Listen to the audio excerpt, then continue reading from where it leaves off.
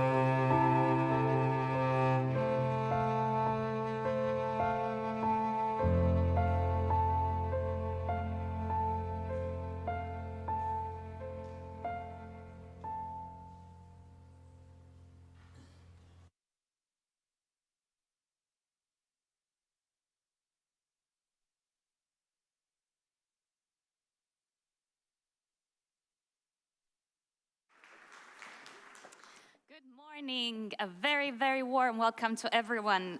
Your Excellencies, Prime Minister, ministers, and distinguished guests. I'm sure many of you recognize this piece as presented by our two excellent performers, Spiegel im Spiegel by Arvo Pärt. Arvo Pärt is one of the most played composers in the world, living composers in the world for the greater part of the last decade. And the piece that was played was called Spiegel im Spiegel. Arvo Pärt just celebrated his 90th birthday last month, so this is a very symbolic song that we were playing, and it represents a very important symbol and a very important statement, meaning that order in the body and mind can only be carried through peace. Please give another round of applause to Viola Asoskova on the piano and Lo Arugas on cello.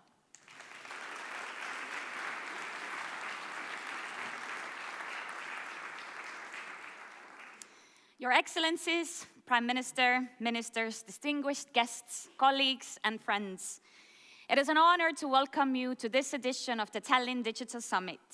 My name is Sandra Särav, and it is my great honor to be, for the 4th year in a row, your Master of Ceremonies for this 8th edition of the Tallinn Digital Summit. The summit has been held in Estonia since the EU presidency we held in 2017. However, the idea is that it's not only an annual conference, it's not only an annual meetup where we come and we talk. This is actually a shared platform where we can jointly shape new rules and new ideas how to approach new technologies. During the last edition of the summit, which was held last year, one of the focus points was resilient technologies. We heard on the stage how every day we have 600 million cyber attacks. We also heard how our adversaries can use technologies to copy and paste them and put them on the market as fast as a month. However, in democratic societies, such as all of ours, it sometimes only takes 6 months to go through a procurement process. We cannot let this happen with artificial intelligence. This is why we're here today, for a pragmatic dialogue. And if you read the concept note for the event, this is precisely what it's supposed to be, a pragmatic dialogue on how we can jointly create frameworks for responsible, scalable, interoperable AI across our companies, across our countries, and worldwide. And we don't only talk about the use of AI in tech, but in governance, in education, in economy, in finance, in security, and of course in defense. So we could jointly be faster, smarter, more healthy, more efficient, and more secure. It is meaningful that today we are in this very, very symbolic location. During 1918, when Estonia first declared its independence, it was also the year when the National Library of Estonia, where we are today, was opened. It has embodied our national determination to safeguard knowledge first and foremost, identity, and democratic values.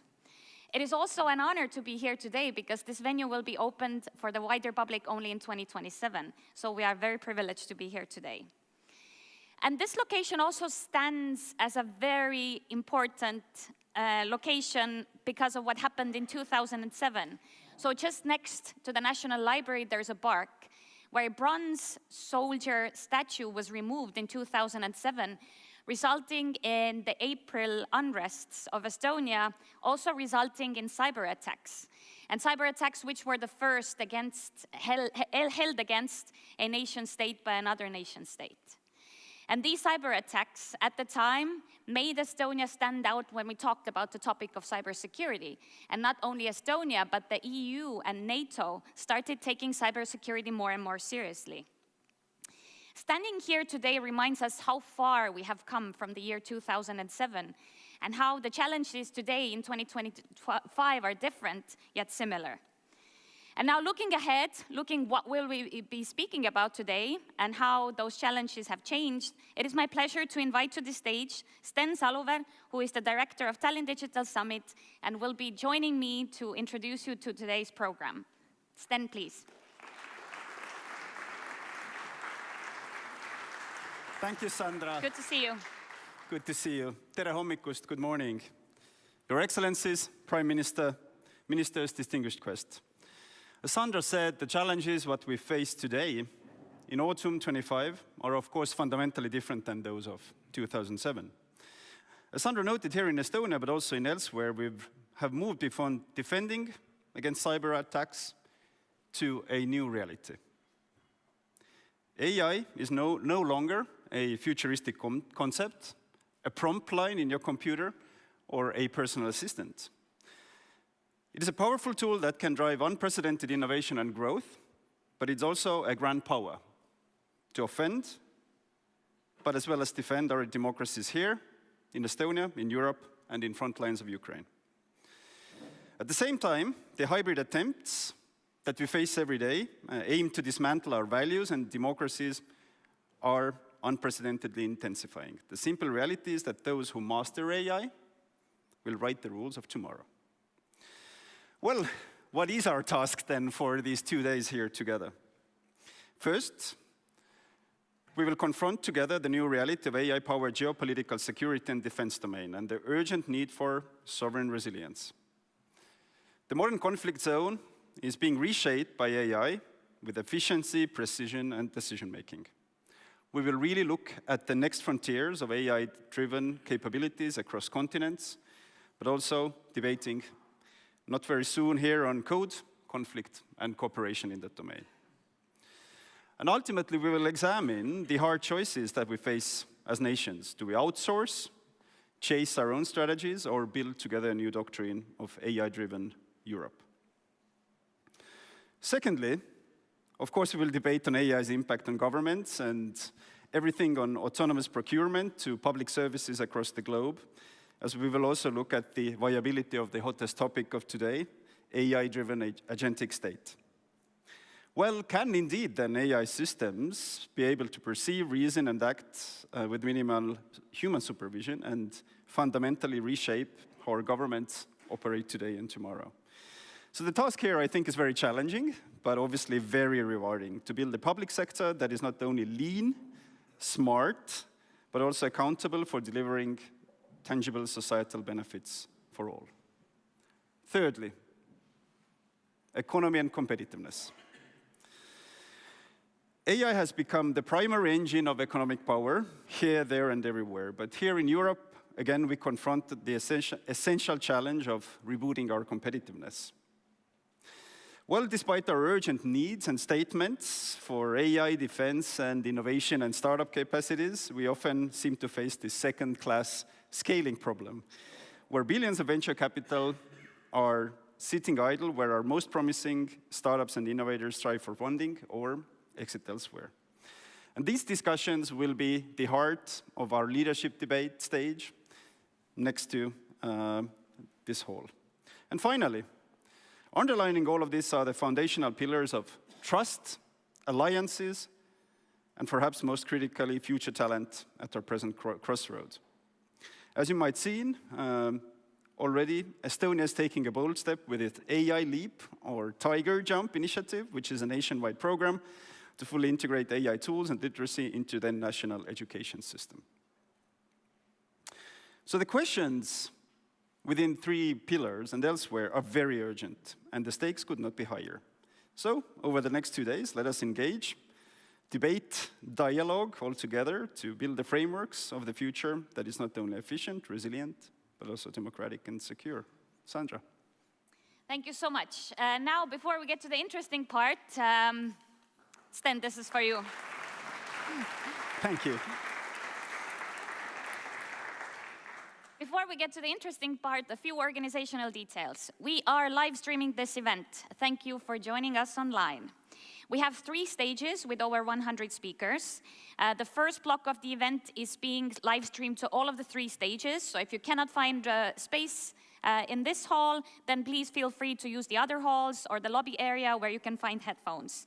Wi-Fi is Digital Summit, but we use the opportunistic wireless encryption, so encrypted and secure without needing to use a password. Please use hashtag TDS2025 for social media posts. We use Slido for questions, and our networking platform is called Brella. Yes, the TDS, of course, is always about you, our distinguished speakers and delegates. So I'm sure these conversations will go out into the beautiful venues of the National Library, which, by the way, is on many stages. But in order to take the max out of these conversations, question, debate, and networking, then we've set up for the first time in the history of TDS our own networking platform, Brella. You'll be able to follow the live stream, chat with fellow attendees, book meetings. The meetings room is on the 3rd floor, as well as in our lounges. So please check your inboxes again for the Brella invitations, and let these conversations continue. How very Estonian of us. And now, without any more further ado, it is my absolute honor to invite to the stage for the opening words the Prime Minister of the Republic of Estonia, Mr. Kristen Michal, please.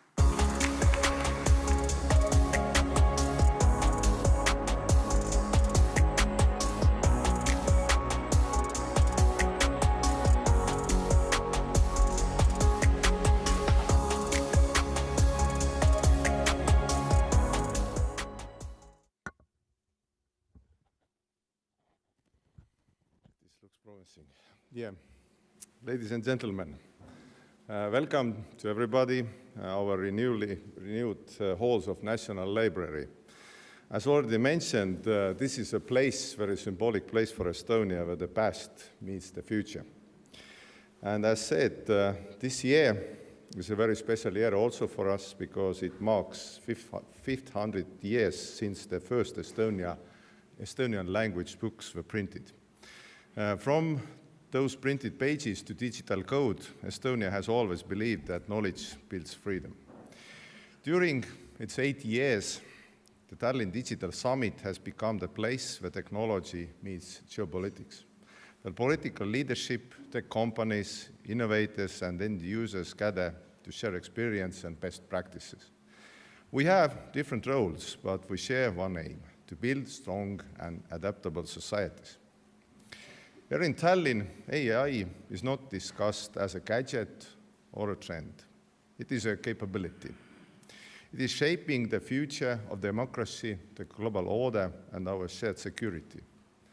So let me keep it simple today with 3 points. First, security through innovation. Back in 1997, our first president, after restoring independence, Lennart Meri, said, and I quote, "Security is not milk you pour from one mug into another, so that one will contain increasingly less and other will brim over. We aim, all of us, at a level and stable balance that ensures our collective security." End of quote. These words are even more true today. No country can build security in isolation. It depends on shared effort, cooperation, and vision. AI can help to keep that balance if we use it wisely. Russia's illegal war against Ukraine has shaken the world we knew. The human cost is terrible, but Ukraine has endured thanks to the bravery of its army and people, and the smart use of technology. One example is the Delta system, an AI-powered platform that possesses a huge amount of data and gives commanders real-time situational awareness. Estonia knows what it means to live on the digital front line. We built resilience after the 2007 cyber attacks and turned that experience into strength. Today, we invest in AI-based cyber defense and move toward quantum-safe cryptography to protect our digital services from future risks. AI gives us advantage that size alone cannot. This is why we have AI strategy for defense and force transformation command within the Estonian Defense Forces. With industry, startups, and the military working side by side, we move from idea to field faster. Russia's war has made one thing clear. The side that can integrate technology faster has the advantage. Ukraine has shown it. So while supporting them in every way, we also learn from them. Second, growth through technology. AI is more than defense. Innovation and productivity keep nations strong long after wars end. AI helps us to manage health, aging population, shape transport, fight climate change, and use our resources more wisely. It is an engine of growth that makes our economies work smarter. Estonia is fully digital state and society with services that are trusted, fast and simple. For us, technological advantages and economic growth go hand in hand. The next milestone is to be among world leaders in AI. AI transformation is not only a government task. It grows from collaboration between businesses, researchers, and public institutions.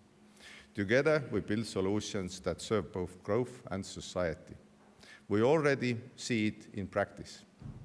From energy systems balancing renewables to cybersecurity companies exporting trusted solutions across Europe. While technology will keep changing, growth comes from innovation and the courage to act early. And third, trust through people and values. Our vision is not just about technology, it's about values. Because technology means nothing without the people who can use it and question it. This is why we invest in education. Our national AI leap gives every child and teacher free access to modern AI tools. We combine that with critical thinking, cyber hygiene, and AI literacy. People must know when AI is used, what it does, and who is responsible. AI should widen opportunities, not narrow them. This is why we fight for linguistic diversity. Small languages must not be left behind. Estonia must live in global AI systems. We work with partners worldwide to make this real and share what we learn. Dear guests, AI definitely brings risks. Hostile actors already use it to scale cyber attacks and spread disinformation. At the same time, the world is tense and more divided.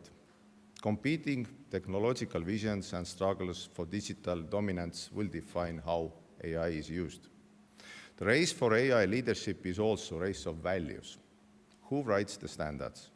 Whose defaults shape our daily life?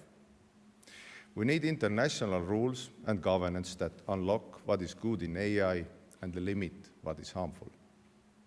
Tallinn Digital Summit has become a place where democracies shape the balance between technology and geopolitics. We stand at crossroads. The choice is not between optimism and fear. It is between drifting and doing. Let's choose to do, to build, invest, and lead. If we get this right, AI will not write our values. Our values will write our AI. I wish you clear minds, bold ideas, and useful discussions. Have a good summit. Thank you.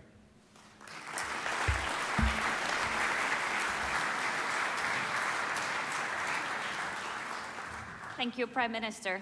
Indeed, the race for AI leadership is the race for values. I couldn't have put it better myself. And now it is my honor to introduce the next speaker. I apologize in advance for possibly butchering your name. I used my sister's boyfriend to help me pronounce this. For the first keynote of the day by Bertrand Rondepierre, the General Manager of the Agency for Artificial Intelligence in Defense.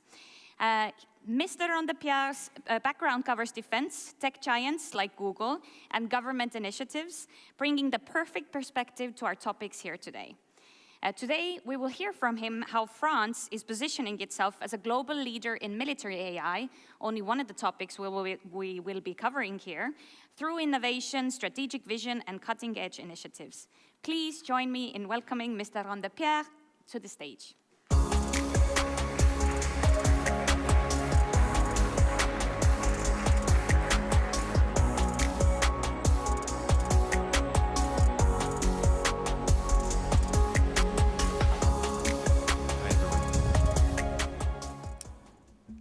Hi everyone.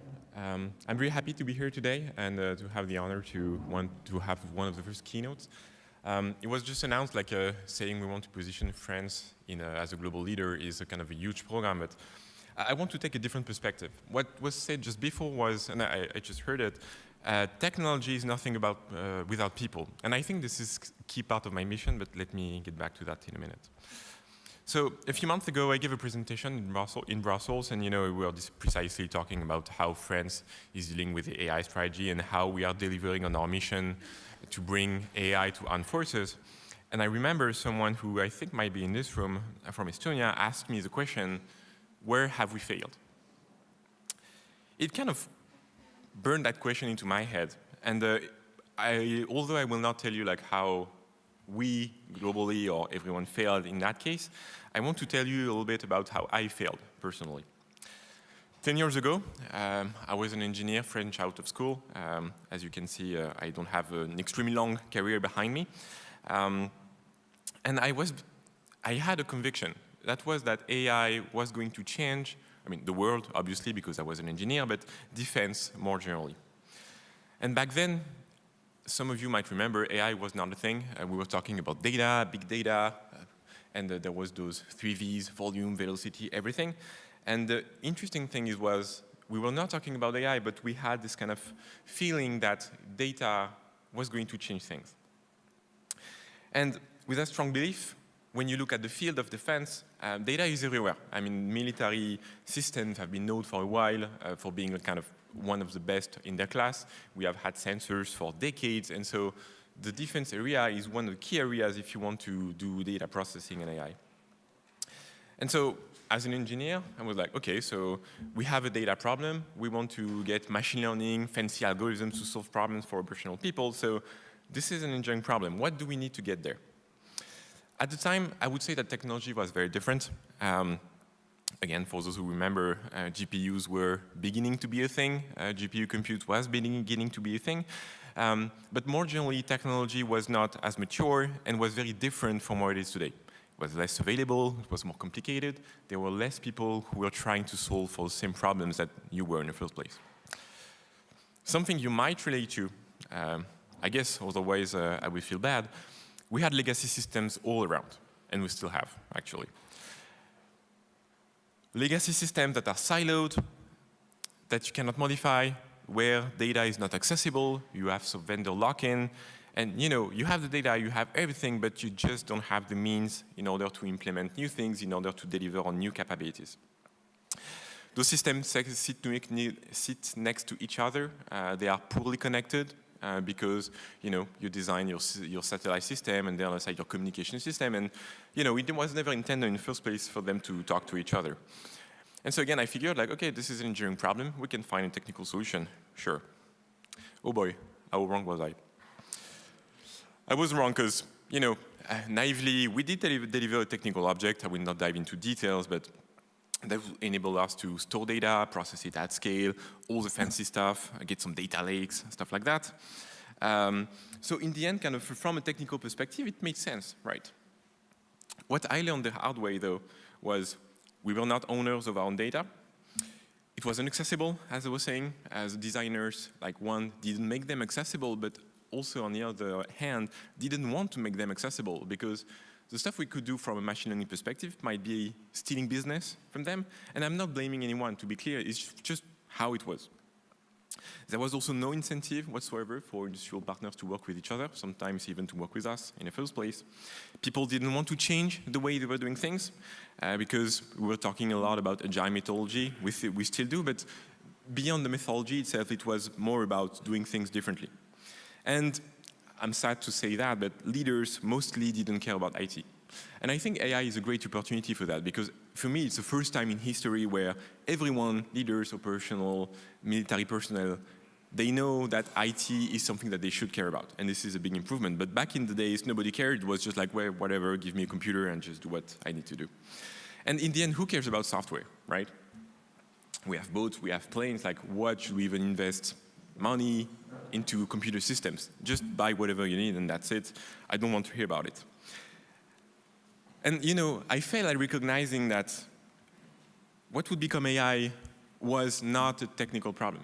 It was a people problem, it was an organization problem, it was a cultural problem, it was an execution problem.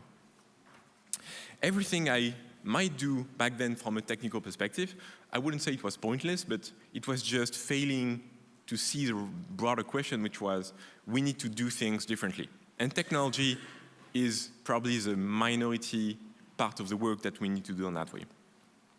Anyway, after this failed attempt, I joined Google, as you probably heard just before, because I was aware that I was lacking a lot from a technical perspective, also maybe from an experience perspective, to be honest.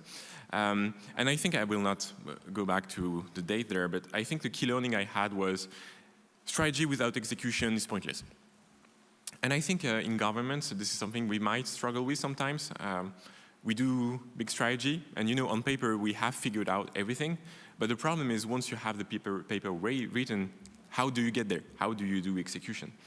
And obviously, I had this opportunity at Google to see how generative AI was changing the world and is still changing the world today.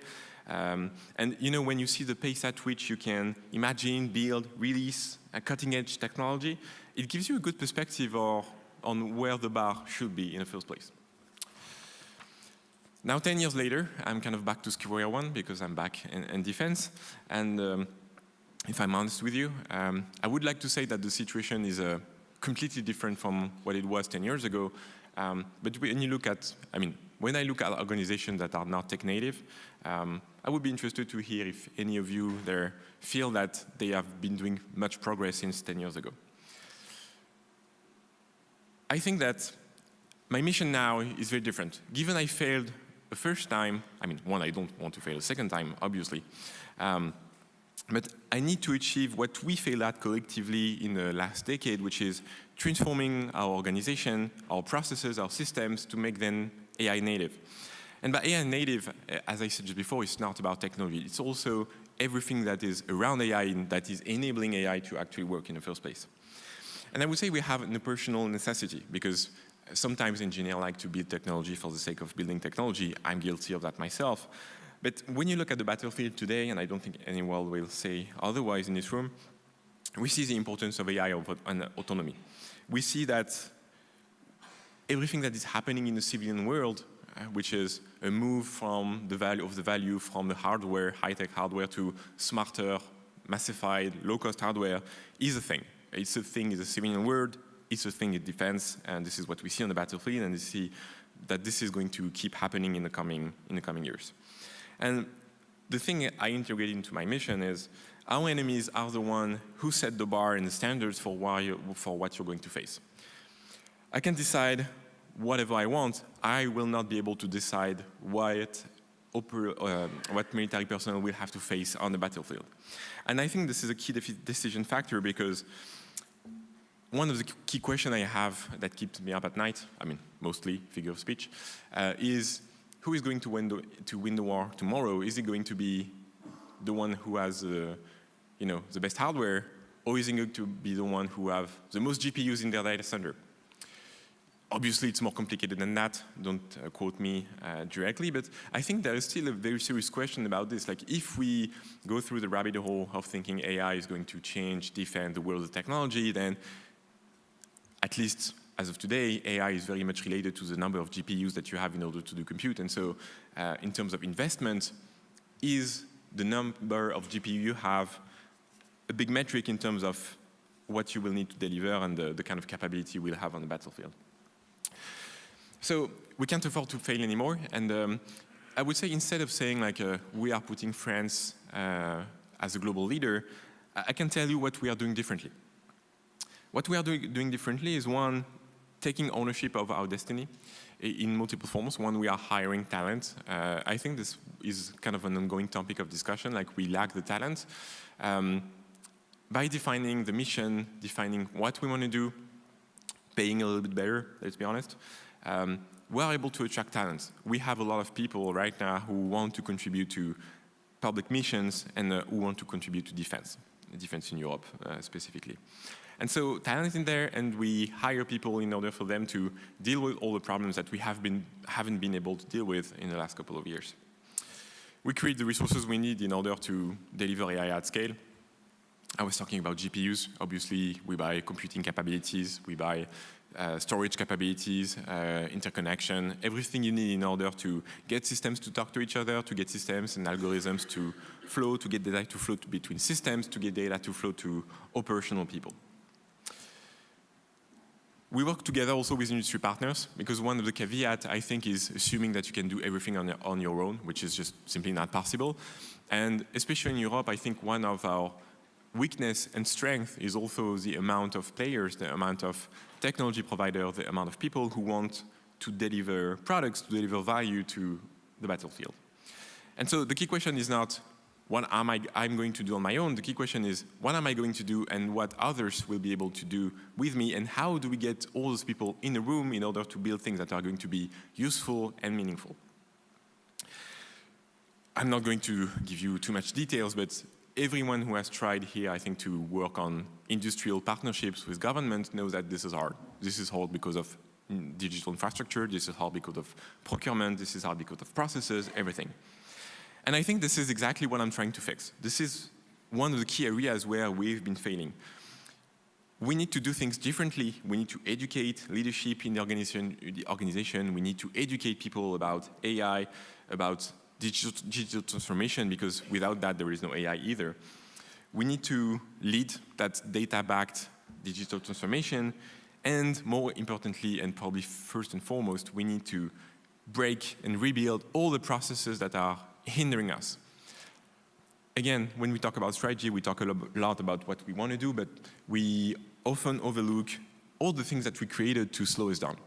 Cybersecurity, not saying this is a bad thing, this is a good thing, but cybersecurity that actually enables operational use cases. This is a way to put it. And so all the regulation and the way we have been implementing processes in the government, and I'm blaming even myself for that, are often way too complicated, way too slow in order to deliver what we want to deliver in the first place. So this is everything we need to take back, rethink, break, rebuild in order to make it efficient. From the agency perspective, we also lead a product roadmap that is ambitious. The idea is also not to play catch behind a game between what others are doing. It's more trying to leapfrog a little bit and go much deeper into agentic AI, robotics on the battlefield, because I believe, and I strongly believe, that AI is making its first move into the real world, be it like cyber on the cyberspace, but also in the actual real world through robotics, typically. And so we are betting, and I am betting on AI having more importance into the real space. And whether we are right or not in our bets, back to where I failed personally a few years ago, I think the key thing that will stay, whatever happens, whenever we are successful or not on that bet that AI is going to be a thing in the real world, then everything that we're going to fix and rebuild is going to stay there. We're going to be more efficient, and we're going to be able to do much faster loop in terms of decision, system building, and delivering value at scale for operational and military personnel. Thank you very much for listening.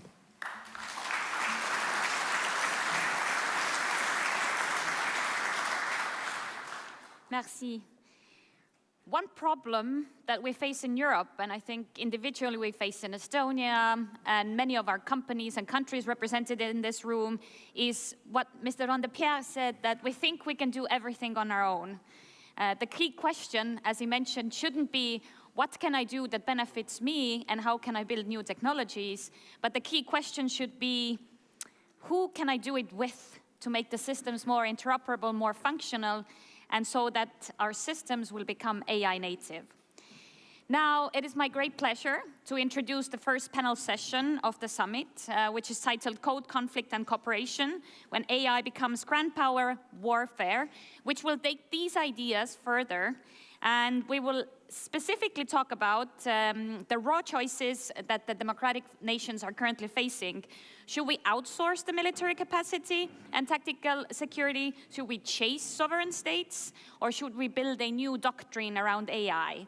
So for this panel, please let me invite back Mr. Randepierre, along with the Honorable Sean J. Manasco, Sten Damgivi, and this panel will be moderated by Kristen Davies, who will introduce the panelists further. Thank you.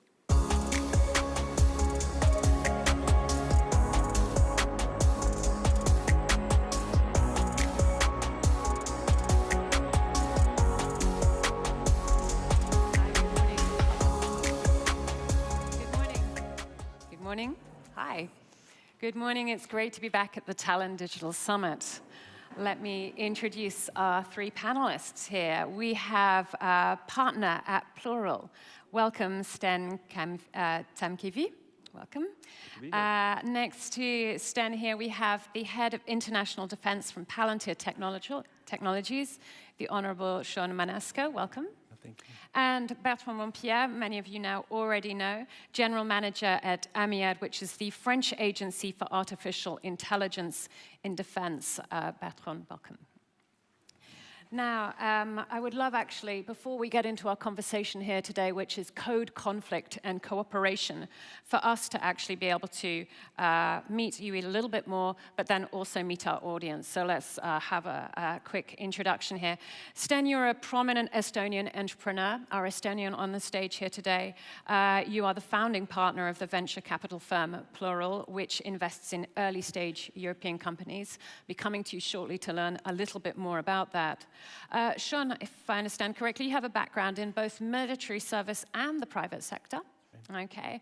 You're a US Army veteran and have held senior civilian leadership roles, okay, within the Department of Defense. And Bertrand, AMIAD is the central pillar for France's military AI strategy. Young organization created just under 18 months ago.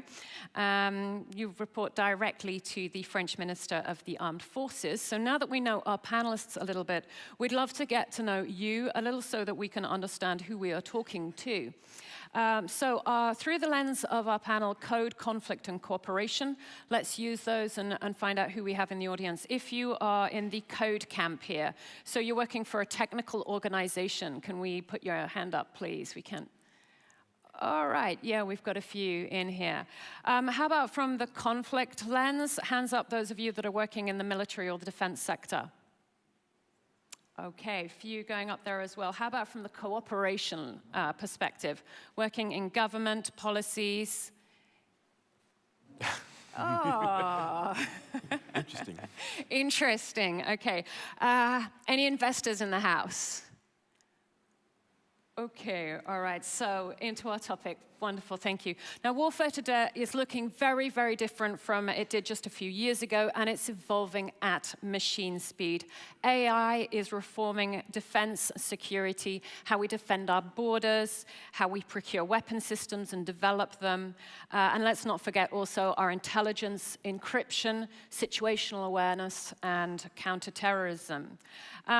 This is causing us to ask many critical questions, and how can we acquire and master the tools of this new arms race? Should we outsource the military capacity, chase our sovereign strategies, or build new doctrines? Sten, as our Estonian here on the stage, can you tell us about Plural, what you are doing, and how you are contributing to the European tech defense? Yeah, Plural is I love the opening of this, where there's one investor, 5 coders, and 100 people trying to make them cooperate. But in Plural, we deal with these first 2 camps. We created this structure a little over 3 years ago. It's an early stage venture capital fund where all the partners are former founders and CEOs. So we're bringing this sort of founders backing founder style of investing at scale to Europe. Over the 3 years, we've raised 800 million euros into our first 2 funds. We've backed 50+ companies in like 8 or 9 European countries already. And to bring it to the defense topic, we are generalists. We are looking for the most ambitious things that come out of Europe and could sort of lift European GDP, building these tech companies and global champions from Europe. But the most ambitious founders typically gravitate and flock towards the biggest issues of our time. And obviously, since we started the fund, also things like Russia's full-scale war against Ukraine and sort of this overall anxiety around the defense has meant that Europe has had this renaissance of ambitious founders going after defense in particular. And so in our portfolio, we ended up, we backed Helsing as one of the sort of the top European growth companies in defense. We backed Labris, that we probably touch upon a bit later. We have a number of investments in the space domain and so forth, and a few things that we haven't published yet. So it's kind of like we went into this finding the people that build meaningful things, and part of that is also defense. And the other thing is that Plural has had 2 locations to date. It's Tallinn, the global hotspot of startups in the world, and London, which is not bad either. And now we just yesterday announced a new partner in Paris. So as we expand, we have always had half our team on the NATO's eastern flank. And that means that the way we see the urgency of defense and the meaningfulness of the work that these founders are doing, I think is amplified by the fact that these problems in this corner of Europe are very tactile. So this renaissance, which is generating the energy, but then, as you say, also putting it out from a geographical perspective. Absolutely. It's Estonia. This basically means, or if you look at the map of Europe, you have about 100 million people living on the eastern flank, which means they have a direct border with Russia, and the 20% of Europe doesn't need an explanation what that means. Like, we all have family stories of what happened the last time these guys came in, and we intend to never let that happen again. Definitely. So I'm going to come across to Sean. Palantir Technologies, and we're just talking about this border. It's been deployed in support of Ukraine. What are the key capacities that Palantir is developing and deploying for its national clients? Thanks, Kristen. And it's great to be here and with these esteemed colleagues. So we were actually deployed our software in support of Ukraine's in 48 hours. And so we've been there for the duration. And in essence, what we were able to help them do is to provide a platform that they can then use to fuse sensor data from on orbit, in air, on the ground, do that in real time at operational speeds, so they have a clearer sense of what is happening in and around them, and then ultimately for them to make the very best decisions on how to employ weapons in defense of their nation. And so we've worked, like I said, with them for quite some time, and it's fair to say that the character of war is changing quite rapidly. And this platform that they are employing is AI-enabled, and so this is not a theoretical concept in terms of defense. This same technology is being employed across many different combat areas today. And it's one of the reasons, given the successes of the platform in Ukraine and in other spots, it's one of the reasons why NATO has elected to acquire the software as well. Importantly, in the spirit of cooperation, it's really about, from our perspective, how can we create critical infrastructure that then other software firms can employ on top of that capability to bring it to the warfighter. Okay, and I want to riff on that with my first question to you, Bertrand. So Amiad's overall strategy, you've just told us a little bit, is to accelerate from AI, from experimentation into robust operational capabilities. Beyond this mission, what is your vision for the agency? Is it to act as an in-house developer, these sovereign systems, a prime contracting manager? How do you see your role here? All of that? All of them. No, I mean, I have a few strong convictions. One is, let's put it another way. Like, there is a big failure mode that I've seen in governments, and I don't think you will contradict me on that front, which is we see IT as something we just procure, and we just ask for capabilities and stuff, and we just wait for it to be delivered. That just doesn't work. That has never worked in the last decades, maybe plural. And so my belief is that even if you don't do anything internally, you have to have the expertise internally to even build things yourself if you're not able to rely on industrial partners. And so, in any case, we need that kind of expertise. Even if we want to work in a good way with industrial partners, we need to have that expertise in-house to help us guide exactly what is a need and how to get there in terms of systems. And so the vision for the agency is, one, in short, being a good partner for industrial companies, like being clear on what we want, how we want it, how to integrate into the systems, how to access the data, like all the stuff that you need to actually figure out in order to deliver an operational system. And on the other way, there are, let's put it that way, there is a few topics where the need for sovereignty is pretty high, and we want to make sure that we keep our hands on very specific systems and very specific use cases. And for those, it's basically us or no one. And so for those very specific cases, we are building teams who will be able to deliver those very specific use cases. But when you look at the broader picture, like the agency, so we are 150 right now, which is pretty big. Like we are indeed, we created the agency 18 months ago, and we will be 300 by the end of next year. But even with that, there is no way we're able to deliver on all the systems and capabilities we need to deliver. And so for me, like in the coming year, the key thing is how do we scale ourselves, and how do we scale ourselves in terms of working internally, but also working with industrial partners in a way that gets us in a position where we have some kind of sovereignty. I'm not going to expand too much right now. Sovereignty in terms of we have systems, we manage them, we are able to operate them, and if we lose our industrial partners, we can still do things. And if we don't have the engineers in-house, and if you don't have the capability to do that, well, you're just stuck with whatever you have on the external world. Definitely, and there is very much this sovereignty v. speed and scale dynamic and question that comes into play here. So we've set the scene there a little bit. I want us to get into the actual some of the practical examples here from each of you.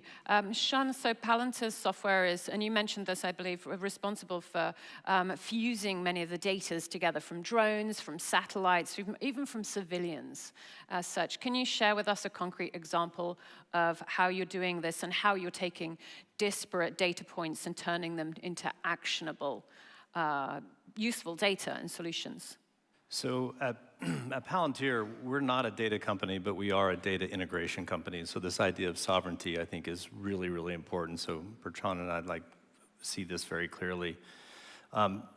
So here, I'll give you an example. I have to be careful a little bit about what I say with respect to Ukraine, but I'll give you an example in the Pacific, where you have partner nations sharing the same underlying software baseline, jointly developing targets, sharing information that they are comfortable with sharing, enriching those targets such that you can, in a matter of minutes, go from target identification, target development.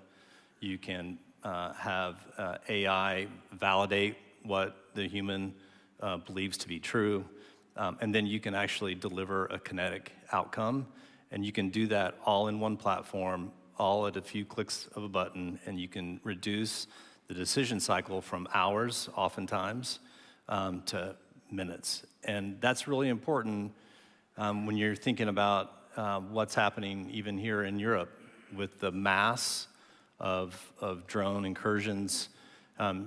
The cognitive load that puts on humans is enormous. And so you should never send a human to do something that a machine can.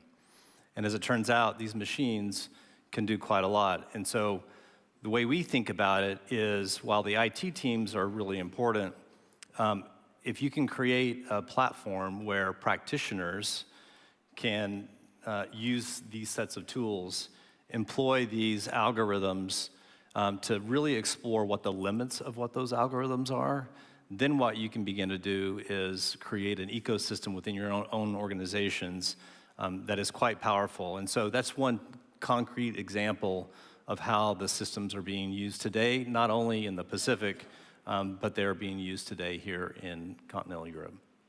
Thank you. And Bertrand, coming across to you with a similar question. Amiad, you're working on a range of different AI applications, from detecting deepfakes to developing drone jamming systems. Can you share with us, please, an example of a system, an AI system that you're currently working on, perhaps command assistance, embedded systems, and how it is actually providing some capability that was previously unattainable for us? Yeah, let me give you two examples. One is, those are very different. I was saying just before in the keynote, the reality is also a bit different from what we wish we would be. As in, when you talk about conducting operations, there is a lot of text files and spreadsheets that are being exchanged. I mean, even if it's kind of, low tech or old tech, I don't know, but this is a real thing. And so, even bringing what everyone else is doing, which is, LLMs, conversational assistants, in order to speed up a little bit the speed at which you write documents, you write briefs, and everything. This is already something that everyone else is doing. There is nothing specific to defense, but just that is kind of the crossroads of a lot of problems between infrastructures, computes, IT systems, and everything. And so just that, I mean, you don't necessarily need an AI agency, but you need to fix all the problems I was talking about just before. And although it's not very sexy, if I can put it that way, it's very important because this is what's actually delivering value on the field. If I take a more fancy example, otherwise you would be disappointed, I think about electromagnetic intelligence, for example.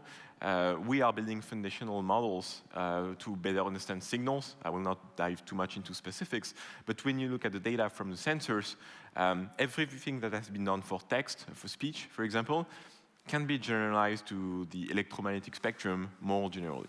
And so getting models on military data that are able to understand the content and what's happening on the battlefield, especially what we see in Ukraine with everything being jammed, you have no signal or it's hard to get anything to go through there. Having models, foundational models that understand, and AI that understand what's there in the electromagnetic spectrum opens a new, completely new field of opportunities in terms of military effects we can have on the battlefield. Okay, thank you. And it was interesting, the example that you gave there, you said it's sort of not very sexy. But let's be honest, I mean, it's not just sort of the pointy end of the stick that we need to be working on here when it comes to our military capabilities and the speed and how AI can help us there. So, Sten, I want to come across and ask about some of the organizations that Plural is investing in. One that may think not quite at the pointy end of the stick as such is Labris. Can you tell us about Labris and tell us what it's doing in order to help provide critical battlefield advantage that traditionally it's not there? I think Labris is basically building on top of the two themes that you guys raised. It's like you cannot build like fancy AI solutions unless you have reliable data underneath. And secondly, we talk all day long and the news headlines about defense tech tend to be on the kinetic side of things, and we need to build drones faster, we need to do all these things, and there are companies doing an amazing job like Helsing with those. But there is, when you go to a military man or an officer and ask what's actually missing, very often you run into way more mundane problems.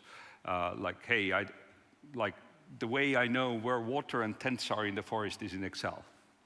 And this sort of mundane set of issues, something where you can solve something relatively simple and something in private sector we take for granted and have a massive impact on the efficiency of our defense, I think this is a domain that I'm very intrigued about.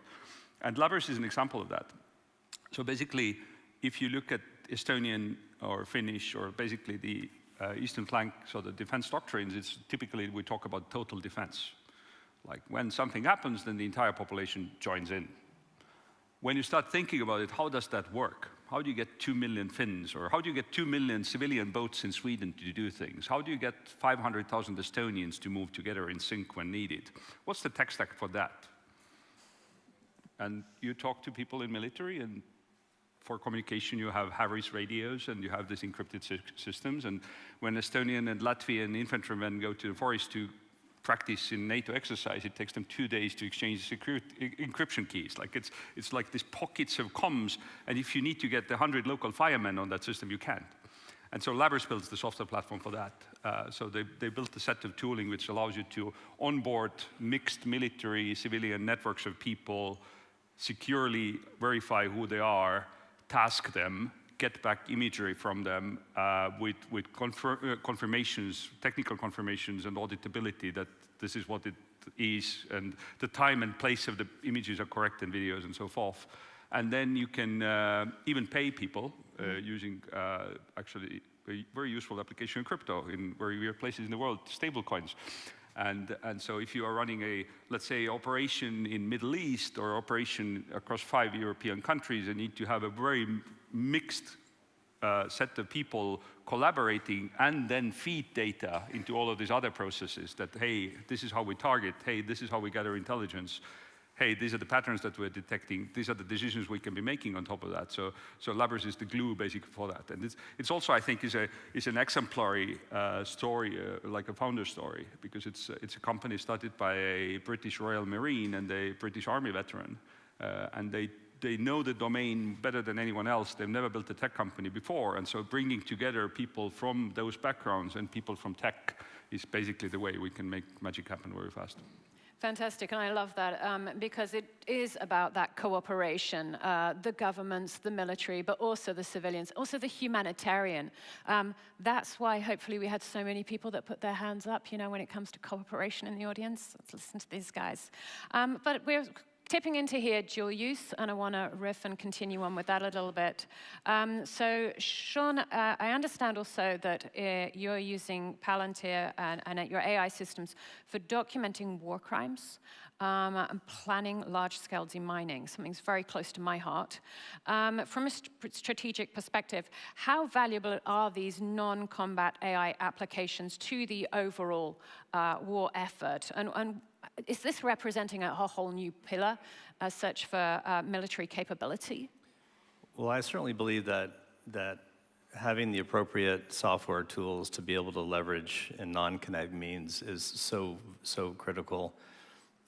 With respect to Ukraine, you're right, we have been doing this now for quite some time.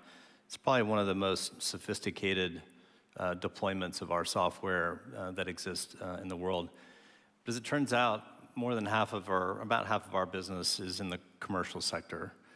And so while we deploy our software in with commercial companies, many of whom are in the defense industrial base, so whether it's healthcare, whether it's energy, we have been helping those companies actually solve really complex problems.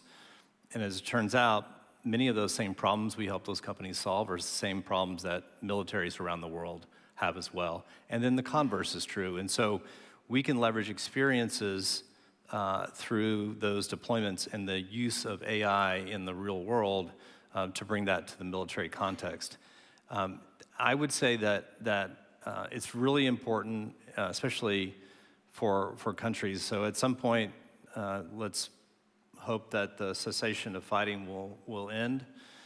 And for the Ukrainians to be able to identify, based on the underlying data asset that has been built, where war crimes have been committed. Similarly, they can also demonstrate through the data that exists how they have lived up to the rules of modern conflict. So as a nation, that helps them immensely, and all nations, these tools will help support their long-term viability, but even down to and including how do you use AI in the context of demining land so that they can reoccupy it. So these are some of the use cases that are being deployed today. And again, these aren't futuristic concepts that we're talking about. And my encouragement is always, you should buy what you can and innovate where you must. And if you can do that across like-minded nations, then the speed to value that you will create is quite significant. Okay, but like you said, Sean, even if sort of conflicts were to cease now, tomorrow, we're not going back, okay? We're going to continue to accelerate how technology is changing conflict, our military, our defenses, and how we protect our borders. However, we don't just need data and technology to be able to do that. We need talent, okay? Bertrand, you're a young agency. You mentioned you're scaling up very fast, so I'm imagining this is something that's key to you. What concrete non-monetary incentives can Europe be leveraging right now in order to help us recruit the best minds out there, the top 1%? And should military AI expertise be granted some kind of special status visas, as we see in other places? So you want the secret recipe, right? I'm sorry? You want the secret recipe. No, I mean, I will still say something about monetary aspect, because there is this belief that governments aren't paying, which isn't entirely true. It's more a question of investment and also decision making. Like basically at some point you need to choose whether you are investing in, something. It's not just about AI, but about everything. And so it's just that if you are to invest into AI, then you have to invest into talent. And so you have to make it so that the monetary aspect is not really a question. Let me elaborate a little bit more on that. We are at a point right now where Obviously, as I'm always saying to candidates, you're not going to be rich by joining the agency. This is not the way to do it. But you are going to be earning something that makes sense compared to the industry. Because I think this is a key thing. Like, whatever you think about the mission, about the purpose, at some point when, I mean, in some cases, when you had like something like a triple the salary for a different mission, it just doesn't work in the end. So I think we managed to reach a point where the monetary aspect is kind of out of the question. You can, hey, this is fine. The second part is we are based in Rennes, so this is probably one of the only agency in France that is kind of at the ministry level, but not in Paris, which costs me a lot of TGV rides between Paris and Rennes. But basically, we are offering also a different kind of living style. I mean, you live in Brittany. I mean, from my perspective, much nicer weather and space, but that's you can differ on that front. And so we have a lot of people who are looking for something different than Paris. Not saying this is bad. And so there is a population where there is an opportunity to do something different. And last but not least, and I would say even first and foremost, the mission. I mean, I think the war in Ukraine has sparked something in the tech industry that made everyone realize that this is a dangerous world, basically. We need to be ready, as you just said. And so there was this kind of a peak of will to contribute to a larger mission. And so we see a lot of people who want to make a difference. And they can do it in the industry. I mean, they join a lot of defense or not defense-based startups, but they also are interested in joining governments precisely to contribute more to that mission.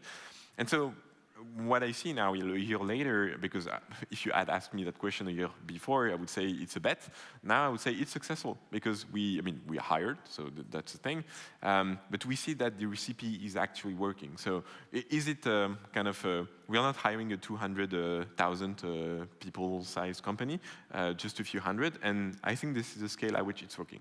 And maybe just to conclude on that front, I think the key thing is for me is one, hiring, but also getting a flow of talent, because I think this is one of the things I'm seeing in the US typically. You see people moving from Google, Palantir, Microsoft, Amazon, and everyone is working and moving from one company to the other. And one of my challenges and perspective is how do I get that flow in France, but maybe also in Europe more generally, in order to retain the talent that we managed to hire in the first place. And this one, I don't have an answer, but this is very much top of mind for me. Okay, but Stern, as an investor, working with your portfolio and scale is super important from a talent perspective. Yeah, I'm extremely bullish on Europe on talent. Actually, if you look at the development of startup ecosystems overall, they always start from the bottom up. And Europe doesn't have a talent problem. We have like, I don't know, usually people look at the US in awe and kind of feel bad about Europe. There is more top 200 universities in the world in Europe than US. There is about 100,000 advanced degree AI researchers in Europe. There is about 80,000 in US. Like, repeat founders create about 5,000 new companies a year in Europe, 4,000 in US. And part of it is just because Europe is 500 million, US is 350. Part of it is sort of this sort of our kind of self-deprecation that we have, that we kind of forget that. Now, Europe's challenge is to grow, how to grow these things to be very, very large. And so there's this bustling startup scenes in dozens of cities around Europe. But if you look at, okay, which companies have made it to 10 billion valuation, which companies have made it to 100 billion valuation, in the last few years, only Spotify has crossed the 150 billion mark now. And it takes decades for that, but we have a bunch of runners-up coming. So I think our challenge is to grow these companies big enough, exciting enough, ambitious enough, not sell them too early, build global champions from Europe, and the side effect of that is that we are already seeing people returning from US. Because people who went to work for SpaceX or Tesla or these companies like 10 years ago, they didn't have places with equally exciting opportunities in Europe, basically. And now we see our portfolio companies hiring them, because if you're building a fusion energy plant, if you're building space capsules, if you're building AI that flies fighter jets, these people actually want to work on these problems, and they miss Europe, and they want to be back. So, and we backed amazing founders coming out of Palantir, who were Europeans who went to work with Palantir, and now they're building the next company in Netherlands, for example. So this sort of circulation, I see that a lot, and the only two things that top talent needs is give me people to work with that are smarter than me so I can learn, and give me the hardest problems possible to solve. And once you have those two, people will flock to you. think it's a really important point, and we have so many, like a third of our company is European or calls Europe home. And as an example of your point is when NATO elected to deploy the software, I had so many engineers in the US saying, I want to come home, I want to be a part of doing my part for my nation and my continent and their national security. And so it was a really interesting dynamic, and so we see this internally quite a lot. Well, hopefully we'll be able to get that European dynamic flowing here now that a few things have changed from the talent movement perspective. Sten, you just talked about what you believe that European talent and startups need. But when it comes to investments, dual-use tech is surging here right now. It seems defense tech and defense investment seems to be one of the things we hear about in the news every morning, and yet founders still face major bottlenecks when it comes to scaling. And there's a very fragmented procurement, investor hesitancy. What is your specific ask to European governments and to institutional investors out there to actually help us truly scale the European defense startups that we have, the kind of things that Plural are investing in to take us to the capacity that we need? I think it's very often governments have this mindset that they need to do stuff to create a startup scene, where the reality is that usually they need to get out of the way. And that means removing all kinds of barriers, figuring out options taxation, which is still broken in many markets in Europe, figuring out like, I don't know, startup visas, some things that in Estonia I feel very happy about how we've solved those, and they've had a notable impact. We have a multi-digit, we have like 4 or 5% of GDP coming from early stage tech in this country. We have like 2% of working population in this country works in early stage tech companies. So you solve those, you have impacts. And so basically we need to use Estonia as an MVP, minimum viable country, and do that in Europe. One playbook that the only European Commission document I've seen founders read, most ambitious founders read in Europe and nod along and say that, yes, this is what we need, is the Draghi report. Mm-hmm. It's been way too long that's been out and no real action. And there are some, like just to pick a few examples from there's like stuff about capital markets. I think, again, like there are European governments that think about, hey, in order to help tech companies, we need to subsidize, we need to give grants, all of that. Yes, maybe in some deep frontier tech area you still need to, but in majority of cases it's about how do you release European pension funds money to go from US bonds to European venture capital, for example. Like these sort of shifts of assets that we already have, which are policy issues, friction issues, competence issues, but like it's not about like inventing new things, but sort of efficiently allocating what we have, I think. Okay.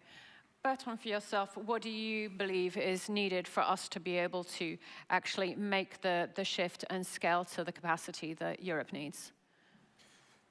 I think kind of back to what I said earlier, we need to be good clients, because I hear you. I think one of the things, I mean, the best service that governments can provide is being good clients. It's not subsidizing, it's just, what I want to be able to do is get a company, see a product, say, I'll buy it, I'll integrate it, we can do that, and you can go to the next client.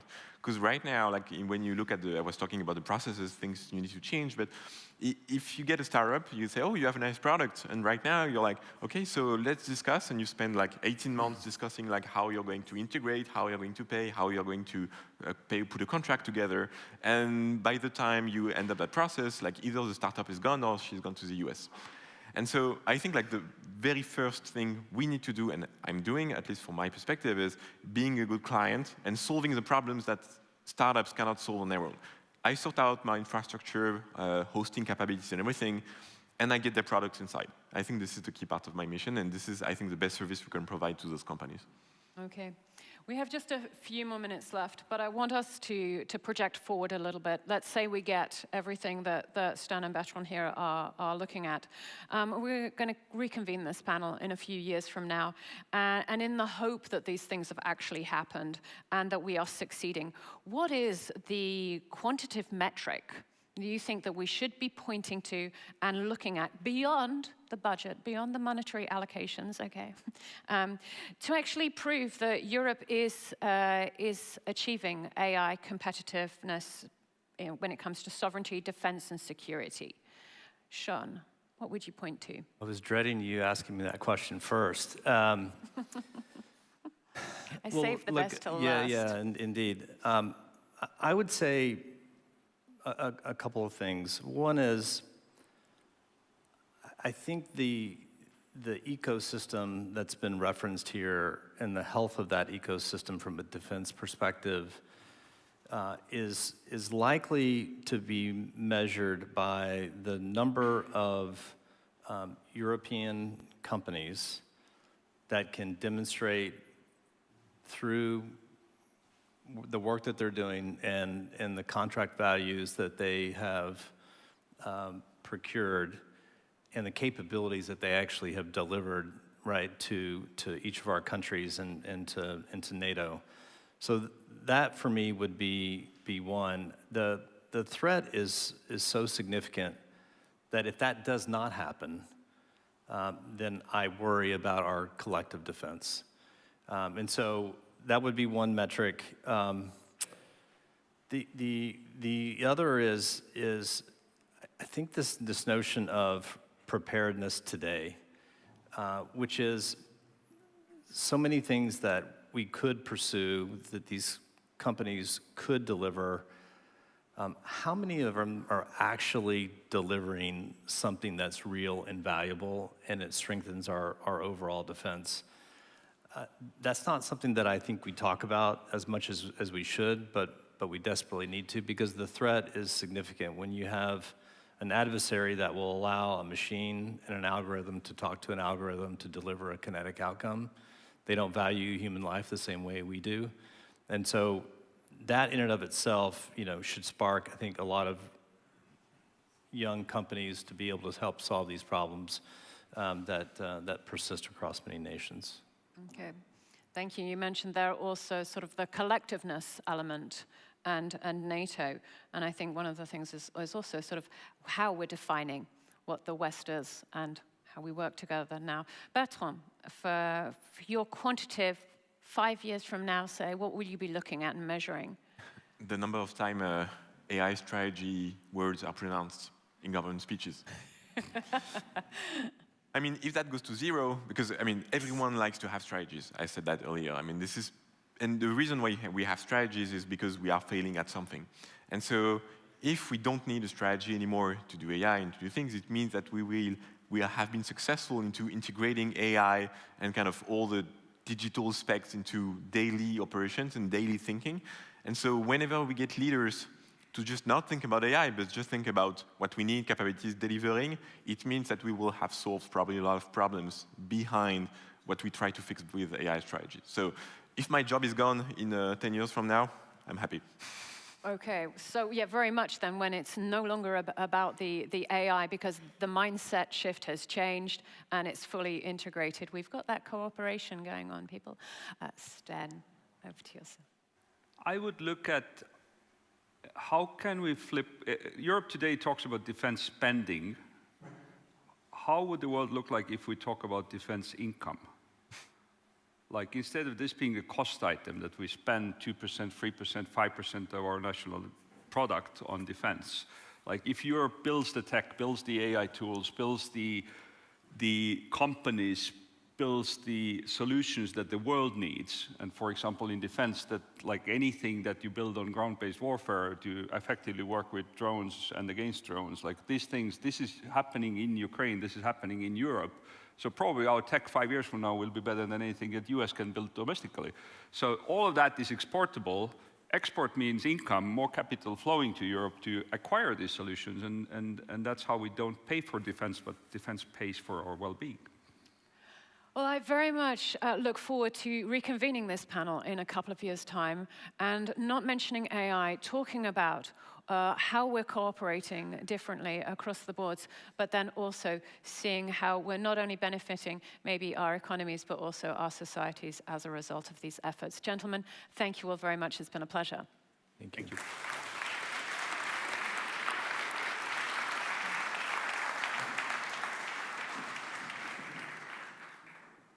Thank you so much. Well, this lived up to every expectation I had.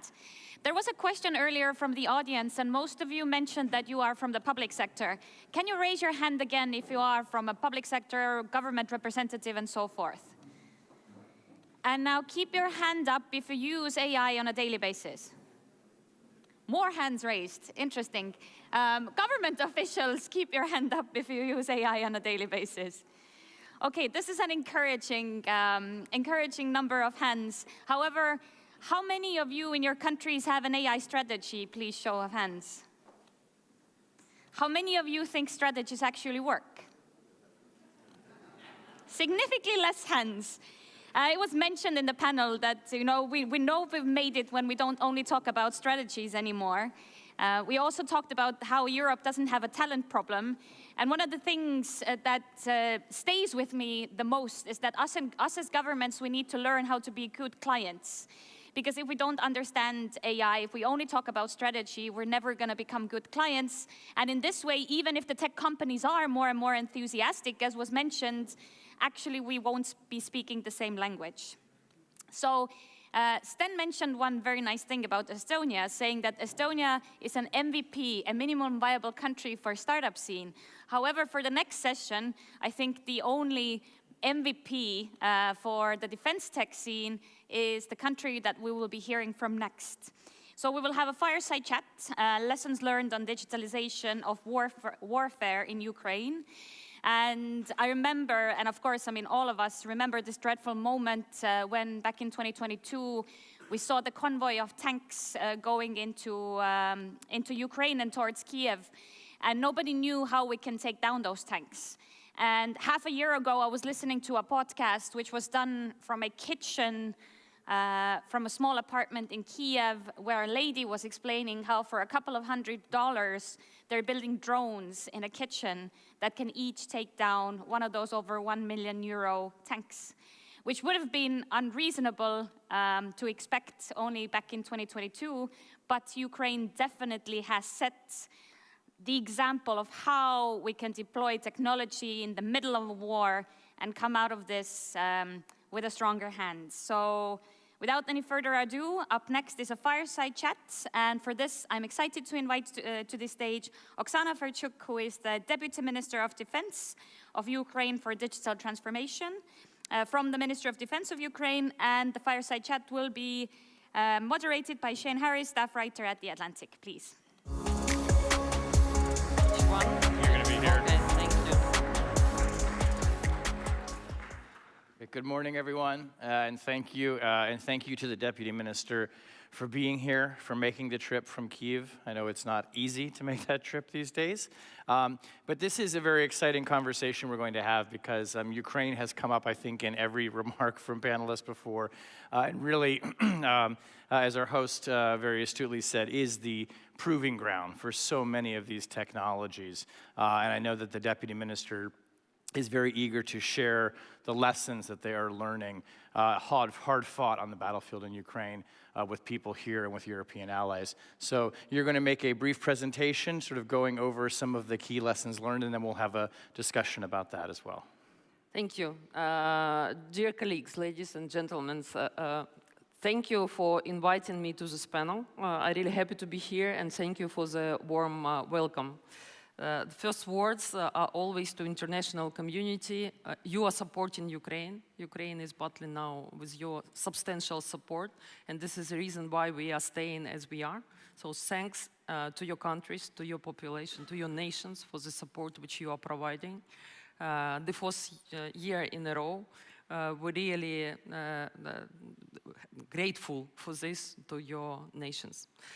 For the summary, I put it for the military audience, and now on the slide you see basically the major points which we are now addressing to each country, each armed forces, trying to explain basically which lessons learned at Ukrainian battlefield. And actually we are happy for each topic to have detailed discussions with your armies in order to provide more details and to give you, let's say, a path how to be more prepared, more ready for the conflict which is going on and will be unfortunately widen, we believe.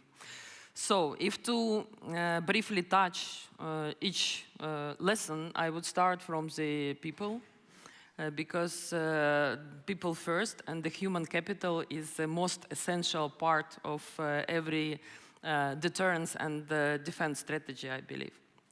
What I mean? The battlefield changed dramatically, and now the battlefield is highly penetrated by IT solutions. It means that your military personnel should be much more IT literate than we had it before. And in order to be prepared, you have to think about the institutional IT expertise within your armed forces and within your general staff, Ministry of Defense, because they become not only the users who are transforming and deploying the product, they also use on a daily basis the military equipment, which now have a lot more of IT technology, and they have to be prepared. Means you should have to institutionalize your, let's say, CDTO or IT officers within the army, what is Ukraine now doing. We will have a digital officer position down to battalion level. And you also have to think about the educational part for those personnel to be prepared pretty well. So the next very important topic is about the civilian personnel, the civilian human capital, which also is important when you are standing in front of the huge invasion. In the Ukrainian army, we have more than 1 million soldiers and officers, and 2/3 of them were not planning to be a military at all. They are civilians. They were not trained, not prepared. And a really handful tool here is a registry of your reservists to be digitalized, to be ready. And by the way, one of the innovations which Ukraine launched was a mobile application for this registry.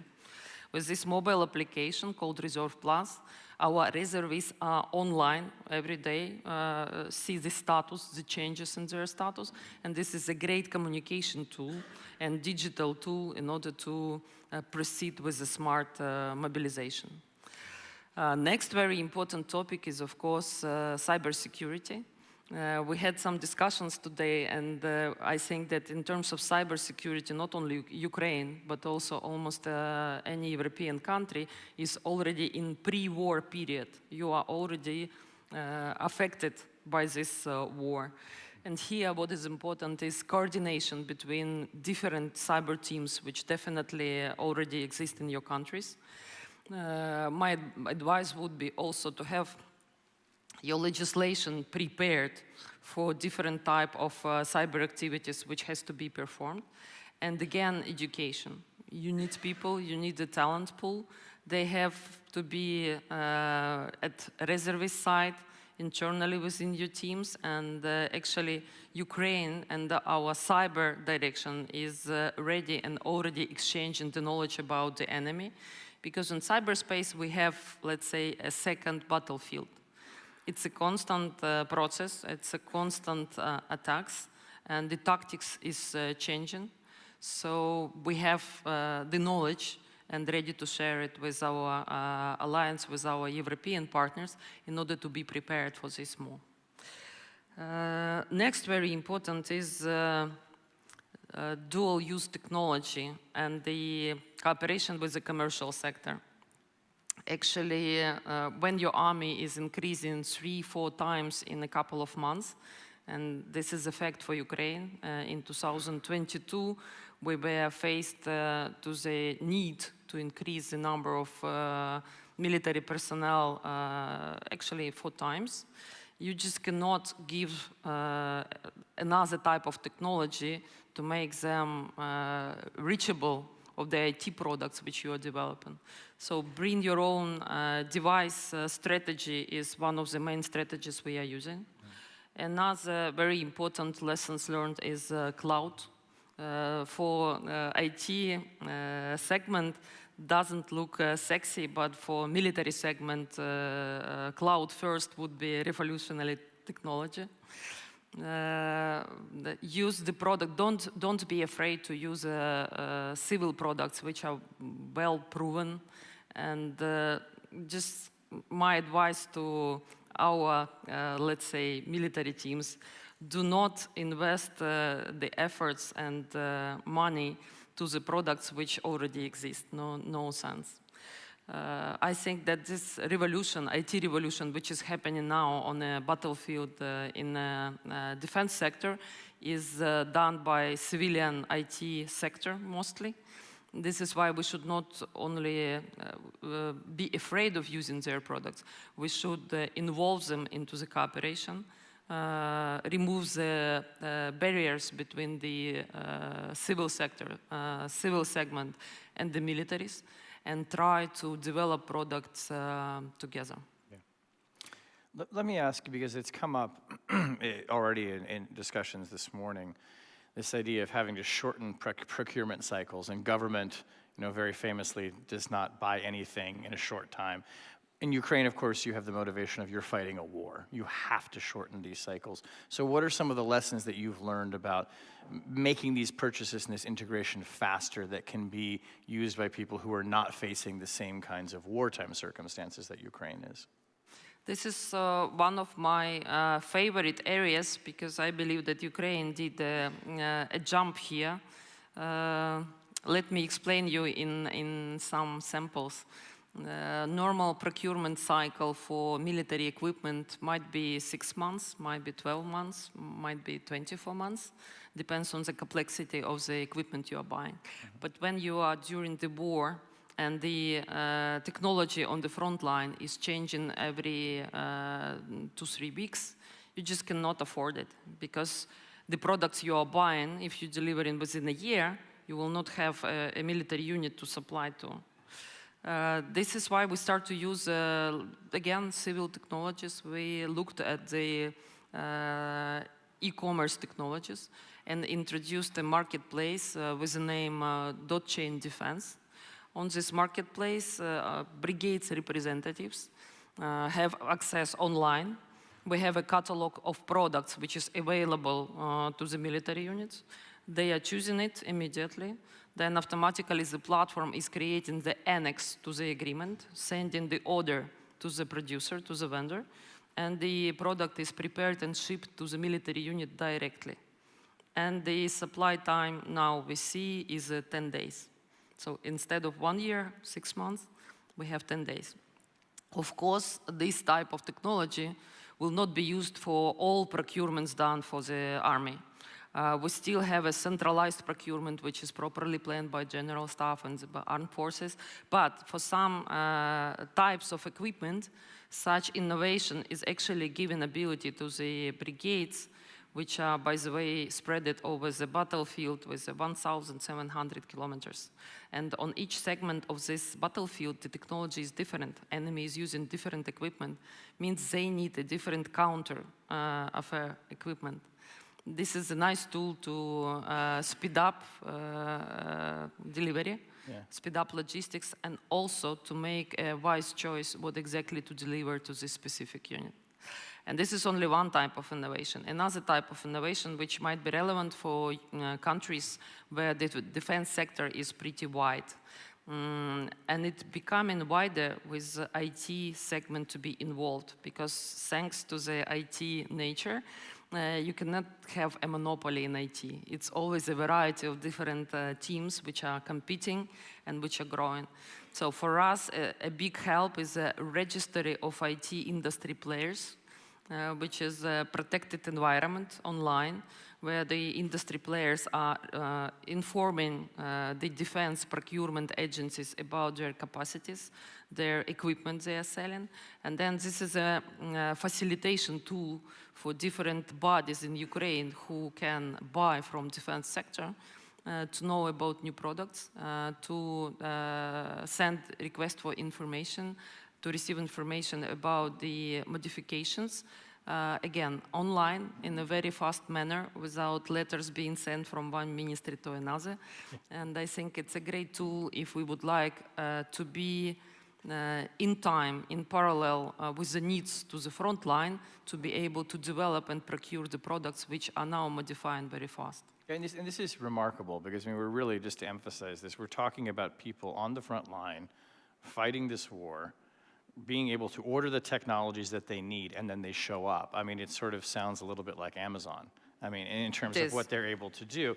And I mean, it strikes me as you can't get a system like that to work unless you have pushed out that level of trust to the people on the other end. And yes, you need everything on the back end too.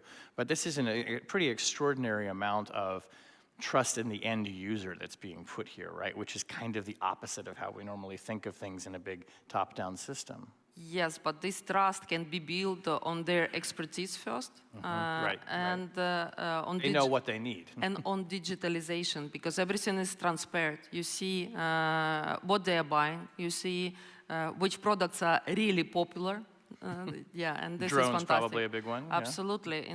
Inside this marketplace, we will have even ratings. They will not be available to the public, but the ratings for which brigades are forming, which FPV drones are better. Can the companies see the ratings of other people who are using the drones? We have such plans, and also we have the very fast communication from the brigade to the supplier. They are not only putting ratings, we plan that they are sending messages why they like or don't like this product. And another step will be for ability for those brigades to communicate with each other, again, in secure way about the products. Because the product which is working, for example, at Pokrovsk might not work at Kherson. And in order to be able to order it, the professional military experts should be able to communicate to each other without knowing and going through the chain of command how I can get this feedback. So feedback, constant development, and the procurement from the tactical level, for me, seems to be one of the drivers of the revolution which is happening. Yeah, and this app that people could, reservists are using, and people knowing when they're called up is another piece of it that is so critical. I mean, just in the minute that we have left in our conversation, what is the next big innovation that you are trying to drive and to push through as the war enters into the next year? I will tell you two, okay? Sure. One is very obvious. The usage of AI is becoming a very dramatic change. We are using it in several areas. Of course, Battlefield is now a great R&D center to see where AI is applicable and where AI is bringing this benefit, this surplus, which is allowing you to combat with the enemy in a more effective way. At the same time, AI is very helpful in terms of efficiency and processes. So it's not only combat effect, it's also processes, internal processes effect, which is very interesting. And we are still innovating and researching here. Just the dynamic of the war and dynamic of the processes related to the war are bringing us this speed, fantastic speed. And you can expect, and we will be happy to share this positive experience, some new areas where AI is effectively used. Another type of innovation, I believe I will surprise you now. In Ukrainian army, we have 1 million people. 2/3 of them, imagine 700,000 of them were civilians before the war. They didn't plan to be military, they were not trained, but they are now in the army. Some of them are already 3rd, 4th year within the army. And before they were just average Ukrainians enjoying digitalization, which is pretty high in Ukrainian society. And they are lacking this digitalization in the army. This is why we launched a specific, again, mobile application called Army Plus. It's for every soldier, for every sergeant and officer, for their daily routine. How my salary was calculated? Did I was paid all the bonuses which I expected? What is my medical status or healthcare procedures I have to take next? What kind of equipment is assigned to me? Or what kind of clothing supply I will receive next month? So we are looking at the army also from the perspective that it's Ukrainians who really loved and enjoyed digitalization. And by the way, this is a unique moment for Ukrainian army because they are a driving force which is helping us to digitalize army, which is by far in every country is very conservative. And where basically not so dynamic in accepting IT-related products and methodologies. I wish we had more time to discuss because we could talk for a full hour about everything that you're learning on the battlefield. But very grateful that you took the time to be here and to talk to people, and I hope folks at the summit will seek you out and have more discussions because it's very valuable information for everyone that you have. So Oksana Ferchuk, thank you so much for being here with us. Thank you.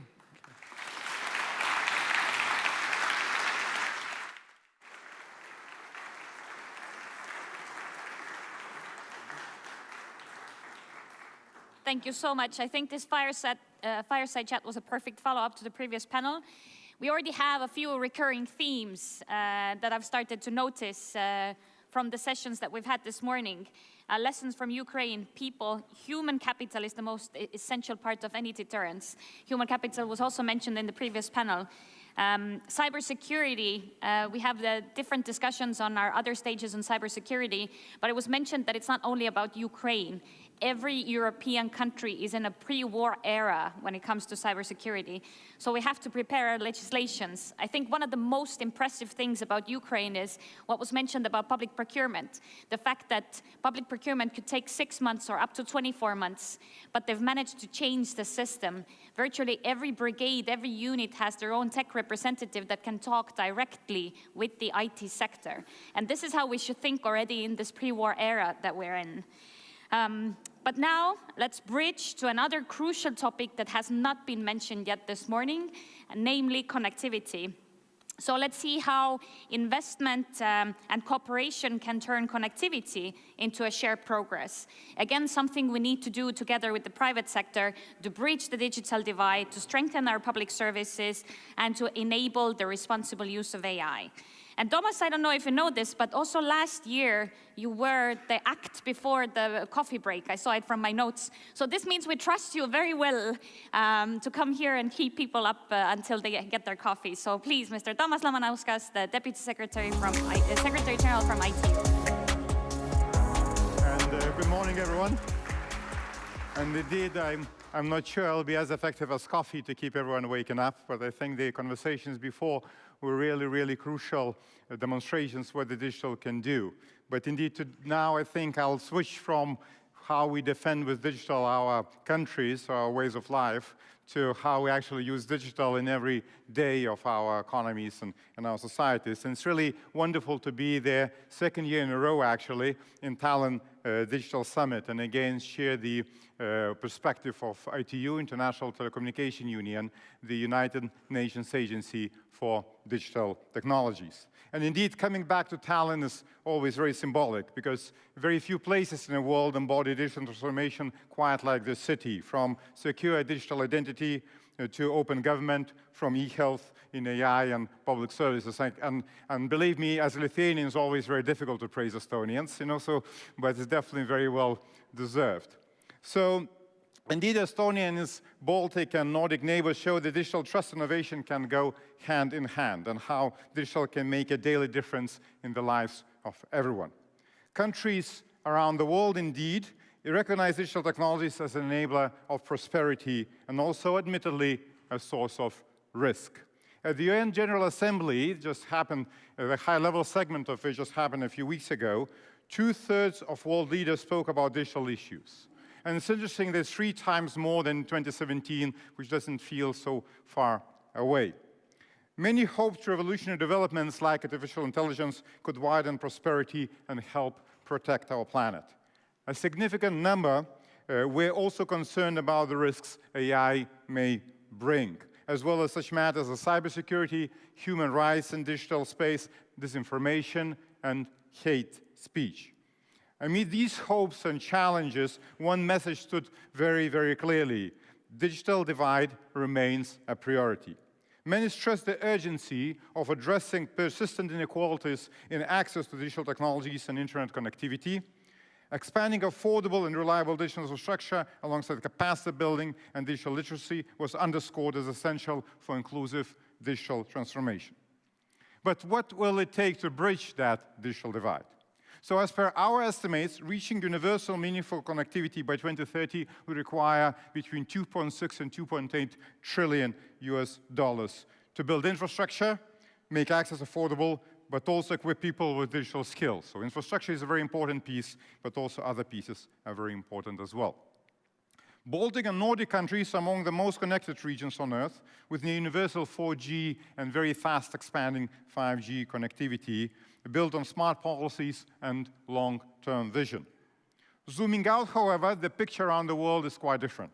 2.6 billion people still remain offline, facing a gap not only in connectivity, but also in opportunity and potential.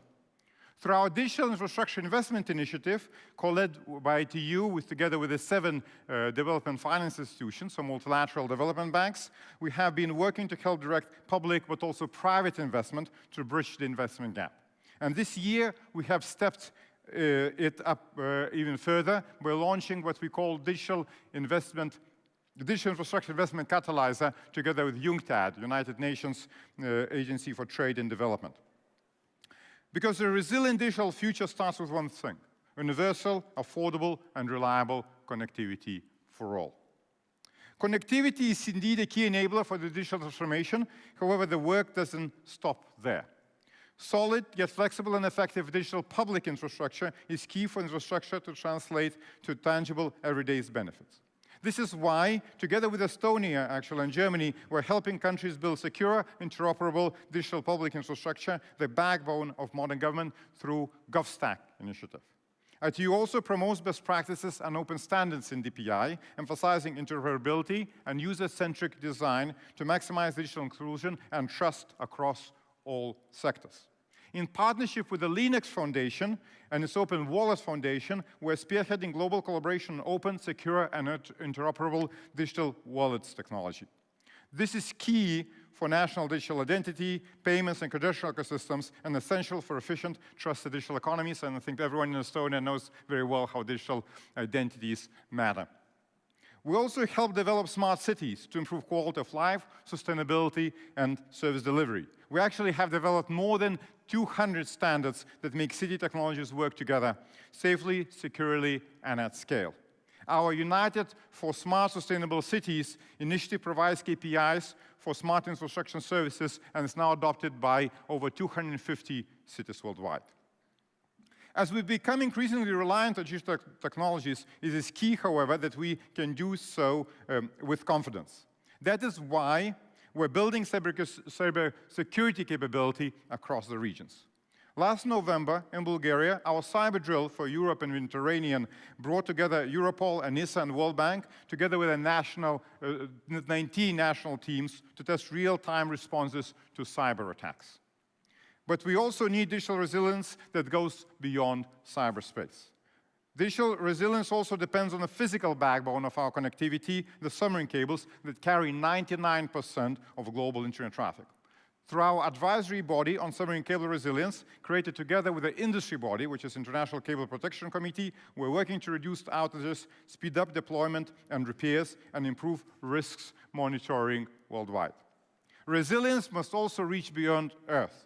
Over the past 2 days, actually concluding just yesterday, in Geneva, we held a second edition of Space Sustainability Forum, where we discussed the rapidly growing space sector. Actually, the space sector expands around 7% a year, which is around double the average of the global economy. However, with that, it brings new opportunities. However, it also brings new risks. And the space is really getting crowded. We have now 13,000 satellites in the space. There's over 2,000 launches in the last year, and over 140 million pieces of debris that also impacts our ability to use the space. Through our Radio Regulations Board and partnerships with the UN agencies for civil aviation and maritime, ICAO and IMO, we're also aiming to help address disruptions to air and sea navigation due to the jamming and spoofing of global navigation satellite systems such as GPS or Galileo as well. Artificial intelligence. Artificial intelligence, of course, has become a vital force to shape our global future, both positively and negatively. Since 2017, our AI for Good initiative has shown how AI can tackle humanity's greatest challenges, from climate action to education, as well as health. This year's AI for Good Global Summit brought together 11,000 participants and over 50 UN partners in Geneva, including many of people, and hopefully you, from Europe as well. We're really honored to have as our guest of honor President Al-Karis, whose message was very clear, and he echoed that message again in UN General Assembly. AI must serve dignity, development, and human rights, and not the other way around. And ITU, we take this principle to heart, working with the Office of the High Commissioner for Human Rights and partners worldwide to embed human rights directly into the technical standards for emerging technologies, including AI. AI for Good took place in parallel with another milestone event, WISIS plus 24. And this WISIS acronym, something sounds very complicated, stands for World Summit Information Society, the key process that set 20 years ago the agenda for the digital development around the world. And this year is the key year because it's a review of the achievements and setting the stage for the next step. So indeed, alongside UN General Assembly in New York in December this year, actually 16th and 17th of December, we will be concluding this process and setting the stage for the next period of the digital development. Next year's AI for Good Summit will also feature another very important aspect, which is UN Global Dialogue on AI Governance, which just this August was again endorsed by UN General Assembly, and will bring together governments, innovators, civil society to shape responsible and inclusive AI frameworks. Together with the annual Global Dialogue on AI Governance and the newly established International Scientific Panel on AI, our AI for Good initiative will further help build trusted, inclusive, and human-centric digital future. For all to benefit from AI revolution, people need significant upskilling. Through our AI Skills Coalition, with 60 global partners, we're helping workers, companies, and communities get ready for the AI economy. As we speak, ITU, supported by the European Commission, is training policymakers from more than 30 countries on AI governance in action. Through our standardization work, we're helping establish common foundations for AI development and diffusion. AI standards exchange database, which we recently launched together with International Standards Organization, ISO, and International Technical Commission, IEC, includes over 700 standards touching different aspects of AI. Our standards work also tackles AI's risks head-on, from bias and misinformation to deepfakes, as we are working with industry experts to define authenticity and integrity standards for digital content. And just like with AI, we're mobilizing partners shaping standards for quantum technologies. European partnerships are central to this. We work closely with CEN and CENELEC Joint Technical Committee 22, developing standards for quantum computing, communications, and metrology. Our quantum key distribution standards are already being tested in Madrid, supporting EuroQCI's vision for a secure quantum network. And we also collaborate with the European Commission's Joint Research Center and complement the research of the European Quantum Flagship Project. One more aspect is also we can't ignore is the environmental impact of digital technologies. Indeed, as AI is growing, it also pushes really strong pressure on energy demands, with AI workloads needing 26 to 36% more energy every year. And therefore, the very well-crafted net zero roadmaps of the tech companies are now out of the window. Our Green Digital Action Initiative seeks practical solutions to lower emissions, improve e-waste regulation, and embed sustainability into every layer of digital infrastructure. Our COP29 declaration on green digital action, a joint initiative with Azerbaijan's UN Climate Change Conference presidency, gained endorsement from over 80 countries, including Estonia, I should say, and almost 1,800 companies and other organizations. At this year's climate conference, COP30, we aim even higher to ensure digital impact is captured in updated climate pledges, or so-called NDCs. Building on 7 thematic pillars for green digital action, from climate monitoring, GHG emissions, and green computing, adaptation, circularity, innovation, standards, we're mobilizing collective efforts to make the digital sector both a driver of climate solutions and a green in itself. We're also leveraging technologies for climate adaptation and disaster readiness. Under the UN Secretary General's Early Warnings for All initiative, we're building partnerships and solutions to save lives. So colleagues, partners, and friends, around the world, we're seeing how digital ambition, when matched with trust and resilience, drives rapid and sustainable progress. But we need even greater resolve to unlock digital prosperity for the world. Let's build a future where every community can share in a truly digital-first society, as we see here in Estonia, and it was very eloquently described also by the Prime Minister before, where innovation serves people and trust powers transformation.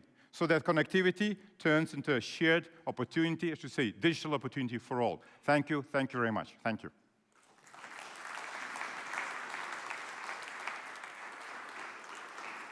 Thank you, Thomas. Again, a recurring topic of how innovation must serve people, not the other way around. I think you very beautifully reiterated this point, that it's not only about using tech. We must serve human rights. We must be able to retain and protect our planet by doing it. And bridging the digital divide remains a priority. Who knew that there are 2.6 billion people still out there who don't have regular access? And if we're going to go to the next level, if we're going to deploy more and more AI and new technologies, those people without the basic access to connectivity will fall further behind. So again, cooperation, human centricity. But with this, a last show of hands of this morning, who has already checked their emails? No judgment. A few people are brave enough to admit, especially on this side of the room for some reason. Maybe they were sitting behind the Prime Minister, so it was a safe space. However, now is the time to actually do it, but don't focus too much on emails. Actually communicate, connect. This is the purpose of this event. It's time for a coffee break, and please be back by 11:30. Thank you so much.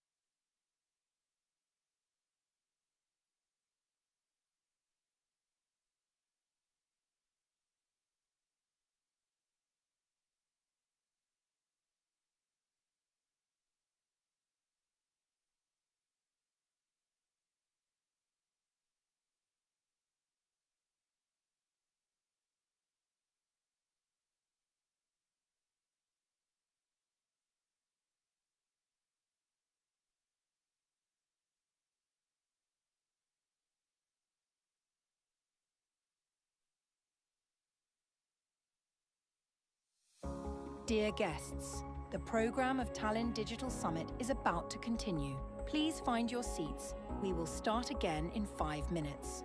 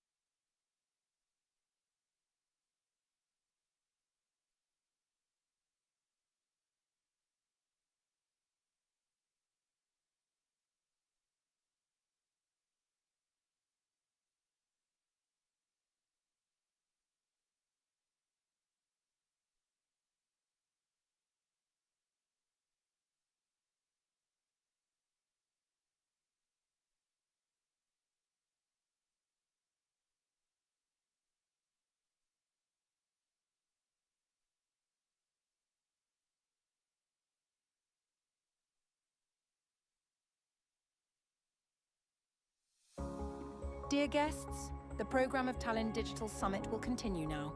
Please be seated. Thank you.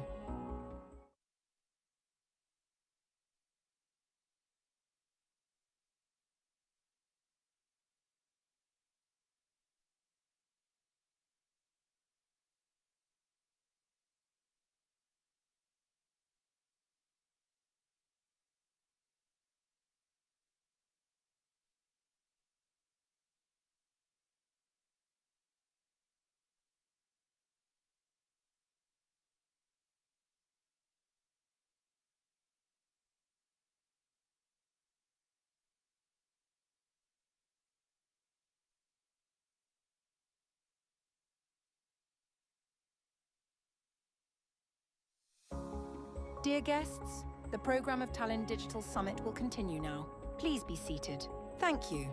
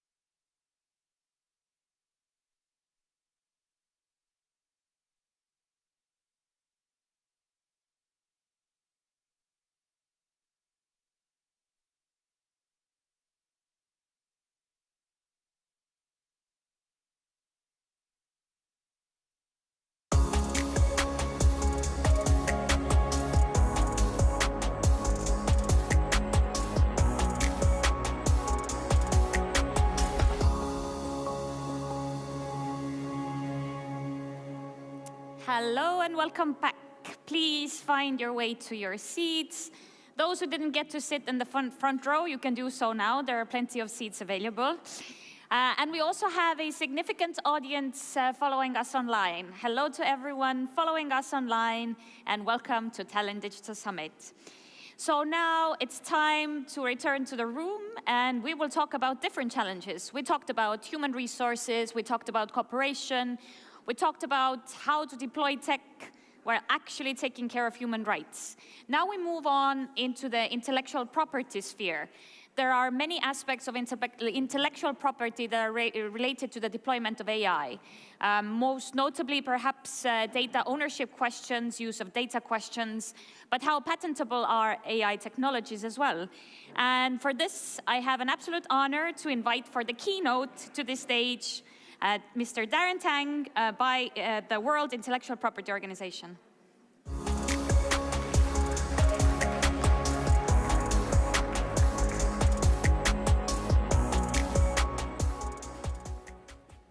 Thank you very much, Sarah, and it's a pleasure to be here at the my first time at the Tallinn Digital Summit. Tere hommikust. Not bad. And as the Director General of the UN agency that takes care of intellectual property, and therefore innovation and creativity, I'm often asked, and I think Sarah mentioned this, What does it mean to have intellectual property in an age where AI can innovate and create seemingly at the drop of a hat? Does it mean that patents and copyrights are no longer useful?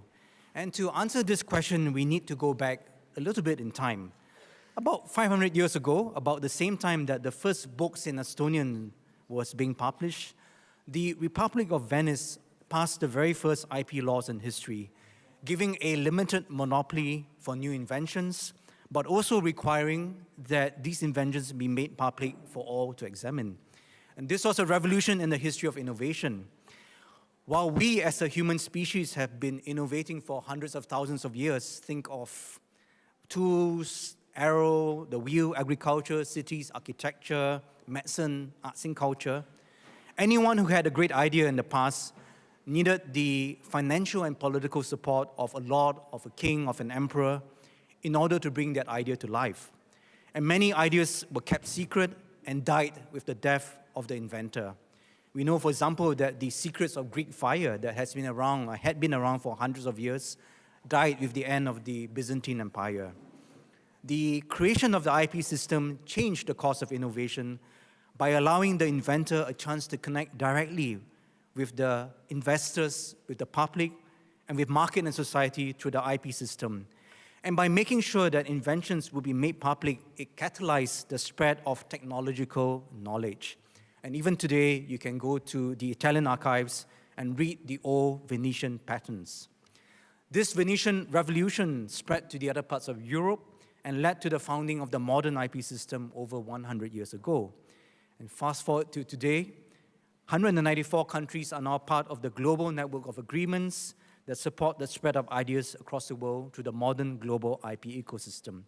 And in fact, the use of IP, of patents, trademarks, designs, and copyright has never been higher.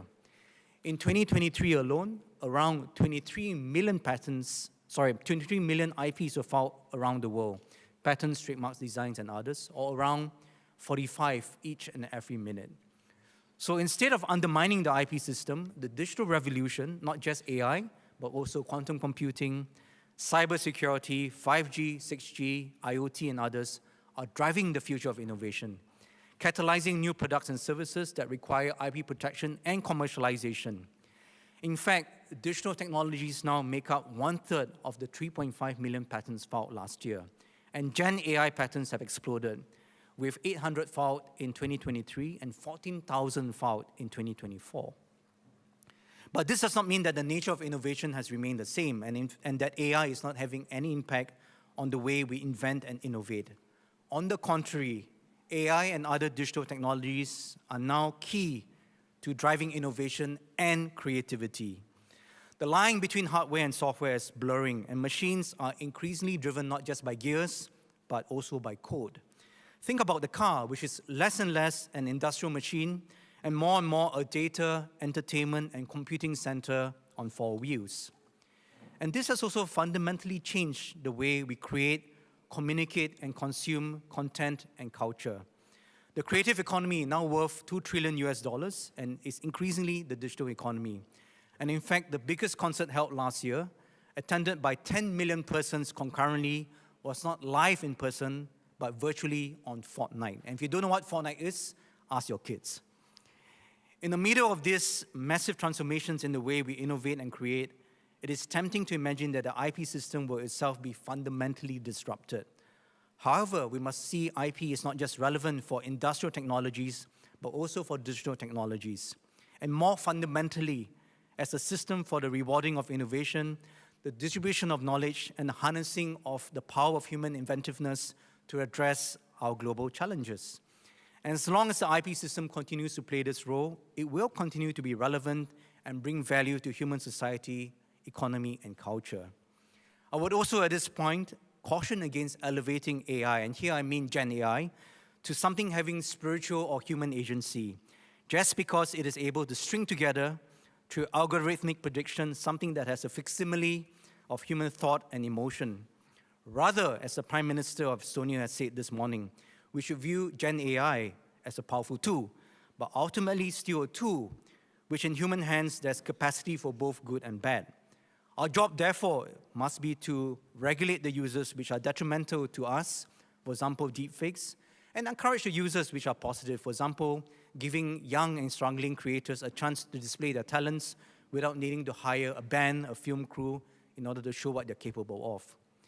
WIPO's role in this exciting area is simple. We want to be the place where all our member states, as well as you as stakeholders from industry, from academia, from civil society, find a platform for discussion, collaboration, and when the time is ripe, for action as well. To do this, we have been holding regular global meetings and conversations to discuss various aspects of AI and IP issues, which has attracted over 14,000 persons from 170 countries. And it's a big tent where we welcome industry, academia, and civil society and government regulators to meet, exchange, engage, debate, and discuss. One outcome of these conversations is a new initiative called AIII, AI Infrastructure Interchange, where we will provide industry and regulators the opportunity to discuss in an informal setting about the technical standards like the relevant metadata and digital markers that will help Gen AI be interoperable and useful to the world. Beyond being a forum, we are also providing legislative and policy advice to member states who are grappling with the issues of how to balance between content creators and tech companies, between the new and the old. But one of the most interesting and exciting things we are doing is also to help AI and digital entrepreneurs understand how intellectual property can be incorporated into your business and growth strategies in order to scale up, in order to attract investors, in order to succeed. And this is through intense mentoring programs that last 6 to 9 months. I was just this morning talking to the Minister of Justice, Minister Pakosta, about the amazing work that Estonia is doing in AI Leap. And we believe that with this change in the curriculum, we're going to see a lot more Estonian entrepreneurs who are savvy in AI, and we want to be able to help them to use the IP system to protect and commercialize their inventions as well. More broadly, WIPO Academy has already provided IP skills and training to 620,000 persons all over the world in the past 5 years, in service of our belief that innovators everywhere need help to succeed. Ultimately, our belief is that the power of technology should be harnessed for the good of all, and forums like this help to bring together all the stakeholders who are able to move the needle together. And lastly, our conviction is that invention, innovation, and creativity is a fundamental part of who we are as human beings since time immemorial, and that the IP system serves to support that human spirit of innovation and creativity. WIPO will continue to work hard with our member states and other partners to ensure that the global IP ecosystem supports innovators and creators everywhere and continues putting the human being at the center of technology, innovation, and creativity. Thank you very much.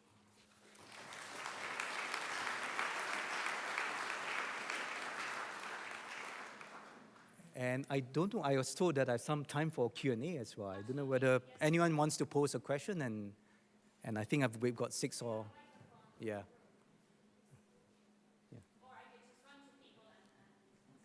Yeah, you can. Yeah.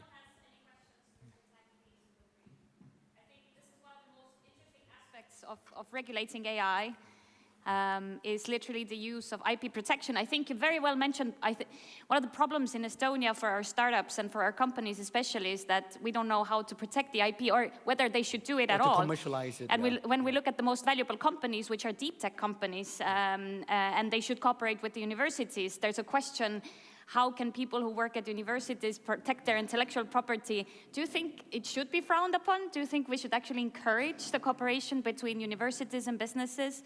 Yeah. I think it's absolutely critical, right, that great ideas are not just staying in a laboratory, but go out to the real world, right, to help change people's lives. And so this research innovation enterprise ecosystem is absolutely critical for many countries. And in fact, it is not just important in Estonia, but important for European competitiveness. You've all read the Mario Draghi report, which says that in this part of the world, there's amazing science, amazing research.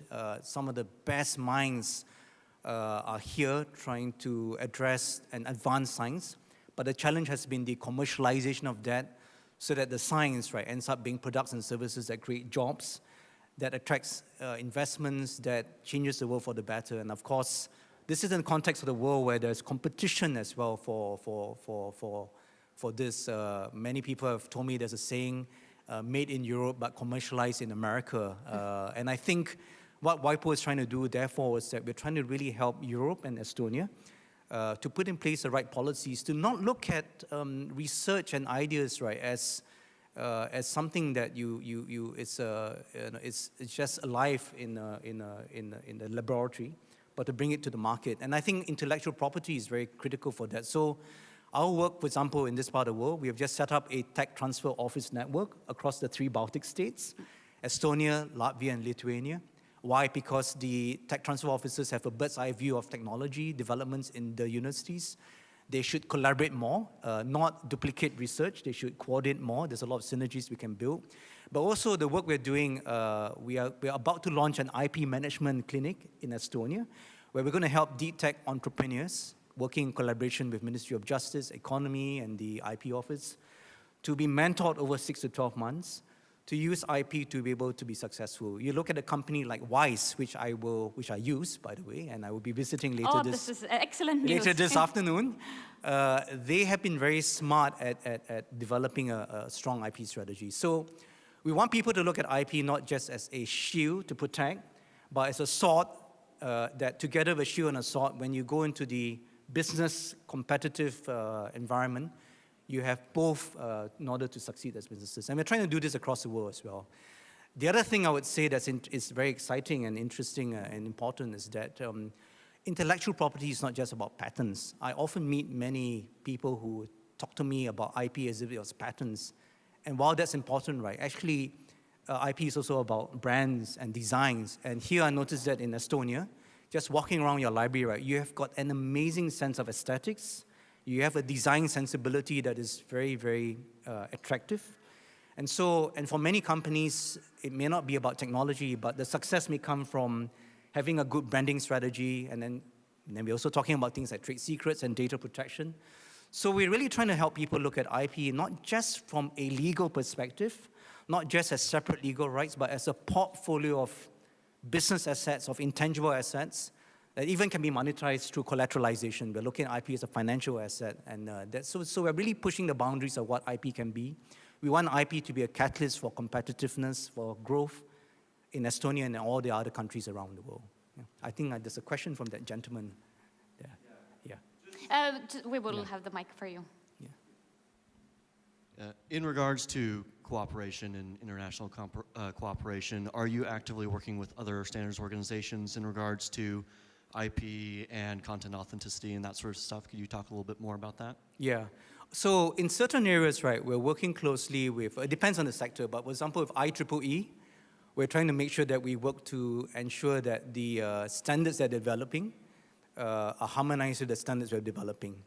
And then, of course, I think this is one of the bread and butter of any UN agency, which is to be a forum where different stakeholders come and coordinate their actions. In the area of AI in particular, many member states are not ready to discuss policy harmonization. Many member states feel that they need to work out what's their domestic position.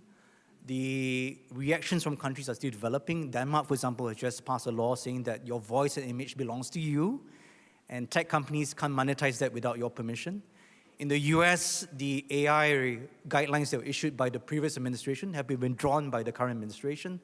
So in many countries, people are still unsure as to what's their domestic position. But there's appetite to not harmonize, but to talk about where the technical standards could come together. For example, if we're going to differentiate between music that's entirely created by AI and music that's created by human beings, and I used to play jazz piano professionally, so this is very close to my heart, we need to create identifiers to differentiate. And so can WIPO be a place where Europe and America and all the other players around the world, developing countries, right, talk about some of these technical standards so that people know when a piece of music is created 100% by AI, and probably we're going to pay a little bit less for that, and when music is created by a human being with the help of AI, maybe you want to pay a little bit more for that. I hope the world is going to pay a bit more for human-created music still. Thank you so much. Yeah. Thank you. I think it's excellent that you brought the example of music industry. Yeah. This morning we started with Arvo Pärt, who is Estonian, yes, and one of the most played living composers in the world. And we listened to his Spiegel im Spiegel. Yeah. And I think everyone realizes this is created by human beings. However, one of the most popular contemporary Estonian artists created their whole album with only the use of AI. And equally people enjoy it, so... You know, that's the beauty about music and creativity.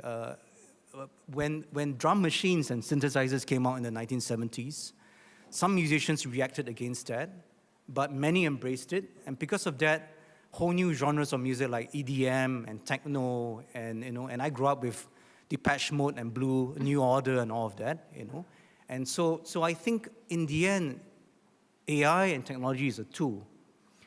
And we need to make sure that we help people use the tool to express themselves in new ways, but we need to also make sure that we are not naive about this tool, that when there are negative users, right, we find ways to move it away from that. So that's really what we want to do at WIPO. We invite you to join us on this journey. I know IP is very technical. For many of you, might be your first time hearing about IP or hearing about WIPO. But we invite you to join our movement, right, to make sure that human invention, human creativity, human innovation remains at the center of the technology system, of the innovation system. And we look forward to working closely with Estonia and with all of you. Thank you very much. Thank you so much, Mr. Thank you very much. Yeah. Thank you.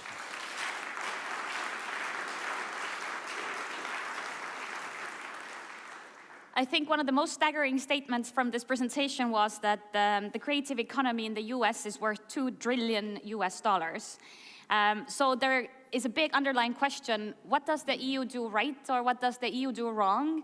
That we actually fail to be as successful when it comes to protecting business models and building new industries. And this is precisely one of the aspects that the next panel is going to touch upon. And it is my favorite topic in the whole wide world. You have probably all heard about statements that if you want to build the best business in the world, you go to the US. If you want to build the best technology, you go to China. And if you want to build the best regulation, you come to the EU. We will have discussions about this topic later tomorrow as well.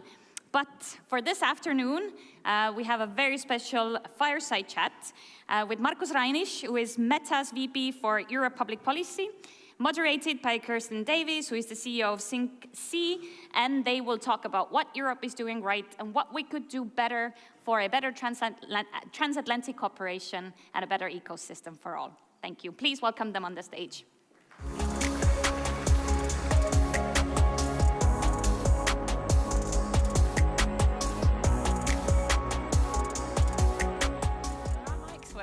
Yes, thank you so much, Sandra. And yes, we are here for a fantastic conversation because we have with us right now Markus Reinisch, Vice President for Europe Public Policy at Meta. Markus, welcome. Everyone knows Meta. I don't think that needs too much of an introduction. But this is your first time in Tallinn. Yes, this is your first time at TDS. As well, Tallinn Digital Summit. Let's get to know you a little bit. Tell us about yourself and for you, what it means to be the highest ranking person in Meta representing Europe. Well, first, thank you for your kind introduction and thank you for inviting me to wonderful Tallinn. We spent yesterday evening walking through it and it's a beautiful, beautiful city. Really enjoyable and a great event. Great location as well, by the way. This library is a wonderful place. I love to talk about myself, obviously. So, look, as you say, I represent Meta here in Europe. I'm a European, I'm an Austrian. I live in the UK with my family. And what I do is you know, in a almost hyperbolic way, I'm an ambassador of the company, obviously. I'm not an ambassador because we are not a state, but what I'm doing is like a translation function. So I translate to Europe what the vision, what the ambitions, and also what the responsibilities are of Meta. At the same time, I'm interacting with institutions, the European Commission, governments, regulators, and to hear what the expectations for us are, what they expect us to do, how we should reflect the wishes, the interests of society within our platform. So I think at the highest level, that's what I do on a daily basis across all the European countries, spend a lot of time in Brussels, spend a lot of time in the US as well doing this. Of course, and you have this very transatlantic role and position as such. Your role is to both maintain and to develop the partnerships. Partnerships between Meta, the EU, the member states here. But the current situation here in Europe right now is a direct threat to the lives, to the values, to our businesses. Europe needs competitiveness. We need investment in innovation, defense, governments to defend our democracies here. So through this lens of business, really, and protecting our citizens and democracies, what major decisions do you believe that Europe must take? What major reforms are needed in order for us to be able to meet this moment? Yeah, so I think the way you describe it is the correct way. I mean, when we talk about technology, we look at this very narrowly. It's, does it help with productivity, for example? At the moment, the technology discussion, especially the AI discussion, is in Europe, if I'm slightly facetious, is sort of a field day for science fiction authors and who can have the most dystopian views about it. And it's obviously a field day for regulators, as Sandra said before, but it is much, much more. It's a global geopolitical challenge that we're actually facing here. And I contrast our more hesitant approach to technology in Europe with what, for example, the US does. And the US approach to technology is extremely simple. They know that there is a race about the supremacy in technology between the US and China that the US is risking to lose right now. And that drives everything. And this is not just an economic perspective. As I said, it's geopolitical, it's national security, it's political, it's cultural. And I don't necessarily feel that we see sort of the same burning platform here in Europe. And again, you just have to look across, to the Ukraine, for example, where if you understand how dramatic the situation is, when you have to look at every tool that helps you, technology becomes an extremely central factor in your long-term strategy, not just in your economic strategy. And I think that's where the difference is at the moment between Europe and many other places. And then I also think that we have already shortcomings in Europe. We're lagging behind economically to the detriment of European citizens, to the welfare, to the ability to defend ourselves and so on. But my worry is that actually with AI, this is not just a gradual continuation of the decline, that we potentially actually fall off a cliff very quickly because AI is accelerating this trend, or conversely could be accelerating the recovery that we could start relatively quickly. Okay, so if I recap on this then, you're thinking about this from sort of like a race perspective as such, and you feel that the US and some others are maybe running faster in this race. Let's actually talk to our audience here a second. It's your first time at TDS. I like to flick things up, and so let's ask that question to the audience. Would you like to? Can I ask the question? So if we see the US as really, and China, by the way, seeing the technology strategy of the country as one of the leading strategies to not just succeed, but actually to compete in a value system as well, to what extent do you in this room think this is one of the highest priority, to actually embrace technology as a catalyst to bring Europe forward, to make us live in the future again? What do you think of all the priorities that we have? Who thinks this is the #1 priority? Hands up. I see few, 5, 6, 7, just to, it's not a lot. Next question, what do you think the European population thinks? How many, who is not you, who are knowledgeable people? Is it more or less people than I hear in the room that believe this is one of the priorities? Yeah, yeah. All right. I think that's a very relatively accurate representation, and that I think tells you a little bit of why we are in a different space. Okay, but then let's take this perspective that we've now just established here. You say that we need to think more about this as a race, maybe be more competitive in that race, and think about the technology as one of the tools to help us get ahead there. But also thinking about this transatlantic partnerships then, which is your role, what you're driving to here. If we were to do that, what is actually needed for Europe to do in order for Meta to put things on the table, what would trigger and unlock the investments and the support for not just the defense, but also business and governments from Meta to Europe? Yeah. I mean, let's start first, what should Europe do for Europe before we talk what Europe should do for Meta. And I'm really happy to speak what we actually do for Europe. But let's start with one, and I would say maybe a bit more abstract, but I think the first thing is we need a really big dose of honesty. And we need a dose of honesty that the approach to technology that Europe has predominantly chosen so far has failed. And what I mean with this is that we compensate the sort of being not successful economically to compete with the rest of the world, and specifically the US and China, with setting the regulatory standards and make that the export.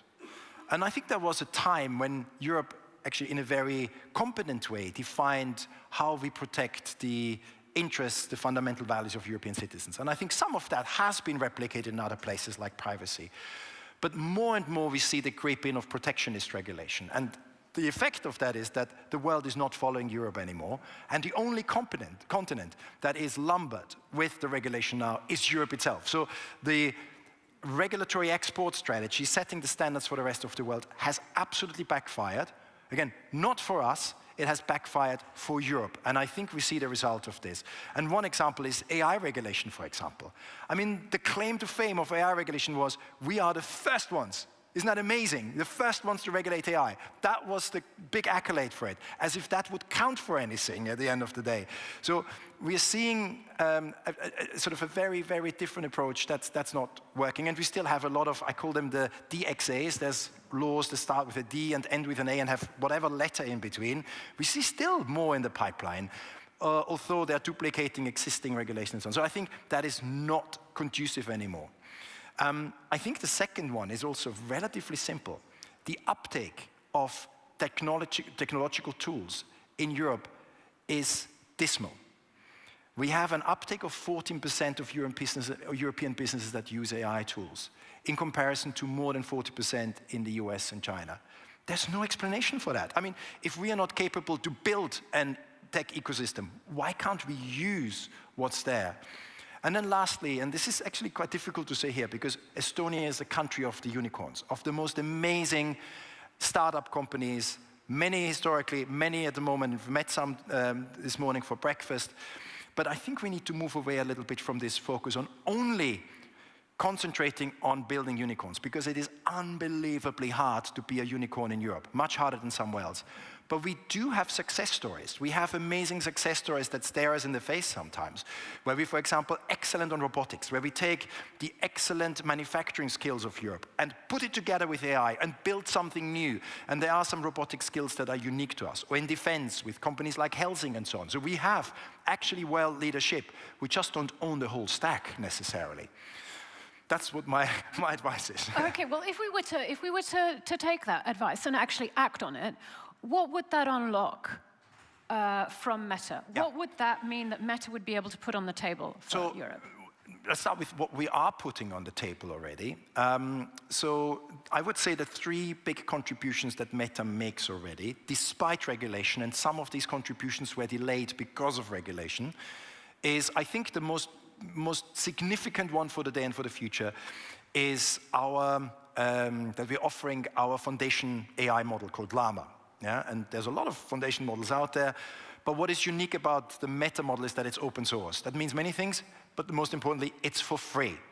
So we have around 1 billion downloads of our model. So that's the foundation of AI businesses. That's the foundation of what academia uses, what governments uses, what individual uses to build new AI ecosystems on top of that. We are spending currently 72 billion a year in investing in this infrastructure.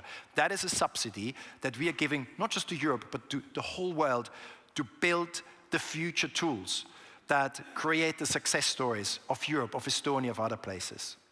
The second one, which I am specifically proud of, and you might have seen me walking in, I brought this here, and this is actually something extremely rare. This is probably one of the 5 first examples of the new generation of our cooperation with Ray-Ban of glasses, AI devices that have a high-definition screen in it. So together. We have an unboxing on stage. It's an unboxing.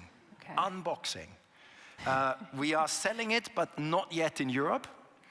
And as I said, these are very, very stylish glasses, which you can wear every day, but it has a screen inside that I control with my hands through this wristband that measures my electric impulses that go through my wrist and know the position of my fingers. So I can turn up volume, I can click into something, I can swipe left, swipe right, just with my hands. So this is built in Europe by Ray-Ban. Ray-Ban is owned by a company called Luxottica, one of the most successful companies that we have in Europe, in the eyewear manufacturer, healthcare manufacturer.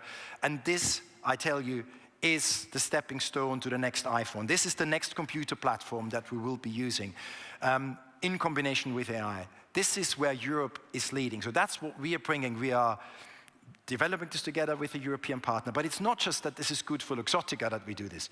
This builds a whole ecosystem for other developers, maybe for other hardwares that will be working in conjunction with this device. And again, where we can regain leadership in the technology space. By the way, as we had it some time with companies like Nokia and Ericsson and so on, where when the young internet, the mobile internet came up, that was actually a European domain, and we will do it again with products like this and many others as well.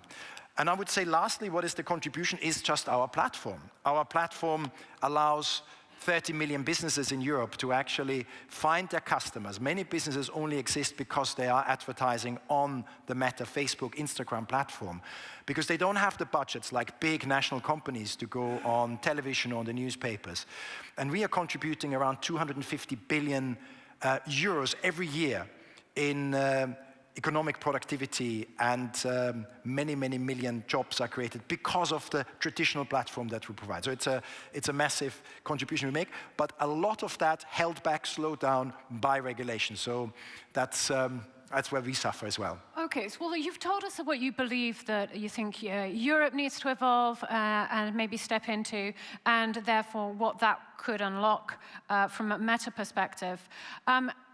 Let's think about, though, what these two organizations, and coming back to the transatlantic element of your role, what is the most important joint initiative that you believe the US and the EU should prioritize right now in order so that we can ensure that when we're thinking about AI, the foundational principles of democratic rights, respecting societies are actually baked into the AI global infrastructure? And let's do this before, some of the other countries out there looking to our east actually solidify their own global standards. Yeah, so I think there's a lot of standard discussions out there. So you have the OECD, you have the UN. Even the AI Act that I just criticized before had actually some very inspired moments at the inception of the AI Act, when it was risk-based and not technology-based. So there are actually a lot of initiatives that we are contributing to. Also the United States, and the United States government contributes to this one. But I guess that's where you sort of leading. What governance frameworks can we develop together? Indeed. I would actually argue you build and you enshrine values, specifically Western values, very hard to say for a German speaker, not by prohibiting it through regulation, but by actually building it. And I think if Europe and the US is building the next technology platform together, that is the best way to do this. And I can tell you that the United States is currently not completely sure where Europe stands on this one. Whether Europe wants to actually work together with the US on building the future on shared values. And maybe Europe is not sure where the US stands on this either there. I think the US is relatively clear where it stands on Western values. Okay. I think it is.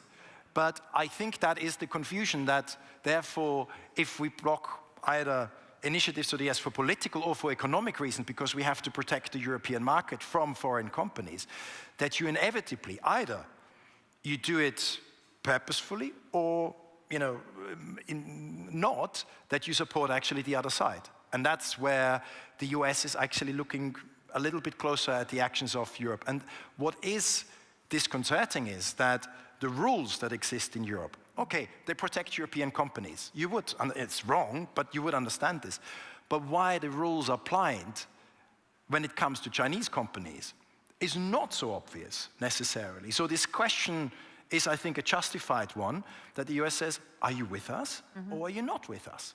So I do think that is the biggest way in how we enshrine our values is do it, rather than not doing it. So actually get out there, collaborate together, build the platforms, and then build the right policies to support them.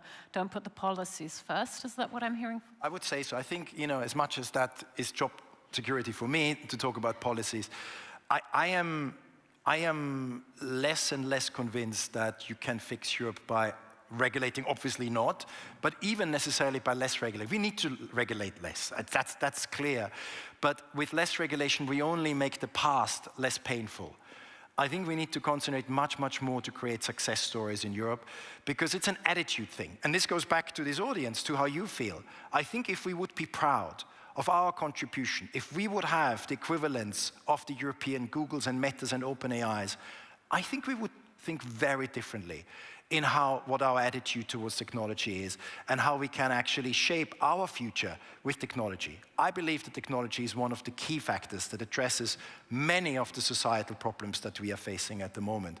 But we're just not feeling that we're playing in it and it's somebody else's game. And it's this lack of pride, of attachedness to it, I think that leads to some hesitation, but it also leads to this enormous amount of regulation as dealing with the new. Well, I think that's one of the things that the Tallinn Digital Summit is here for and does very well, to put very much the focus on Europe, the strengths within focus, and enable us to feel more empowered and proud about what it is that we can do. Marcus, it's been a pleasure having you here on the Tallinn stage. Look forward to having you back and maybe doing a different questionnaire set with our audience next year and getting some different results. Thank you. Thank you very much. Thank you.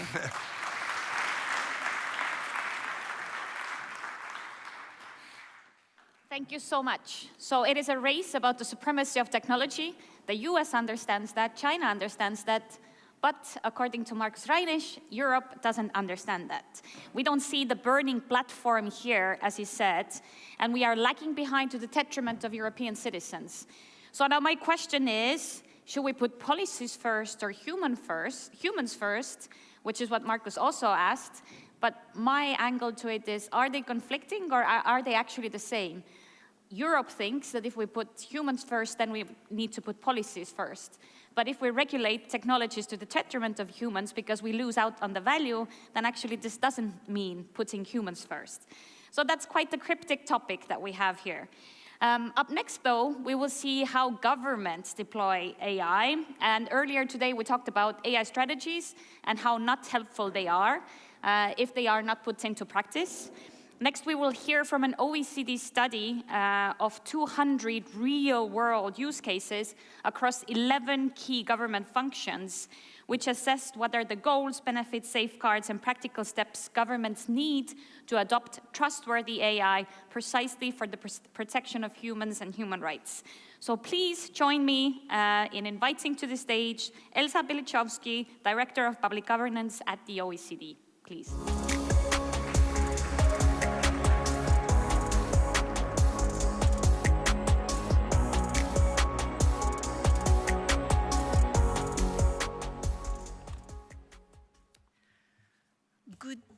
Good afternoon, everyone. It's past noon, so I think we can say good afternoon.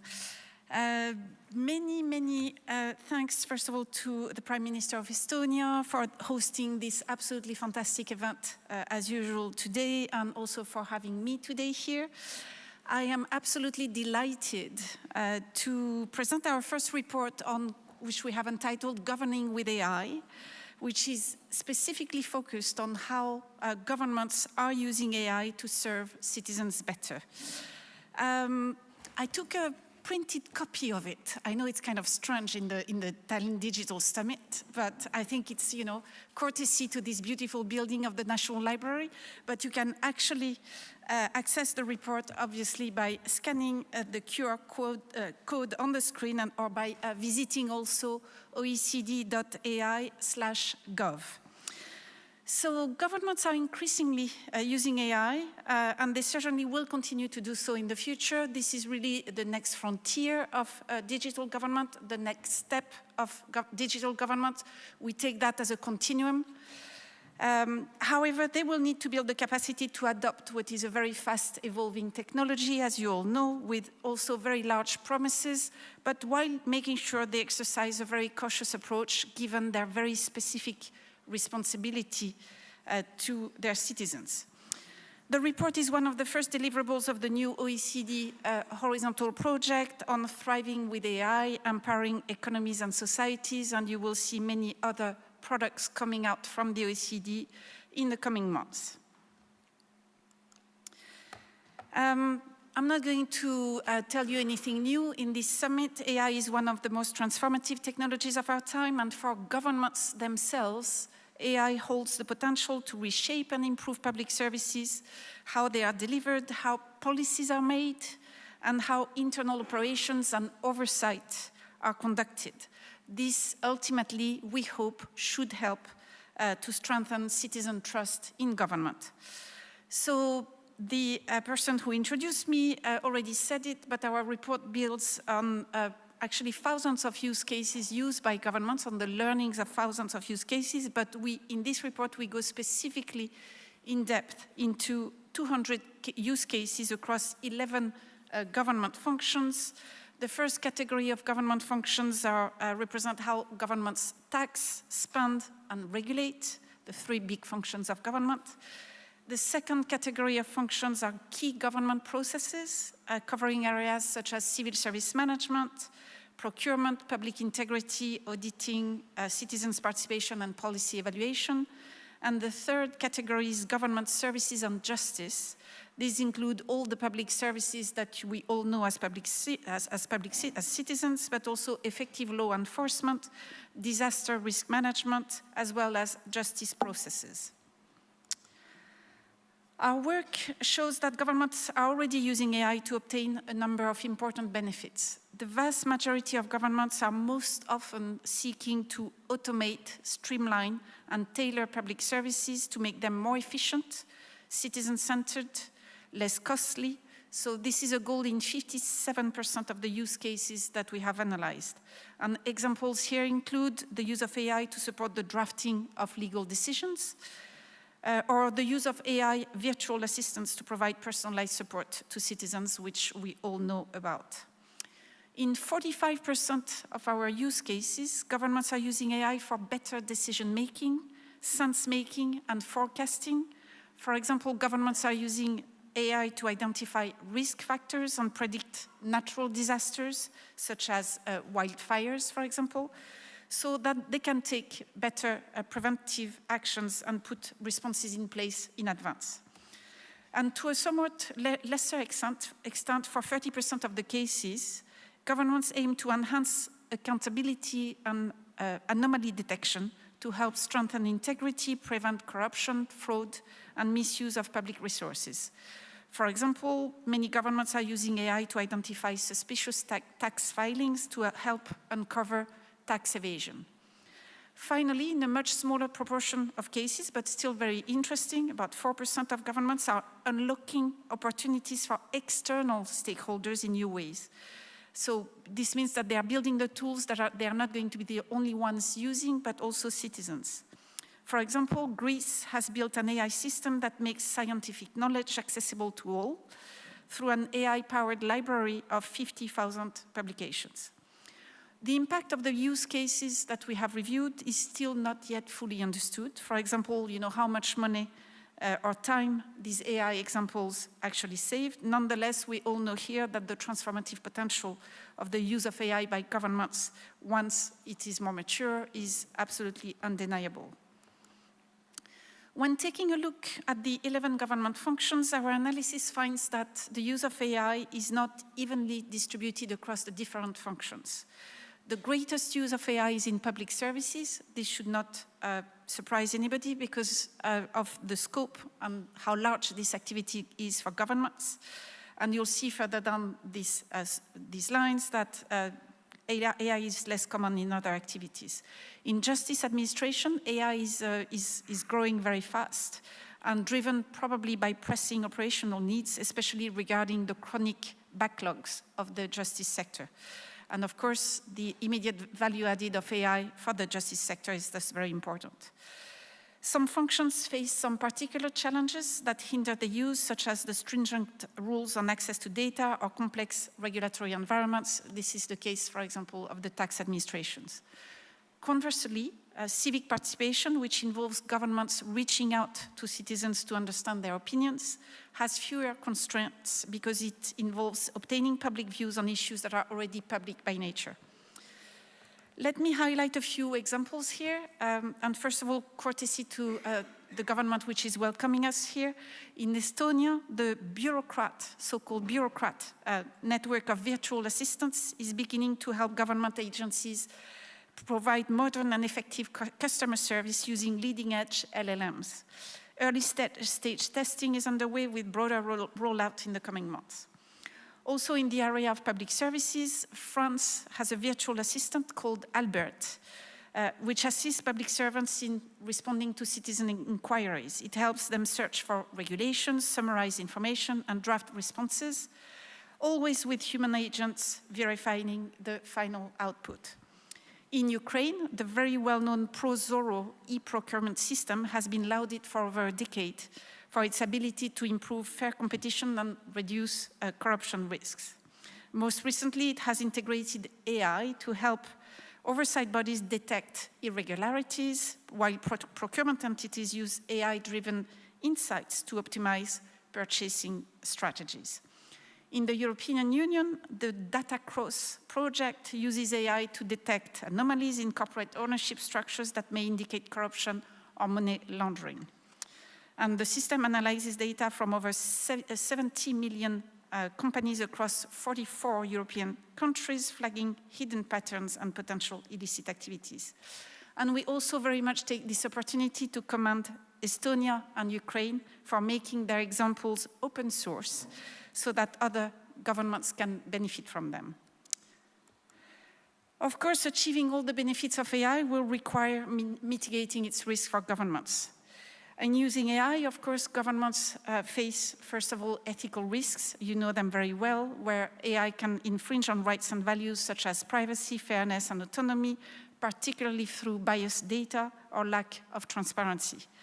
Past experience shows that failings to manage this risk properly can cause harm in the real world. In recent years, for example, there have been several instances where faulty reasoning driven by algorithmic results relying on skewed data have wrongfully accused individuals of fraud or unpaid debts, causing severe financial and family hardships. Alongside these ethical risks, governments must also manage a number of operational risks, including technical failures, cybersecurity threats, and over-reliance on AI. Governments must also manage exclusion risks. Without inclusive design, AI could deepen digital divides and leave some groups unable to take advantage of AI's benefits. Think, for instance, very simply of the dominant representation, for example, of the language of English in generative AI. Such an imbalance can lead to lower quality results for governments or citizens using other languages. Public resistance is also a matter to manage, as poor communication can undermine public support for AI in government, and the false accusations that I mentioned earlier resulted in public scandals that still contribute to fear of AI in government. And finally, very importantly, and we tend to underestimate this, the risks of inaction are also very important. Delaying or avoiding AI in government where it could add value can lead to missed opportunities and widen the capabilities gap between the public and the private sector, further eroding trust in government. Besides navigating these very difficult risks, governments also face a number of operational risks.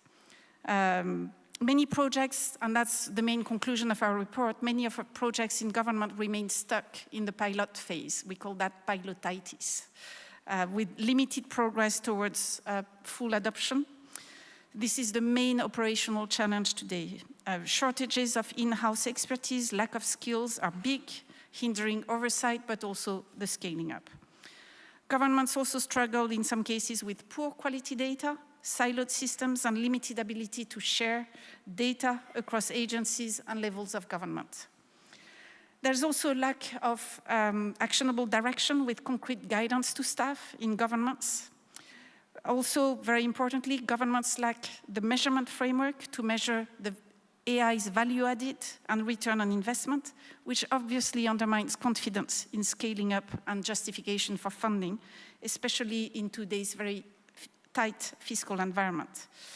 And finally, public administrations often apply requirements across the board that are too restrictive rather than taking a risk-based approach and putting in place guidance for how to use AIs instead of what not to do when using AI.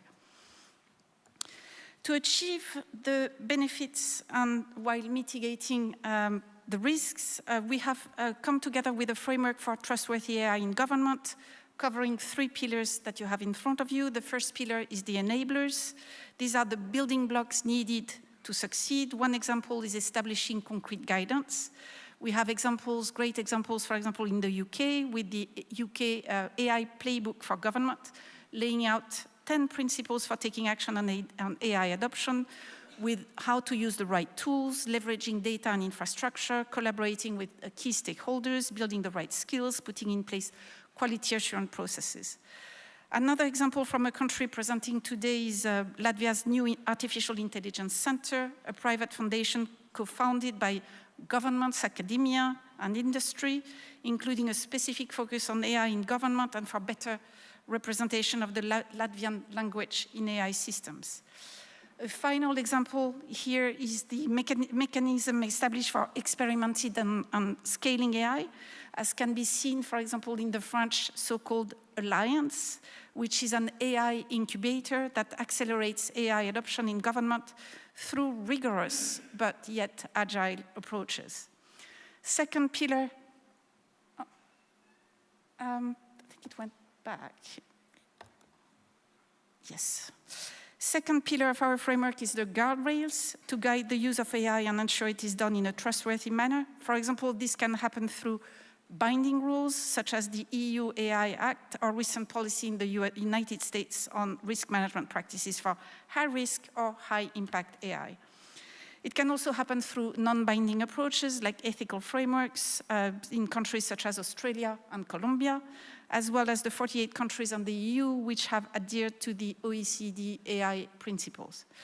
The third pillar of our framework is engagement, which involves engaging stakeholders, including the public, to ensure that all relevant voices are heard and that the use of AI is trustworthy and meets their needs.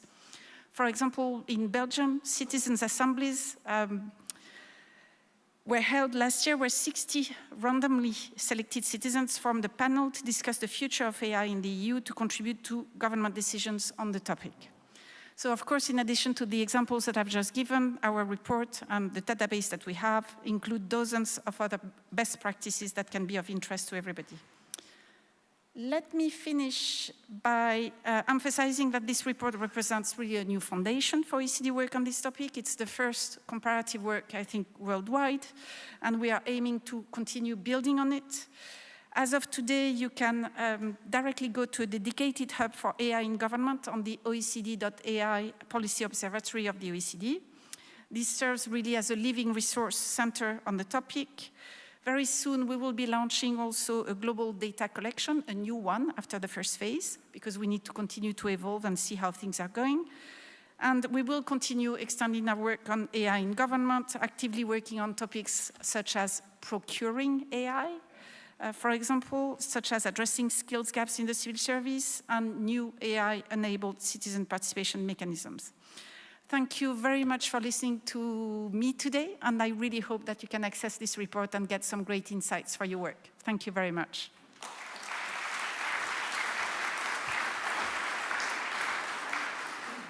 Thank you so much.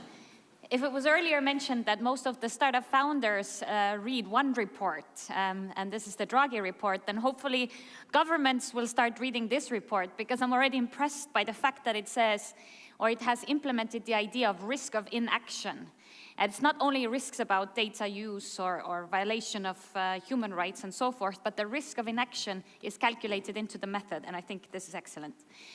So if earlier Markus Reinisch from Meta said that Europe needs companies that can actually compete with the likes of Google and Meta and so forth, then up next is one of France's most promising tech startups, not only France's, for all of Europe, and according to TechCrunch, arguably the only European company that could compete with OpenAI. It is my absolute honor to welcome to the stage for our leadership debate, Reimagining an AI and Technology-Powered Security Framework, Dr. Artur Mensch, who is the co-founder and CEO of Mistral AI, and this discussion will be moderated by Kimberly Dozier, who is the Global Affairs Analyst at CNN.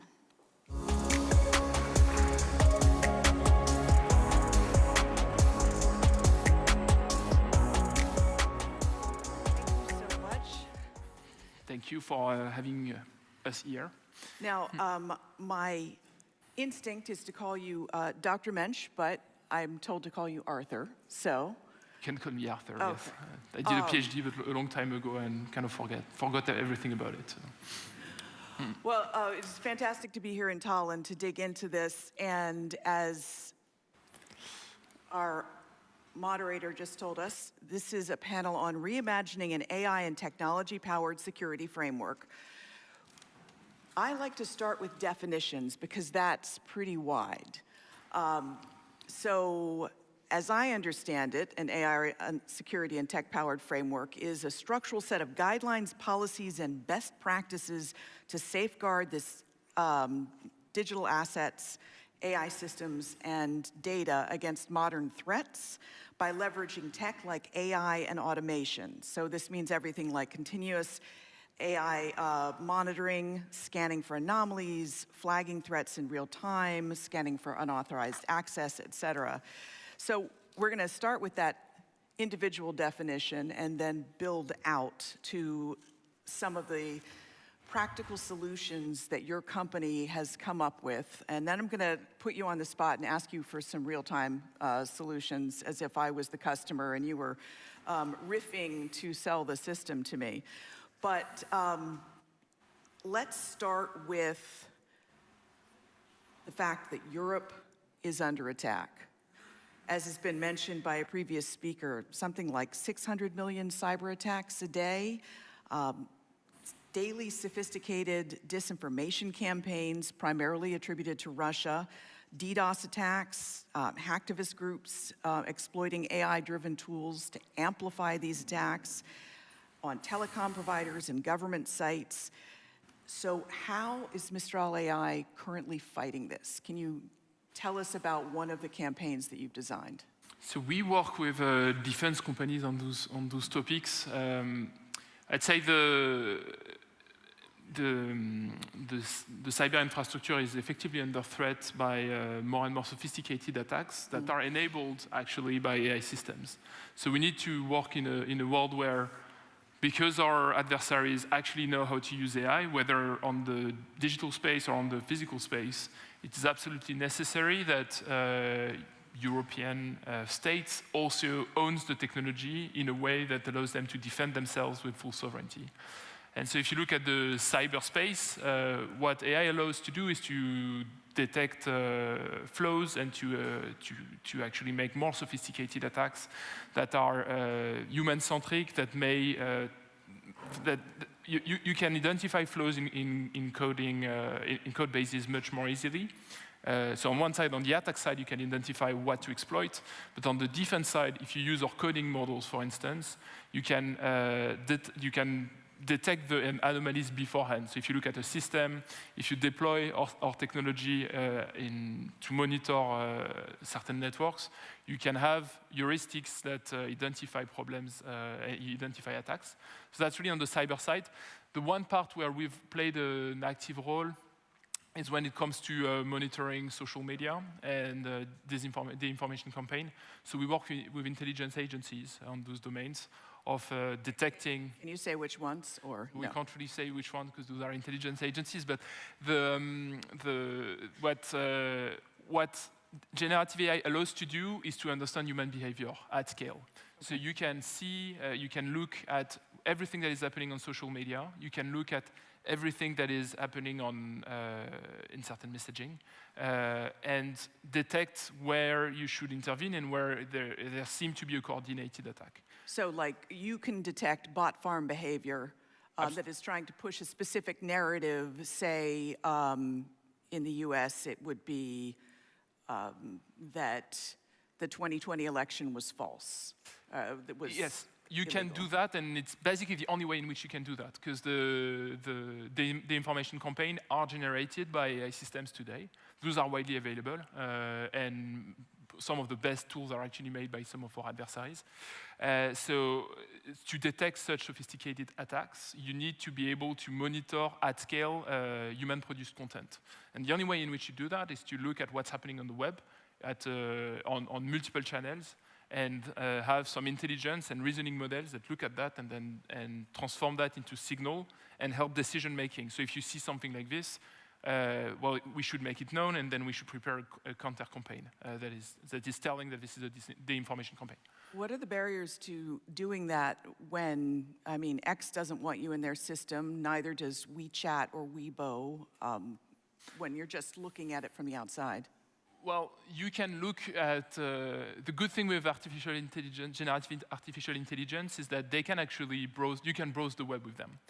So as long as a certain provider provides an interface to their technology, which are, so all providers actually have to do that, you can actually start monitoring what's happening there. So if you don't trust moderation capabilities of certain actors that are, in particular, that are not European actors and that have certain rules that do not comply with our rules and with our set of values, then you can actually do it externally and detect it.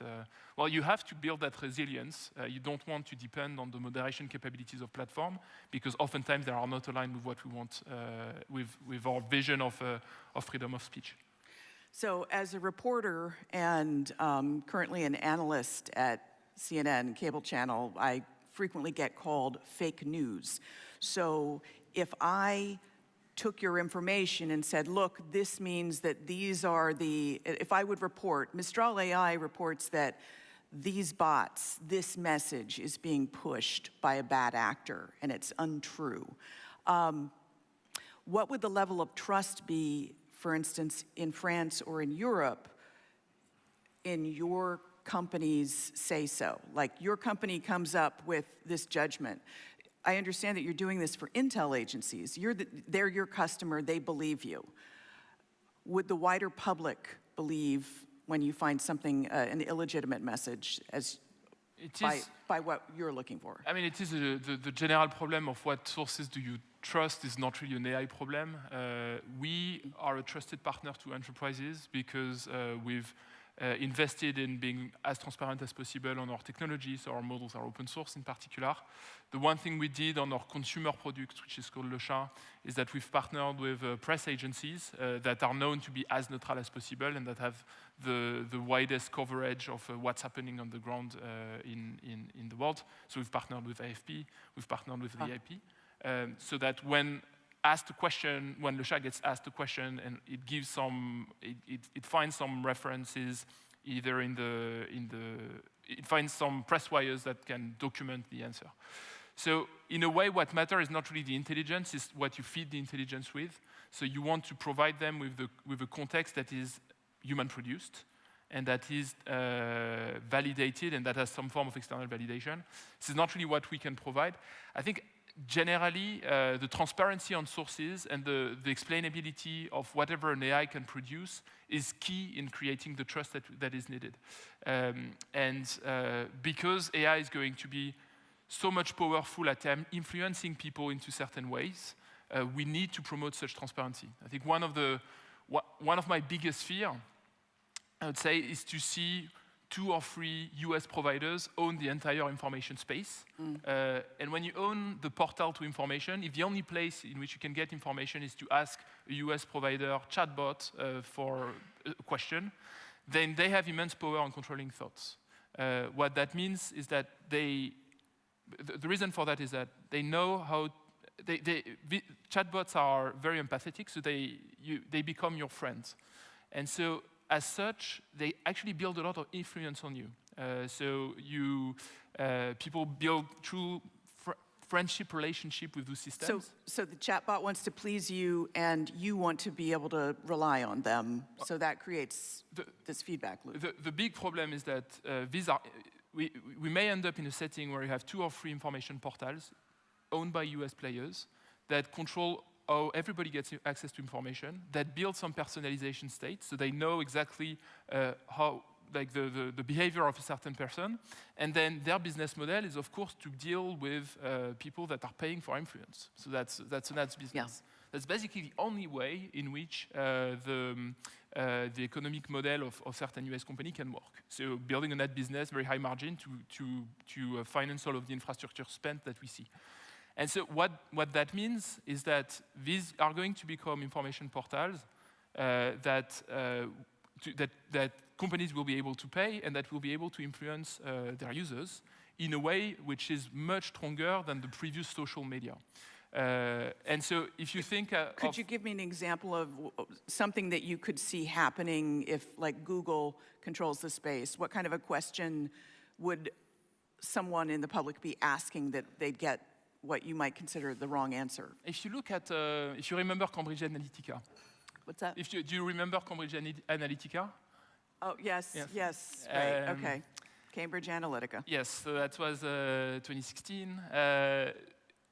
Basically, what we will probably see, if we don't pay attention in the coming years, is massive influence campaigns distributed through chatbots, because there will be an ad business of influencing people toward voting certain things in a way that will be much harder to detect, because you can actually task a chatbot to be much more subtle in propagating certain ideas or certain ways of thinking. And so, to me, this is really something we need to be super cautious about. I don't think we talk about it enough. I think Europe will be under threat. We know it's under threat. Every country sees some massive influence campaign, and they will use AI systems as their next vector in the coming years for the upcoming elections. And the only answer to that is diversity of providers. So having European providers of such information portal is going to be critical, and that's the reason why, one of the reasons why we created Mistral. The other thing that is critical is to provide enough transparency on how you can pay for influence and what kind of personalization state do you build for users. So what do we know about our users is going to be super important. That's why at Mistral, Le Chat in particular, if you ask for it, it's very easy to find everything that the system knows about you and to actually edit that so that there is no unwanted influence on the conversations.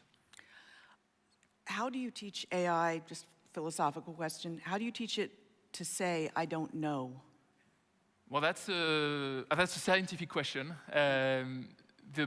The challenge here is that generative AI systems are meant to invent things by design. You ask them to generate text. And so, in a way, hallucinating is kind of a feature. It's something that you want them to do. If you give them 2 concepts and you ask them to think about these 2 concepts together, well, you want it to be creative. So the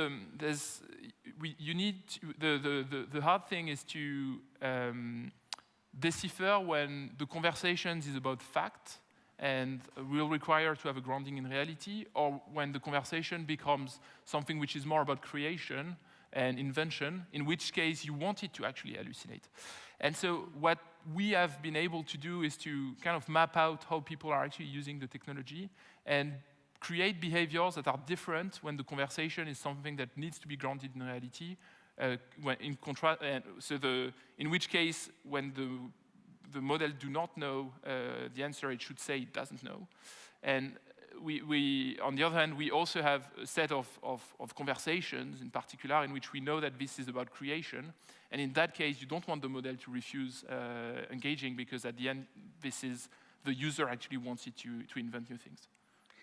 So to move back to what threats Europe faces and how AI can help defend against that, another situation you mentioned, critical infrastructure. There was a lot of suspicion that the outage in Spain and Portugal was from some sort of a hacking attack. It turned out apparently not to be, but when I cover the war in Ukraine and talk about it on air, one of the frequent fears that comes up, I'm going to take you on a little journey before I get to the question. One of the frequent fears is Putin might use nuclear weapons. But that sort of puts aside what I think is a greater threat in many ways, and a more likely threat, that the US and Russia have mined each other's systems. Russia has also mined Europe's systems. And when I say mined, I mean they've left destructive packets of code inside electricity, water, hospitals, et cetera, to trigger, should there be some, this is a way of, fighting back. The way US intelligence has briefed it to reporters is that they anticipate Moscow using something like this if there's some sort of a nuclear weapons attack on Russia. That's one instance. So how do you either stop an attack in real time, or better yet, use AI to find that malicious code hidden in this machine? So at Mistral, we build what we call coding agents. So those are, those are models that they generate some code. They can navigate complex IT systems and dig out information, test things. So you would ask them, let's say you go into a water plant or you go into an energy plant, and you deploy it on their network, and you ask the coding agent to run a bunch of tests, because you give them access to computer. And they would run a bunch of tests. They would identify whether there are some anomalies, and based on that, try and look at whether these anomalies correspond to potential dormant code or things that are not expected. So, in a way, the coding agents we do, which are akin to software engineers. So they know how to navigate systems, they know how to execute code, they know how to write code, they know how to do the analysis of the outcome of running some commands. Well, those are probably the way in which you actually get to strengthen the IT of those infrastructures. And it's actually probably the only way in which you get to strengthen them at scale. Because again, it's all it's a cat and mouse problem. Coding agents, our adversaries know how to do. Russians know how to leverage coding agents to enter into flawed systems. And so, in order to counter attacks that are made by AI systems at scale, you need to have AI systems that are deployed in defense at scale. And so that's only. And I would say it's only looking at what could happen on the digital space. But where we spend a lot of time when we work with defense companies, the like of Helsing, is to work on the physical space. How do we build, how do we embed our models and our sensor systems into drones that have enough autonomy so that they can act on the battlefield and counteract other drones that also have a lot of autonomy because they use artificial intelligence. So then in that setting, there is a race in deploying AI systems that provide enough autonomy and enough intelligence, because on the other side, you do have these systems that are growing. So and what that means in turn is that Europe needs to own those systems, because Europe needs to own its own destiny when it comes to Ukraine in particular. So before we move to drones and the physical battle space, just to tie it up on critical infrastructure, if you were contracted by the government of France to protect their water and their electricity, what would that look like? So in France, in particular, we work with Veolia, which is the biggest water infrastructure provider. So you're already doing this? So, yeah, it's not the French state, but it's the infrastructure companies. So Veolia and EDF, which are the electricity provider and the water providers, biggest ones, are customers of ours. What we do with them is not really related to security, I should say. It's more related of smart grids and monitoring, and effectively better making sure that factories, water plant facilities are run more efficiently, so that we detect breakage of machines, and we make sure that the employees that are working in those factories are actually able to fix the machines earlier and make sure that things are back in order in a shorter time period. So in that sense, we're making things more efficient. And when we work with EDF, we work on smart grid aspects. So we make things more efficient, but of course, efficiency and more efficiency means resilience. What that means is that efficiency in a factory is oftentimes about fixing problems faster. And so building that form of resilience is also a way to make sure that if we are under attack, we can recover faster. So for the policymakers in the room, a prescription to take away from your example is, since you're already doing business with this utility provider, while you're not specifically looking for cyber threats right now, you are inside and familiar with the system, so if they are attacked, it'll be a much shorter lead time to a sort of a defensive solution? I mean, you want to think about the cybersecurity before you are under attack. Okay. And so those... but that's not what you're doing for this particular... This is not how we entered... This is not how we started to work with them. Okay. And I think this, if you look at what's in the CEO's mind, I don't think that cybersecurity is the biggest problem at their moment, but it should. But again, what we do, because we bring an horizontal platform, what we do is we connect to the factory data, we connect to the different proprietary sources of signal. We do it in a way which is sovereign, so that our customers can actually deploy the system and own the system even if we disappear. And once the thing is connected, and once we start to bring efficiency gains in factories, efficiency gains in acting on the grid, well, the step to increase the cybersecurity and increase the defense capabilities and the resilience capabilities when an attack will come, actually are better. So that's a natural path that we will be following. On the cybersecurity side, we really work with states today, but then we do also work with multiple utilities company. And to answer your question, I think we will probably soon get to work on cybersecurity aspects. So to move then to the lessons being learned on the Ukrainian battlefield, the behavior of drones right now is they're first-person view drones, so these are humans driving them. On the Ukrainian side, the big innovation that the Russians came up with are the fiber optic cables, because the fiber optic cables driving the enemy drones can't be hacked, makes it hard to spot, and one of the things that they'll do is a drone on a fiber optic cable will dwell for hours at a time, a kilometer up, watch the very frozen battlefield and watch for Ukrainian troop movements, and then send a suicide drone.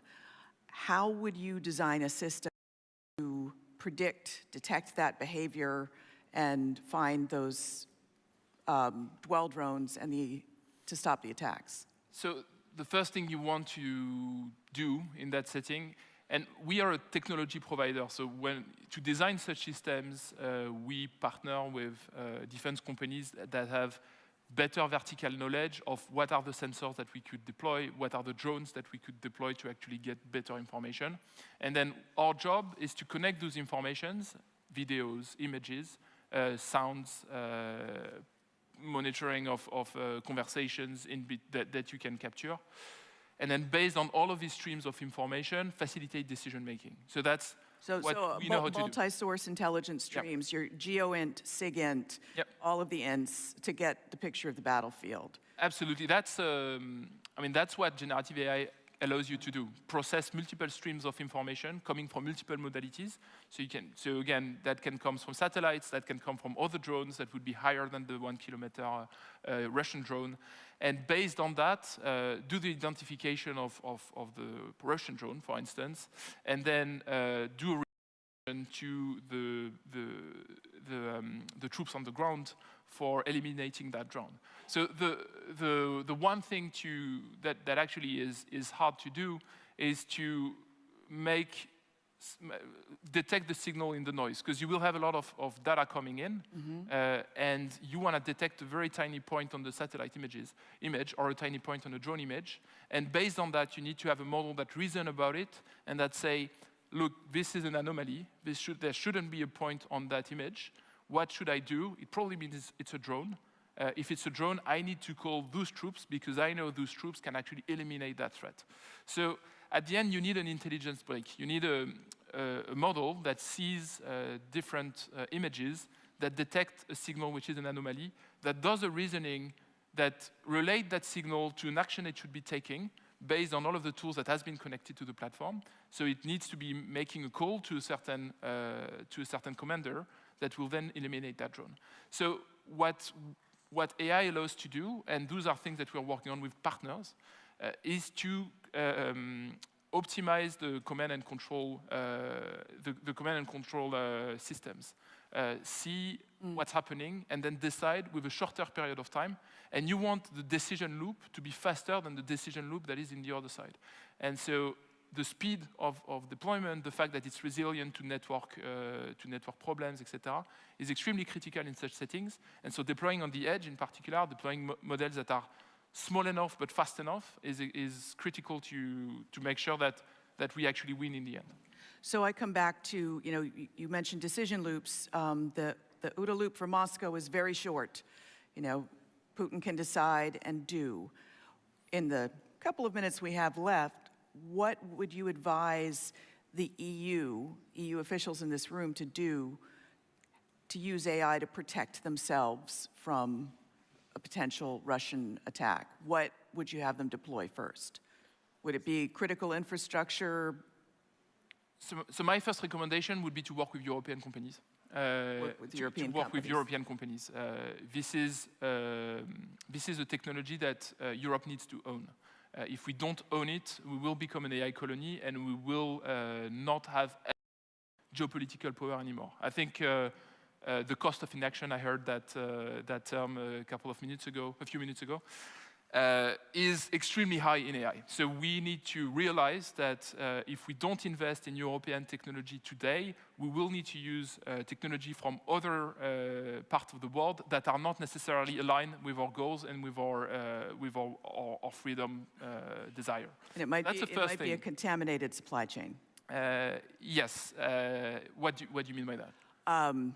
I mean, things might be embedded in certain supplies that you might use in your infrastructure that can be hacked later. It is impossible to have a fully sovereign supply chain. What matters is to have a very strong sourcing of it and know exactly where things come from. And what matters is to have the switch buttons. What we don't want to have is a technology that the US can decide to cut off because they can kill it because it runs on the US cloud, for instance. So this is super important. We invest, it's very important that we continue to invest in defense in Europe, and it's great to see that this is happening. I think it's a great way to promote the European ecosystem and to build better resiliency. So I would say the message I would want to put out there is that it is absolutely necessary that the defense spend in artificial intelligence in Europe is directed toward European companies. That's the first thing I would want to say. And then there is two parts in which to invest, maybe three. One is deploying on the edge on drones, because that's probably the most impactful today. Cybersecurity is another one of them, which means using coding agents that are deployed in a way that is resilient and sovereign. And then start designing it now. And start designing it now, because the threat is already today. And then the third thing is really intelligence. Because the threat comes from multiple places, hybrid warfare is really something that we see developing. We need to embed AI systems into intelligence agencies much more than what we do today. Dr. Arthmensch, thank you very much. Thank you.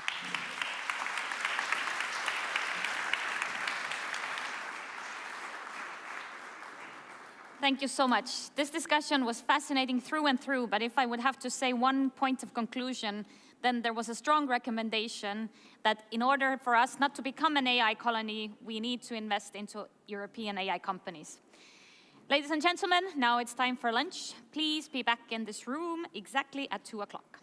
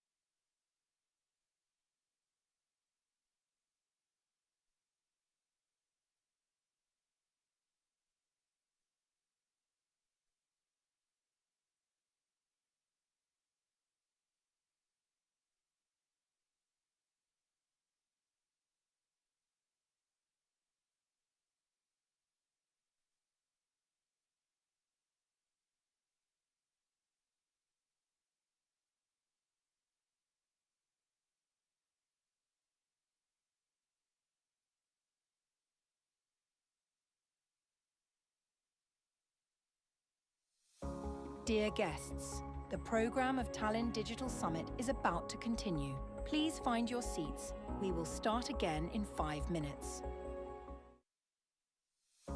Dear guests, the program of Tallinn Digital Summit is about to continue. Please find your seats. We will start again in 5 minutes.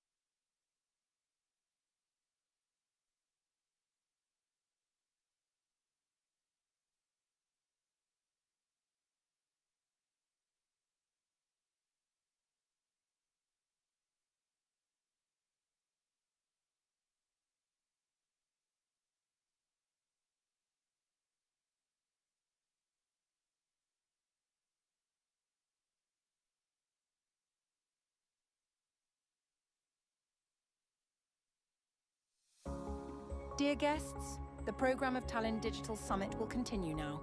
Please be seated. Thank you.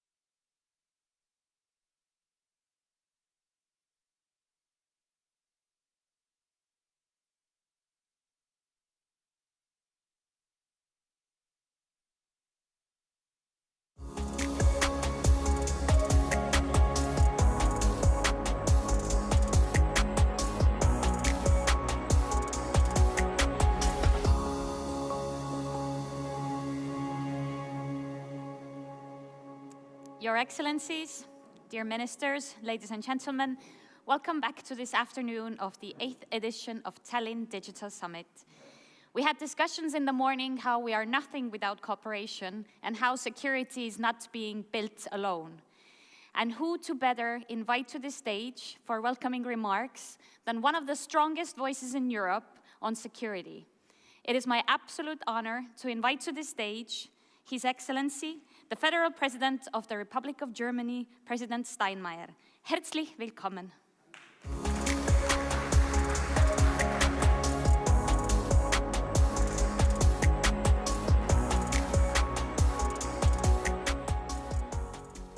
Sorry for interrupting your coffee break. Ladies and gentlemen, esteemed guests, a digital summit in a national library, a place of books, preserved wisdom, printed knowledge, is something that is truly remarkable. I think that says a lot about your country and shows that Estonia can both preserve tradition and shape the future, protect the old and embrace the new. I'm convinced that therein lies the strength of Estonian society.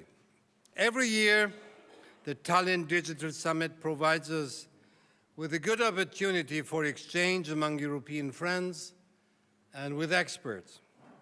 After all, we in Europe need to become more self-reliant in our approach to AI and new technologies. We have to do that if we not only want to control or even be controlled by developments, but also wish to shape them. Estonia is showing us how that can be done. With AI Leap 2025, you are introducing artificial intelligence throughout your schools, and the authorities in your country already perform 99% of services for citizens online. I have been told that here in Estonia there is a popular sport, keyking, which involves swinging high enough to go over the top of the frame. And perhaps that is precisely what characterizes your country. On occasions, you dare to swing out far and up high without disregarding the risks. Estonia has thus become a digital pioneer. However, and this is the reason why we are gathered here today, the question of how far out and high you can and should swing is the most pressing one in the current climate. For artificial intelligence is not simply the latest technological innovation. It is a force. It is a force that is radically changing our societies with implications we cannot yet foresee. The challenges facing us are huge. Authoritarian regimes are using AI to consolidate their power. Disinformation is threatening our democracies. In what kind of world will we and do we want to live in the future? Nothing less than this is what is at stake here. Do we as humans control digitization and artificial intelligence, or do they control us? How can we ensure that information remains freely accessible? And how can Europe become technologically more sovereign and independent? I believe this is about much more than just technology. We need to talk about resilience. That is also your focus, I heard, in this room this afternoon. Resilience is a society's ability to cope with change, to shape it in such a way that society becomes stronger, while at the same time not abandoning its fundamental values. It is the ability to be innovative while protecting what stays important to us: freedom, democracy, human dignity, self-determination. Ladies and gentlemen, dear guests, AI can indeed strengthen our democracies through better education, more efficient administration, fairer participation. Yet it can also endanger them through disinformation, manipulation, the erosion of public discourse. That is why we need resilient societies, societies that are not only technologically well-versed, but also critical, that are not only innovative, but also aware of their responsibility. And that is exactly what you are modeling here in Estonia. You are digitizing processes, but in a responsible way. You're giving your citizens control over their own data. You are investing massively in digital education. You are creating transparency. And above all, and I consider this is very important, you are making the state accessible to citizens. When appointments with authorities take minutes rather than hours, when the state is there for the people, easily accessible, efficient, available around the clock, something very crucial is established. That is what we need, and that is trust. And that is absolutely essential in a democracy. Only if our states and the administration are efficient and able to act will people continue to trust democracy and its institutions for the future. That is a huge task facing us all at the time when democracy is coming under attack in many, many of our European countries. Without this trust, democracy withers. You in Estonia are showing that technological courage and democratic responsibility make a society stronger and more resilient. And you are also showing how a small country can become a laboratory for digitization. All over in Europe, we can learn from you. I wish you and all of us inspiring conversations and something of the courage of the Estonians so that we too dare to swing out further in our thinking. Thank you so much.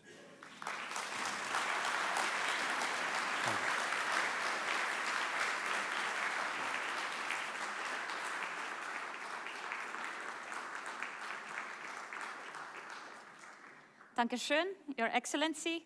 Thank you very much to the President of the Federal Republic of Germany for this excellent ode to Estonia, if I may say.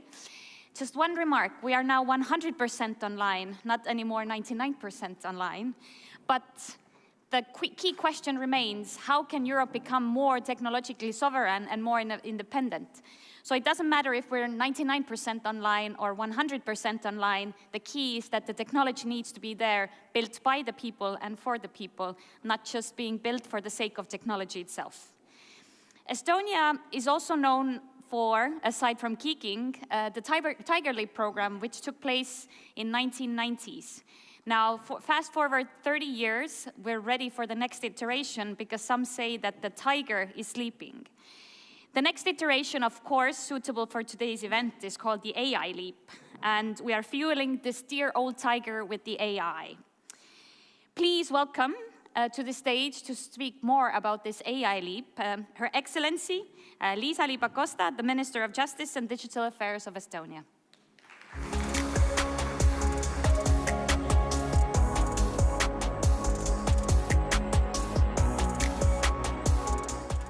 Excellency already pointed out some of the most important things. So my task here is, in a very short time, give you 10 building blocks that Estonia is grounding its AI development. And what is the best thing about this is that these are all already tried and tested. Tried and tested because they have proven to be efficient during our digital journey, but we see these things, these building blocks, to be extremely important also at the AI era. So the 10 building blocks that are absolutely essential are the following. The first one, kindergartens. Kindergartens have actually dual use. The first thing is that they have a good role for all the families, also these families that are maybe a little bit behind, to show the kids the values, the moralities, the first knowledge, also the first knowledge about mental health that you need with living in the AI era. It is absolutely essential that even the smallest children know the threats, but also the possibilities, and that their moral standards are open for AI developments, but also that they have moral standards that could beat the bad guys who might be on the other side of the screen.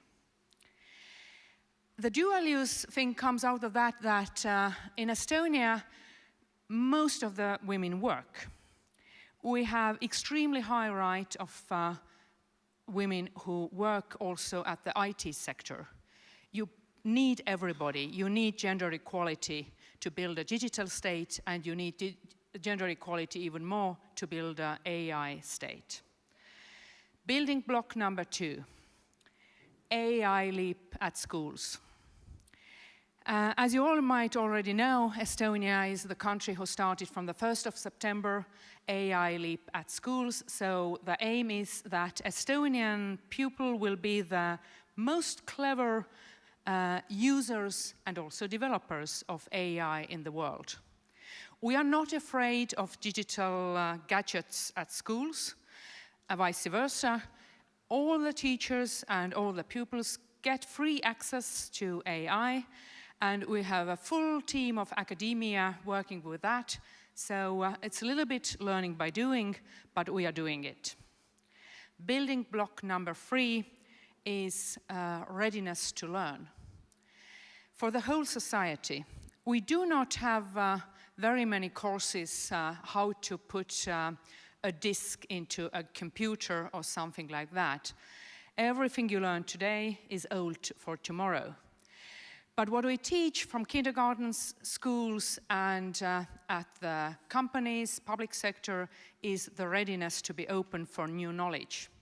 That is valued very highly, and this value actually is one of the very, very important building blocks.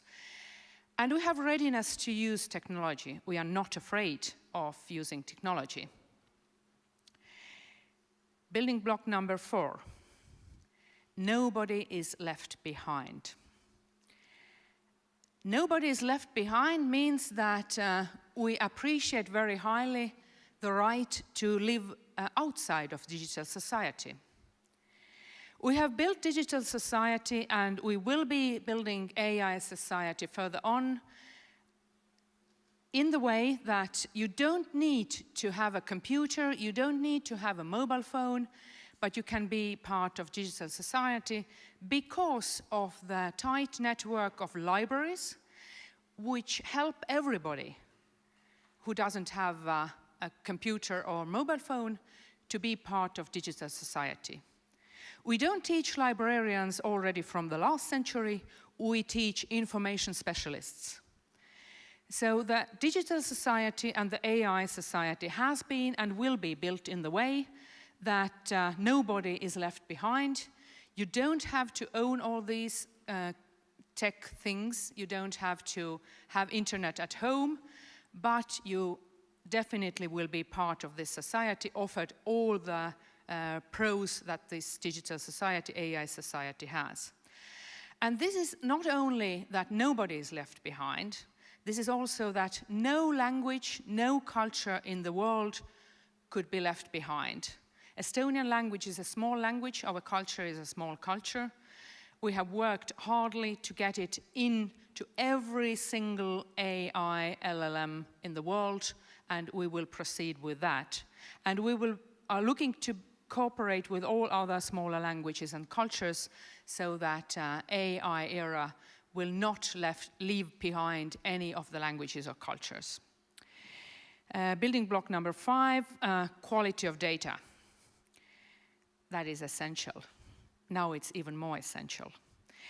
So included into the public design already from the beginning, in this way it works. Otherwise it is too busy or it is too complicated to make something machine readable or standardized afterwards. Building block number 6, data protection by design. Again, from the very beginning, data protection is extremely important. And we see GDPR and data protection as an enabler. We have always seen it in this way, and we will be seeing it in this way. AI needs much more data protection understanding and data protection from the public sector and also by the entrepreneurs. Building block number 7, cybersecurity with AI and against AI.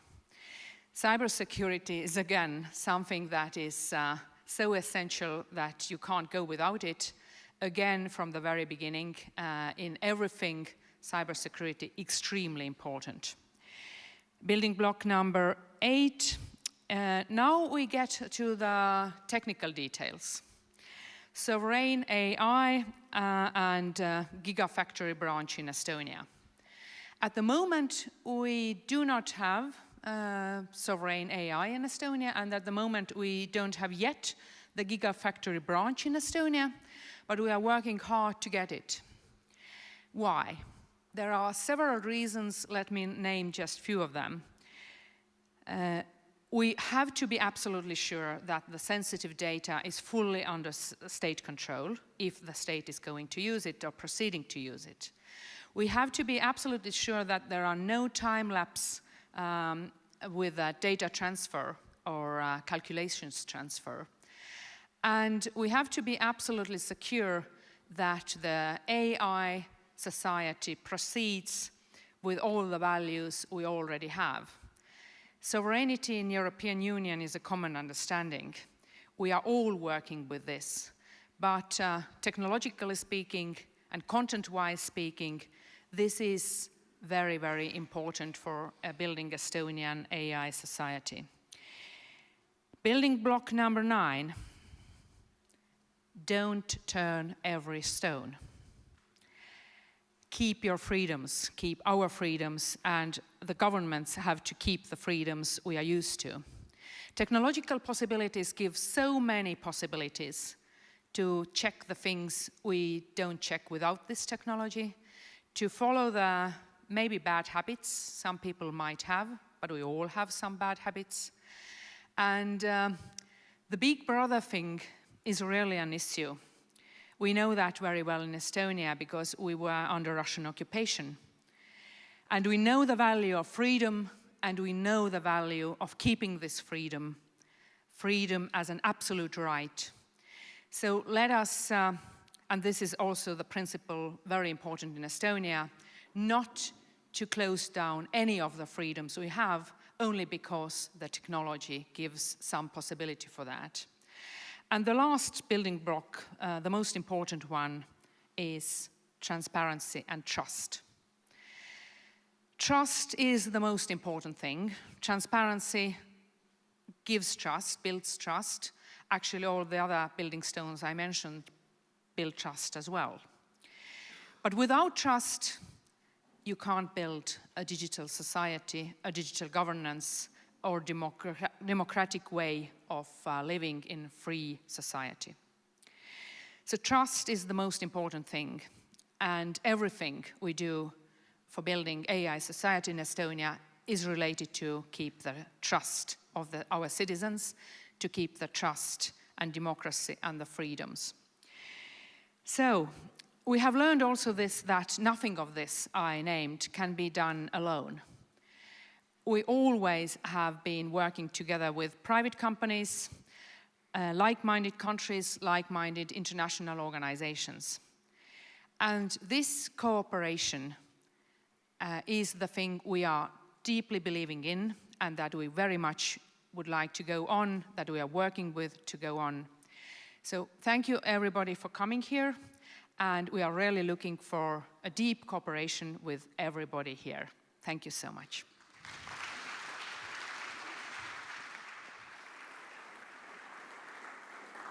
Thank you, Minister. I know you mentioned that the last building block is the most important, and of course, trust and transparency are. This was also mentioned by Mistral AI discussion. But for me, what I picked up was education is key, starting from kindergarten. And we talked about dual-use kindergartens. This was the first time I've ever heard about dual-use kindergartens. However, in order to make sure that no one is left behind, again, cooperation is key. And it is my absolute great pleasure to moderate now a very special discussion on cooperation. And there has been very recently a very special memorandum of cooperation being signed, or it will be signed very soon. And we will have a discussion on what are the key points and topics of this memorandum of cooperation. And for this, I'm inviting to join me on the stage my very good colleagues and even friends, I might say, Valeria Jonan, who is the advisor to the first Deputy Minister of Ukraine, Deputy Prime Minister of Ukraine, and Lauri Luht, who is the new Estonian government CIO. Please.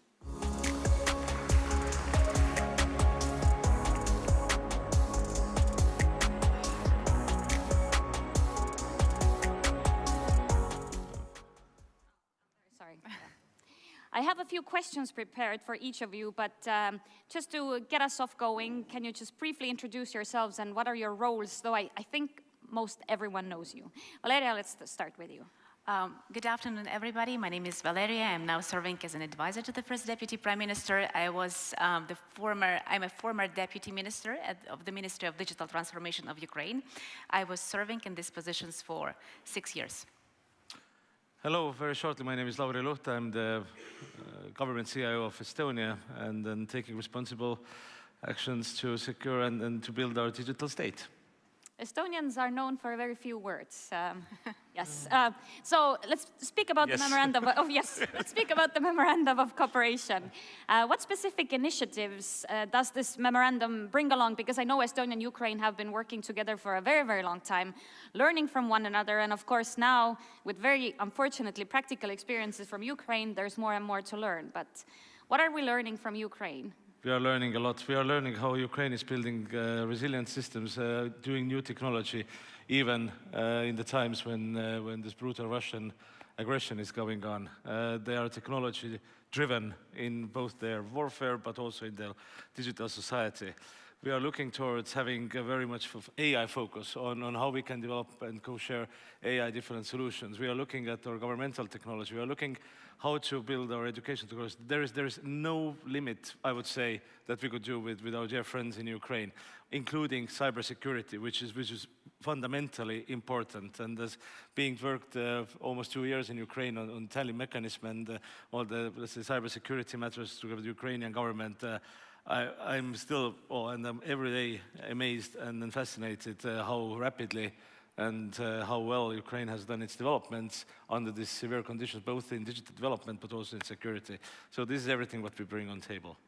Wow, this was a lot of words. Yeah, I learned. But Valeria, I mean, considering everything that Lauri just said right now, is there anything left for Ukraine to learn from Estonia? I mean, I know the German president was very highly praising Estonia, but, you know, looking at your experience, is there anything we Well, absolutely, yes. The Ministry of Digital Transformation of Ukraine is the newest ministry in Ukrainian government. It is only 6 years old. And, you know, our minister, also the first Deputy Prime Minister, Mikhail Fedorov, even before he was appointed as a minister, he did his first working trip. And guess where? It was a trip to Estonia. He came to Estonia to get inspired, to get new knowledge, and to build partnerships. And since that time, we have been cooperating really very close with our Estonian partners. We have been learning a lot from Estonia. We're using a lot of Estonian products, for example, Estonian X-Road, and not only.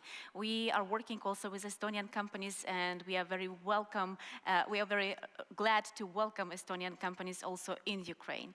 And in the same time, today, Ukraine ranks 5th globally in the world in terms of digital public services, according to a Government Development Index by UN. For comparison, in 2019, we were on 102nd place. So it's like pretty nice progress, 97 positions in 6 years. And we continue to develop our DIA ecosystem and many other products which are used by millions of Ukrainian citizens. And that's why we are also glad that we can share this experience with our colleagues from Estonia. So it's really a great partnership. Yep. Very impressive. You wanted to say something? No. Yeah, well, this is the important thing. Well, that's how we also did back in the 2000s.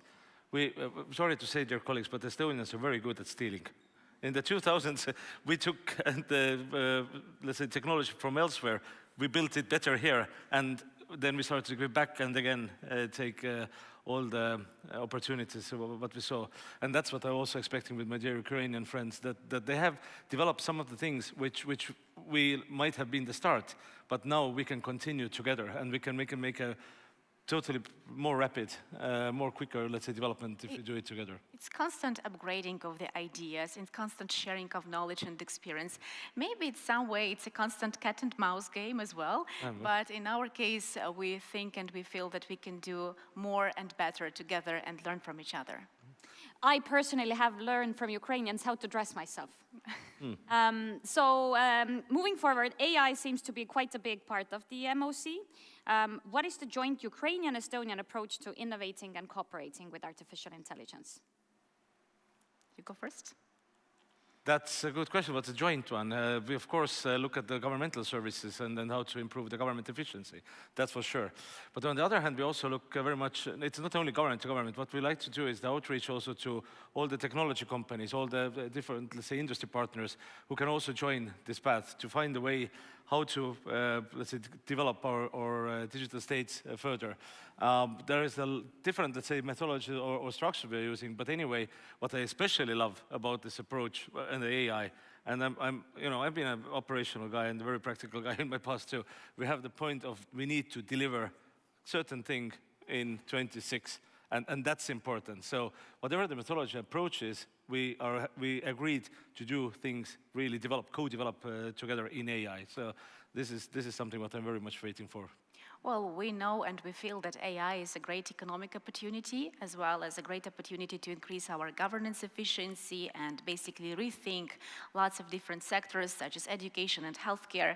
And because of that, we are now moving from digital state to agentic state.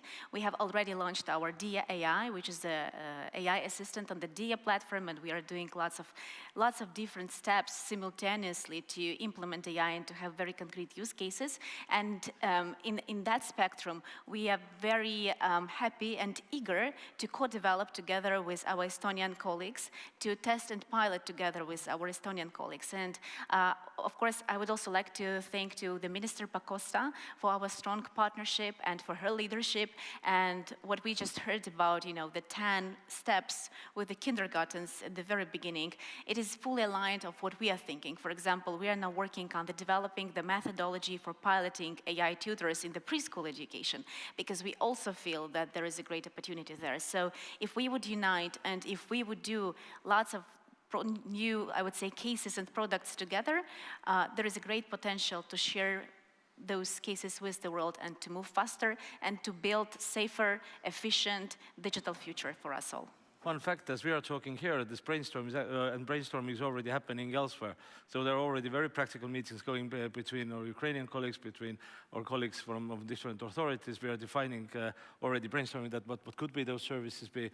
It's like, well, say the AI leaper, etc., is already going between our nations. And it has been actually going for a long time. We just want to build it way further. And also what is very important, that we don't really limit ourselves to whatever the useful technologies for the both sides, whatever we can provide for the EU nations or global partners, then this is actually our goal.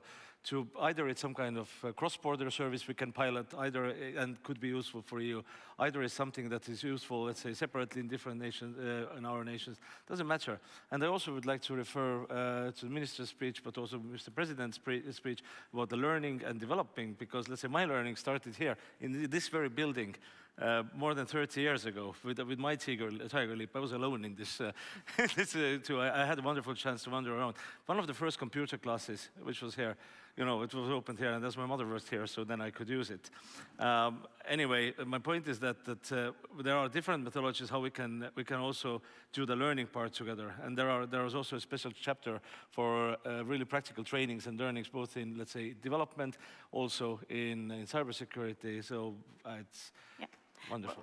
Just to add on what Lauri said, this is not our first MOU, and this is the continuation of our partnership, and the main idea is to basically have a very concrete and tangible projects out of it. And apart from GovTech and AI, what we have just discussed, we of course are focusing, and we will be focusing on cybersecurity.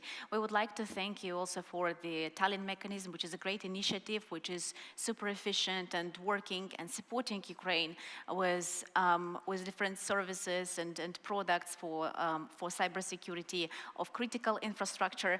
And with that regards, there is a great demand on capacity building in Ukraine, but also on some concrete mutual projects that could be implemented.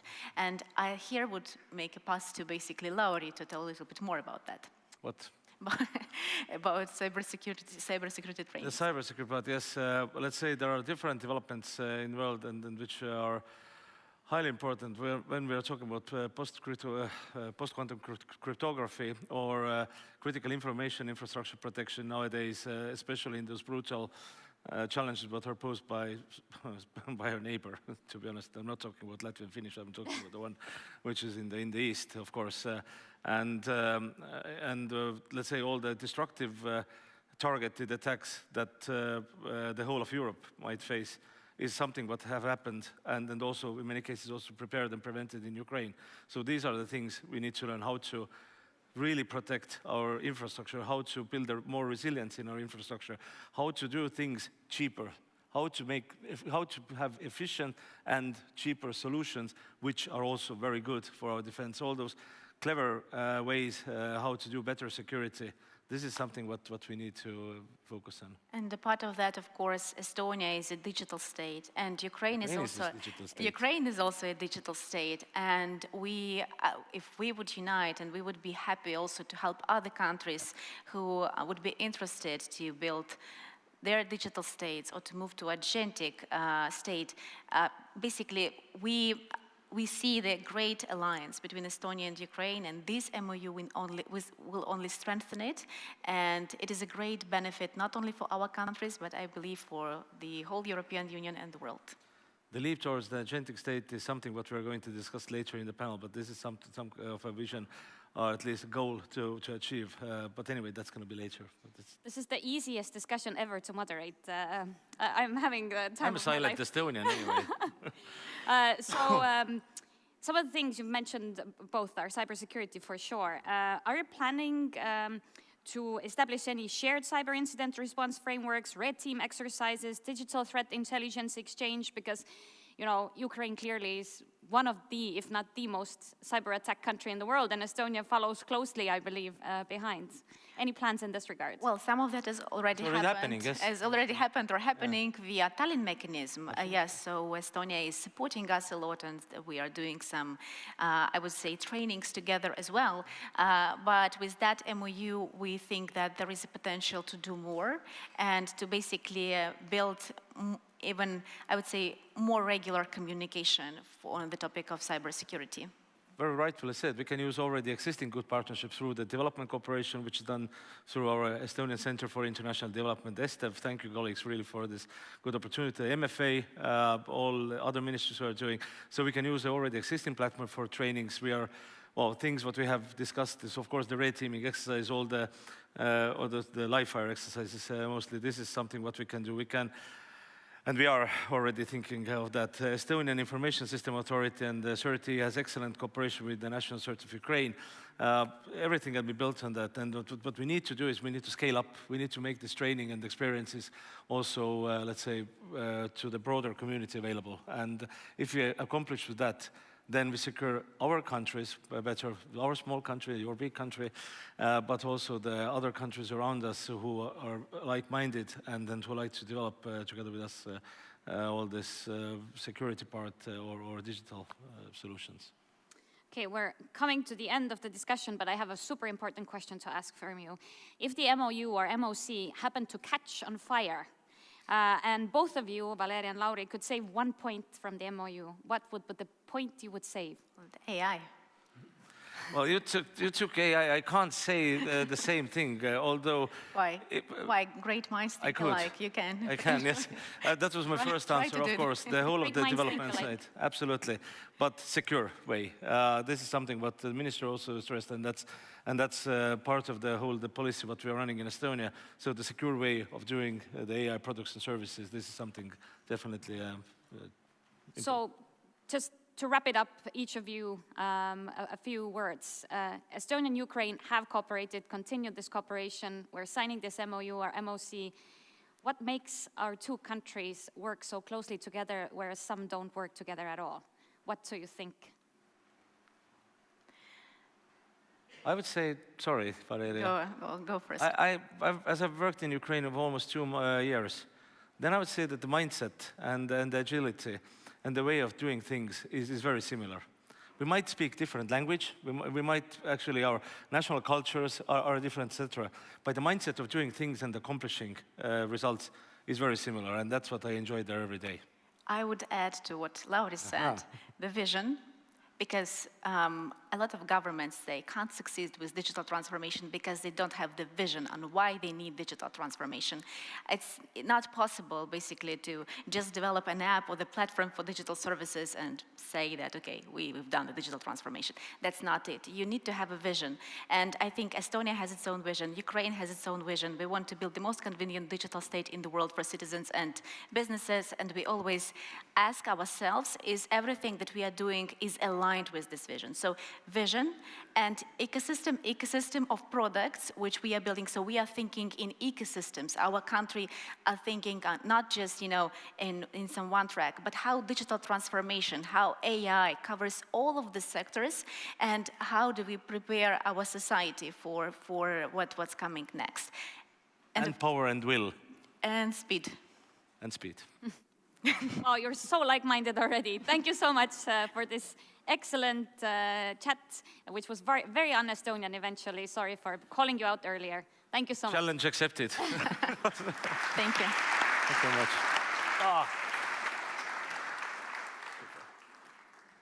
I think signing this MOU or MOC and cooperating actually should show other countries that Ukraine and Estonia are two countries who are not afraid to learn from one another. Whether it's the DIA app or the DIA AI app or learning on cybersecurity topics, Estonia has never been afraid to copy-paste something from elsewhere and make it work or adjust it to our plans. And as Valeria very rightfully said, you always have to have a vision. I guess this applies to everything in life. You don't know what you are climbing towards if you don't have a vision. The next panel has a very clear vision of what they want to achieve. Please show of hands who has heard the word manel. M-A-N-E-L, manel. What's a manel? Exactly. It's a panel, but with only men. However, there isn't a word for one when it's panel with only women, because it's so uncommon, and manels are much more common. However, the next one we will have is the opposite of a manel, and we will be speaking about women in digital leadership. We will be speaking about how women can take the tech to the new level, cooperate, create new networks.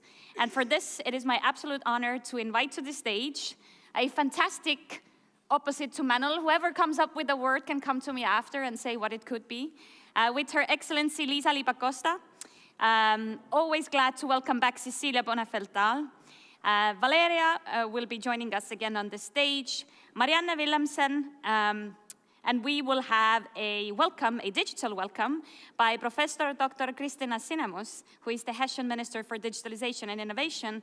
And this session will be moderated by Anna Holligan, who is a journalist at the BBC foreign correspondent. Please give them a warm round of applause.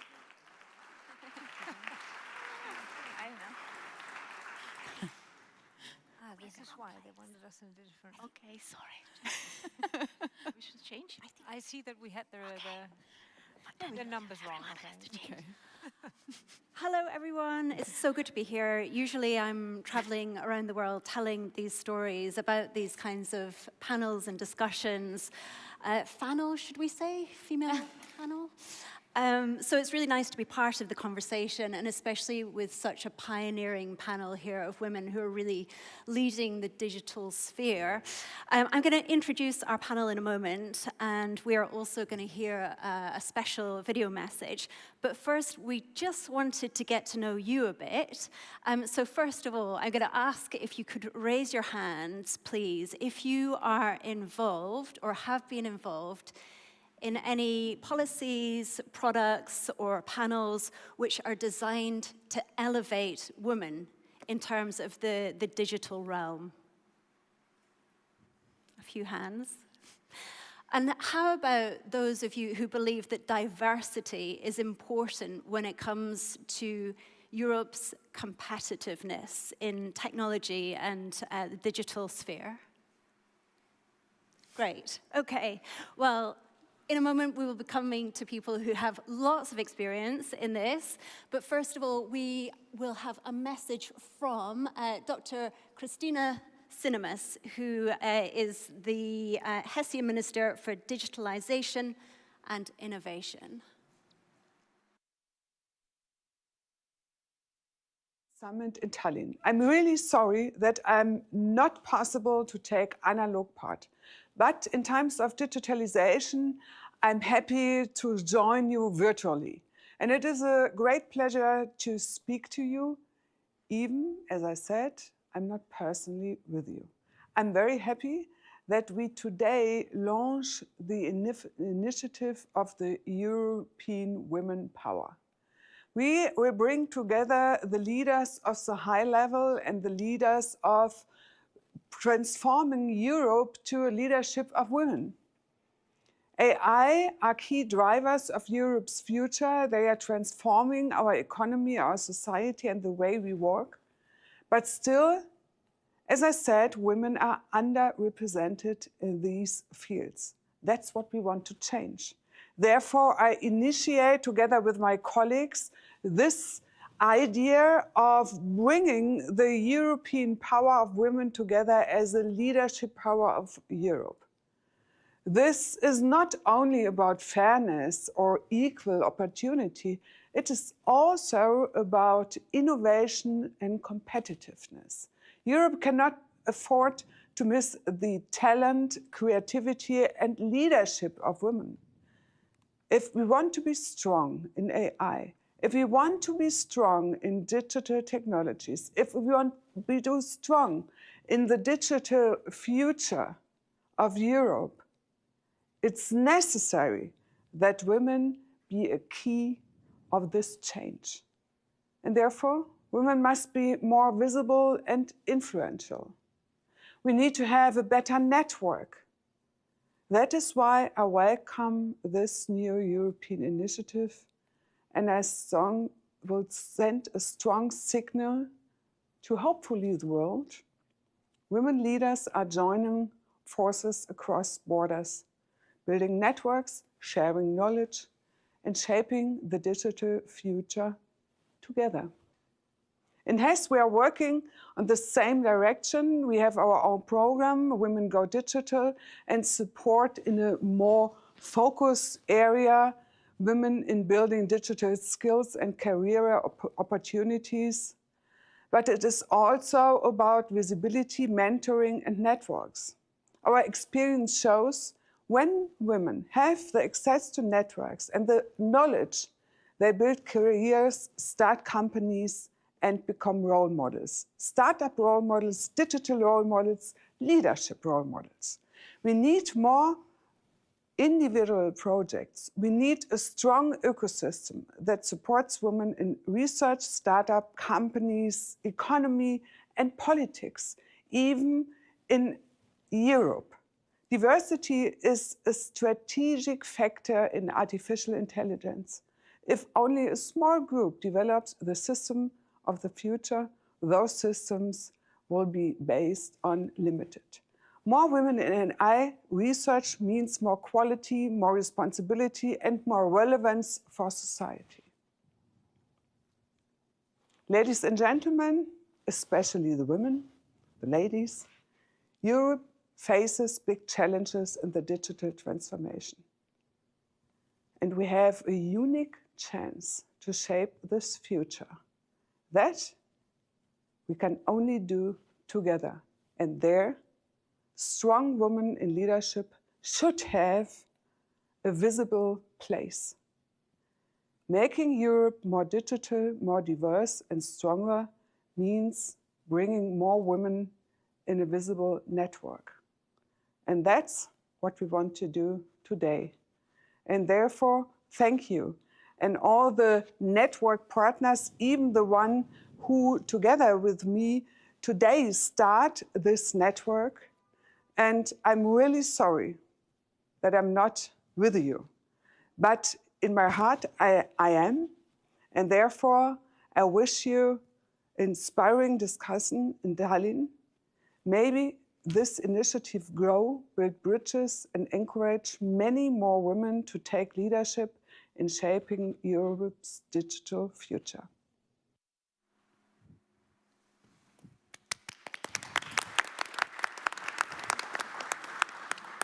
And that's exactly why we're here today, to sign this special declaration on women's leadership. And I have to say, I'm encouraged to see so many men in the room, because if we want to elevate women, then men have to be part of that whole process.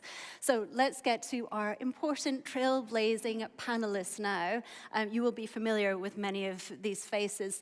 Cecilia, you have been for decades working in the digital sphere as the Director General of Digital Europe. Next to you, Lisa Lee Pacosta, many of you here will know already. You are probably leading one of the most important departments in this country, the Digital and Justice Department, which many countries will be looking for inspiration. Mariana, you are involved in connecting citizens and government to try to have a more interconnected society. And of course, we heard from you already, Valeria, you are guiding digital innovation in a country which is at war. So we are very grateful to have a panel, are we saying? A full panel of women here at the Digital Summit. And I would like to start with you, please, Cecilia. Could you tell me, the first question, a snapshot of Europe's position in terms of its digital competitiveness in the global context? I mean, Europe is actually, we don't have an innovation problem. We have a scalability problem. Actually, if you look at Ukraine, they are actually absolutely cutting edge on everything that has to do with defense tech. If I, of course, talk of Europe at large, we lead in connectivity, we lead in energy tech, we lead in many of the health tech applications. What we don't have is the scalable markets. You know, every country has their own little procurement system and teeny-weeny small deals. We lack scalable investments. And then let me just turn on to the women's situation. Less than 20% of the ICT workforce are women. And this, of course, I mean, the accelerator, we saw the Draghi report, right? It's basically saying the accelerator of modern competitiveness is digitalization. And that is why our competitiveness have declined compared to the US, with a gap of 20% over the last years. And one of the reasons is that our workforce is simply not large enough on the digital sector.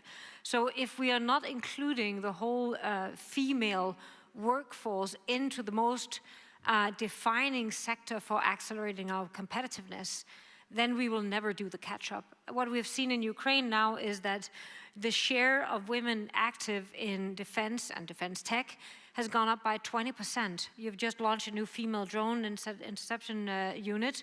And when I meet women in defense, digital defense in Ukraine, they are, or anybody, people, it's all women, right? So that's what we see that we need to go towards. There are so many new functions that somehow has only been in like the universities that are full of men, and then you educate and you need to have that education to go to that and that and that, right?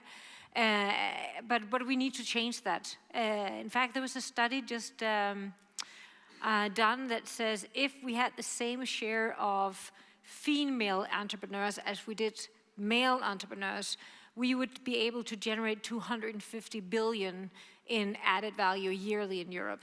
So it's about female strength and having equal opportunity, but it is also strongly linked directly to our security and to our competitiveness. Thank you. Lisa Lee, I would like to ask you, has being a woman shaped your approach to leading the digital department in one of the world's most advanced digital societies?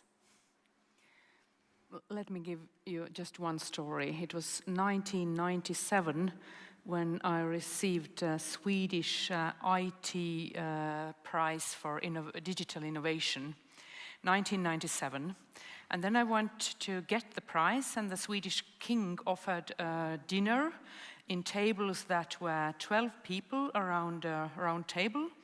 And because it was so few women, there was just one female person put to every table. All the rest was men.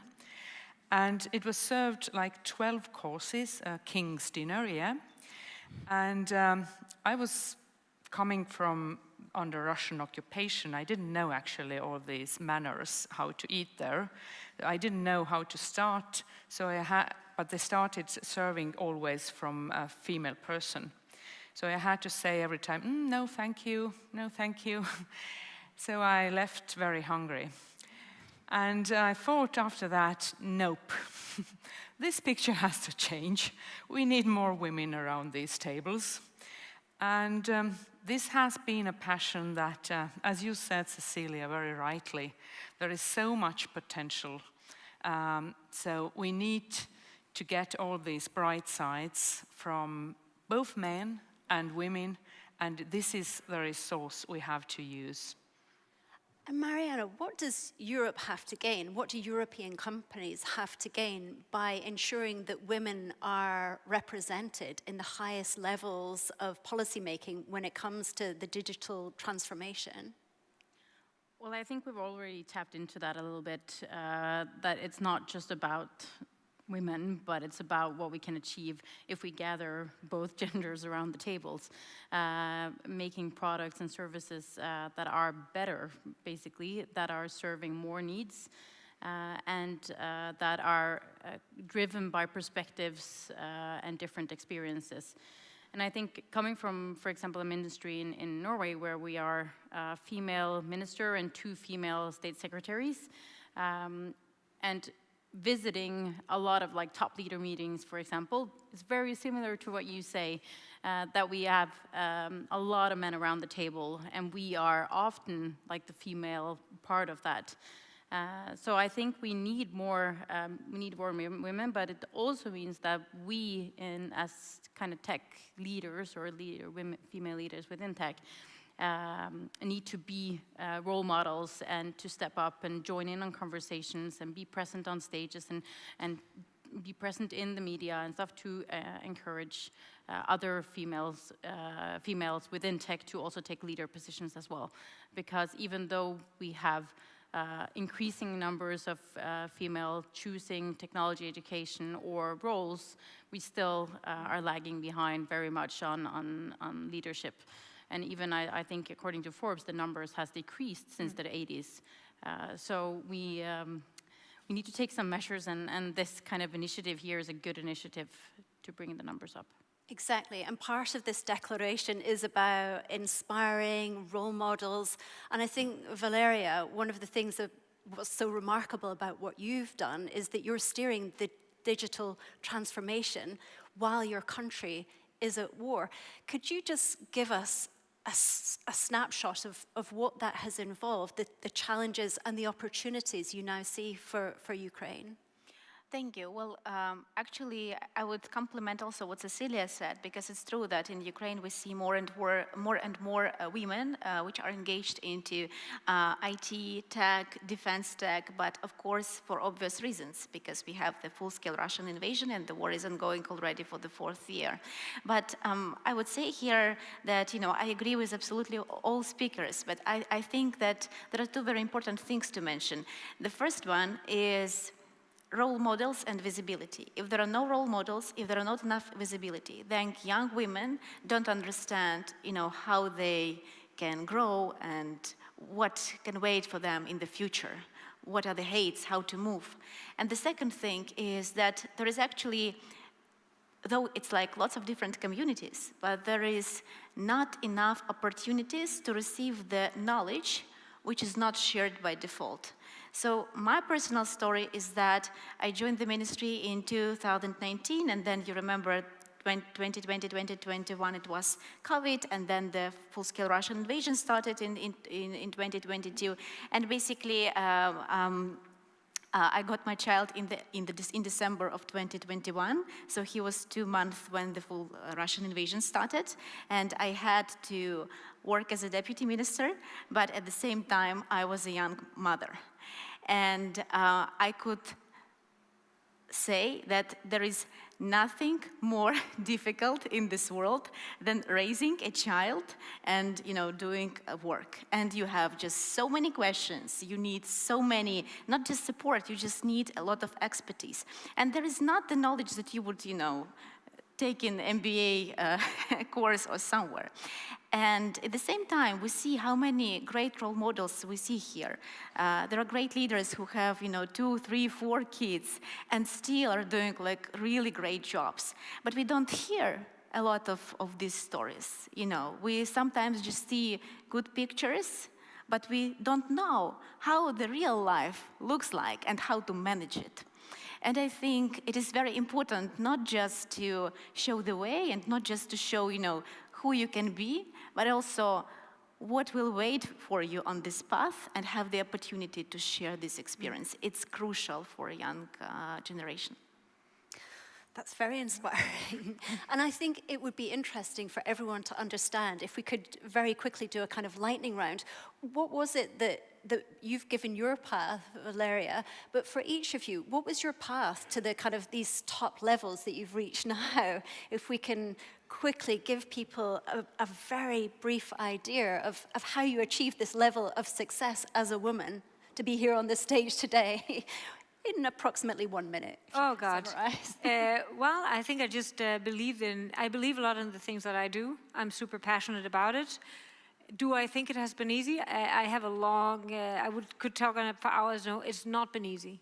I can just say that definitely every time I was in a plane going to, 8 hours one way or the other way, I felt torn with my small kids at home. So it is something that is maybe I'm sure that men also feel that, but the expectation is maybe different from the start. So it is something that we don't talk a lot about. Luckily, I had started a network of female leaders in Denmark, all international leaders.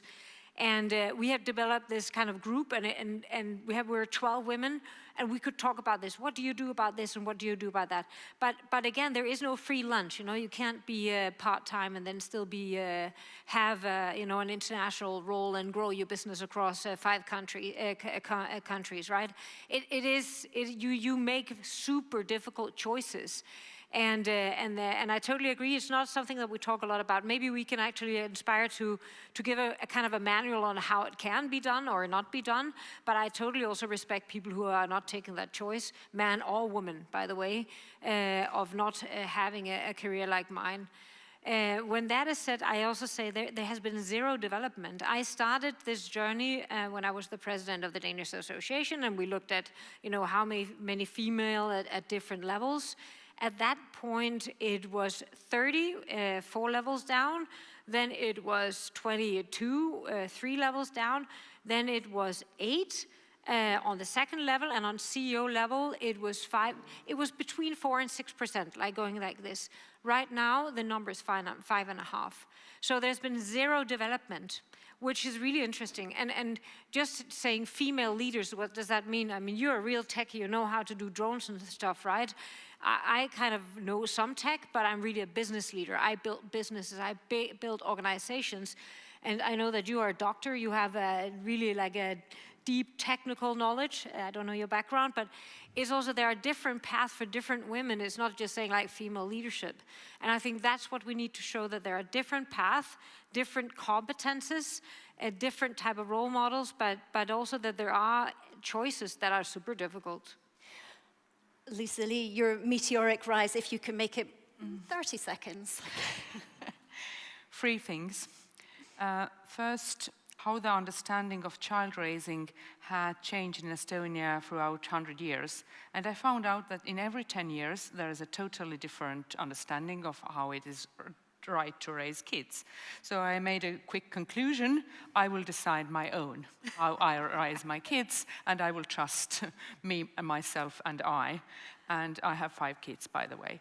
So the second thing, I had a very good male friend who said to me when I started my first ever high-level job, and this was in the beginning of 90s, last century, and he said to me, never ever bring a cup of coffee to your male colleague. He can do it himself.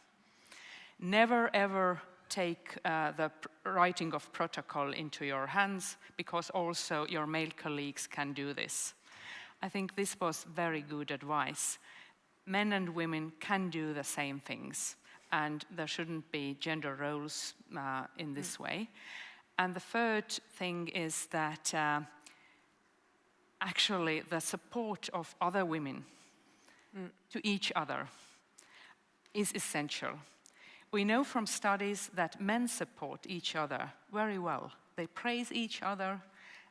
We as women have to do just the same thing. That's it. Congratulations. I would like to praise you for being able to do this and be on the stage and at the same time be raising so many children. Impressive. Mariana. So I've always been fascinated by technology, but my background is not within engineering, for example. I stumbled into a health tech company and got the opportunity to kind of combine my political desire for a strong welfare state where we need technology in order to both strengthen and preserve it with technology and working within that health tech company.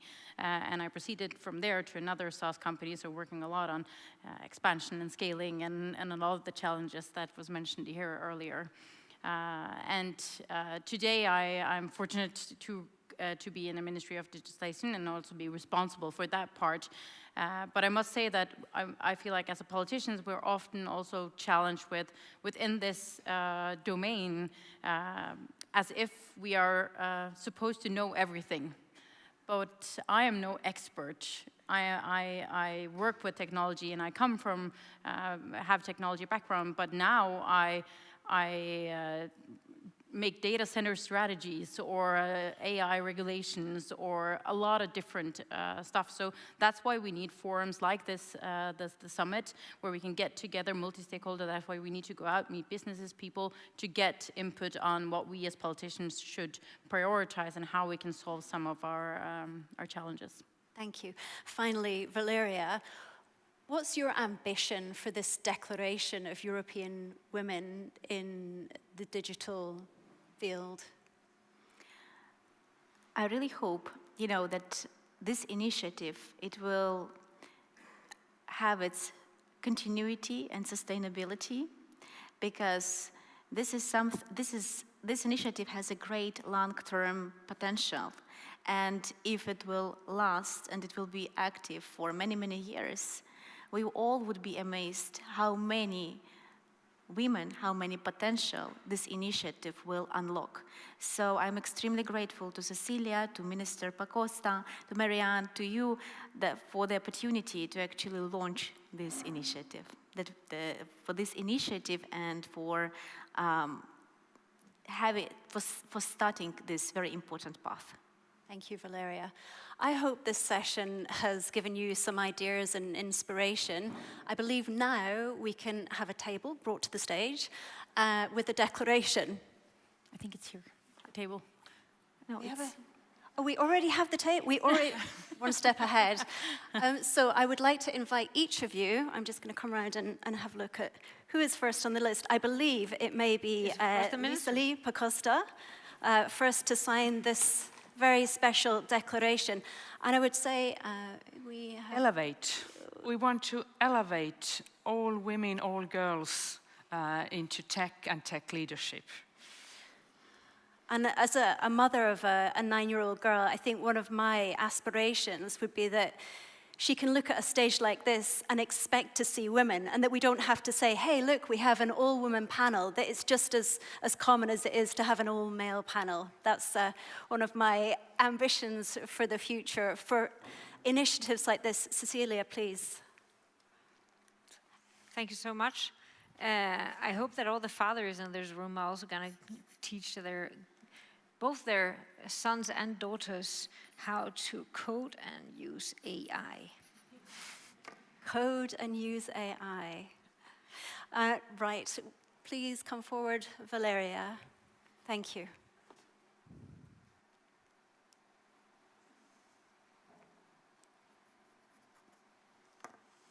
Mariana, finally. If you have any hopes or aspirations, you can share them as you sign. Well, I hope that we are taking these opportunities to connect, but also to connect within whenever there's not a meeting, and stay in touch. Absolutely. Thank you to the wonderful panel, everyone. Thank you. Thank you. Thank you. Should we maybe take a picture together with a declaration? Maybe on this here. And if anyone wonders why should we be doing this, then women gained voting rights in Estonia in 1918, but in Switzerland only in 1971. And women gained access to having a credit card in the US only in 1974. So thank you so much for this leadership. Thank you. Yes.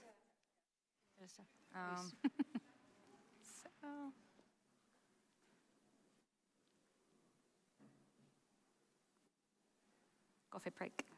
Thank you so much. Thank you. And now for our last coffee break of the day, please be back at 3:30.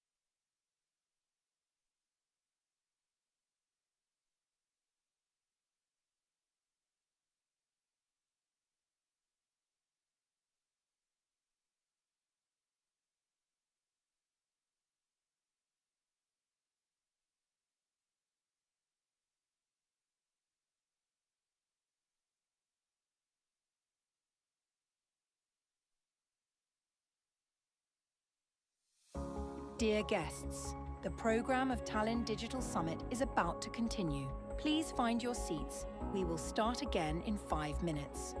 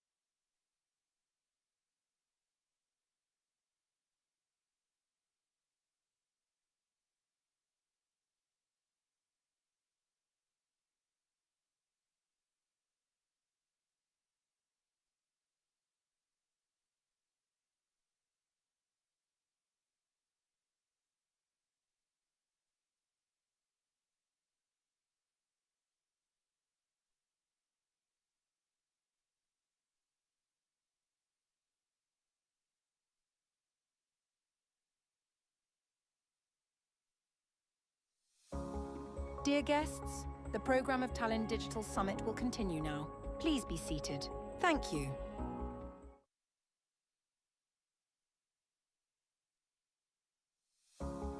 Dear guests, the program of Tallinn Digital Summit will continue now. Please be seated. Thank you.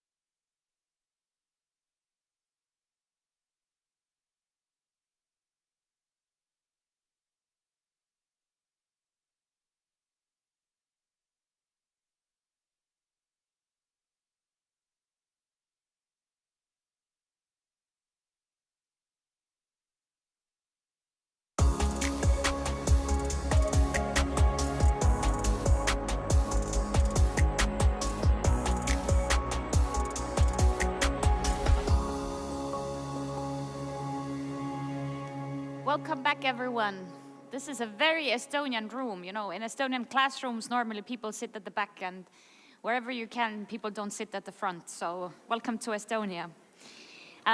So again, thank you for joining us for the 8th iteration of the Tallinn Digital Summit. And as promised you in the morning, we will not only talk about AI in security or AI in technology. And one of the key topics that has been reiterated today and that we will be focusing on now is AI in education. And we will have Estonian Minister of Education, Dr. Kristina Kallas, who will explain why Estonia is making an AI leap now. You have heard about this AI leap from Minister Liisa-Ly Pakosta. It has been mentioned several times today, but what is it exactly? Why are we doing this now? There is no better person to invite to the stage to speak about this than our Minister of Education. Dr. Kallas, please.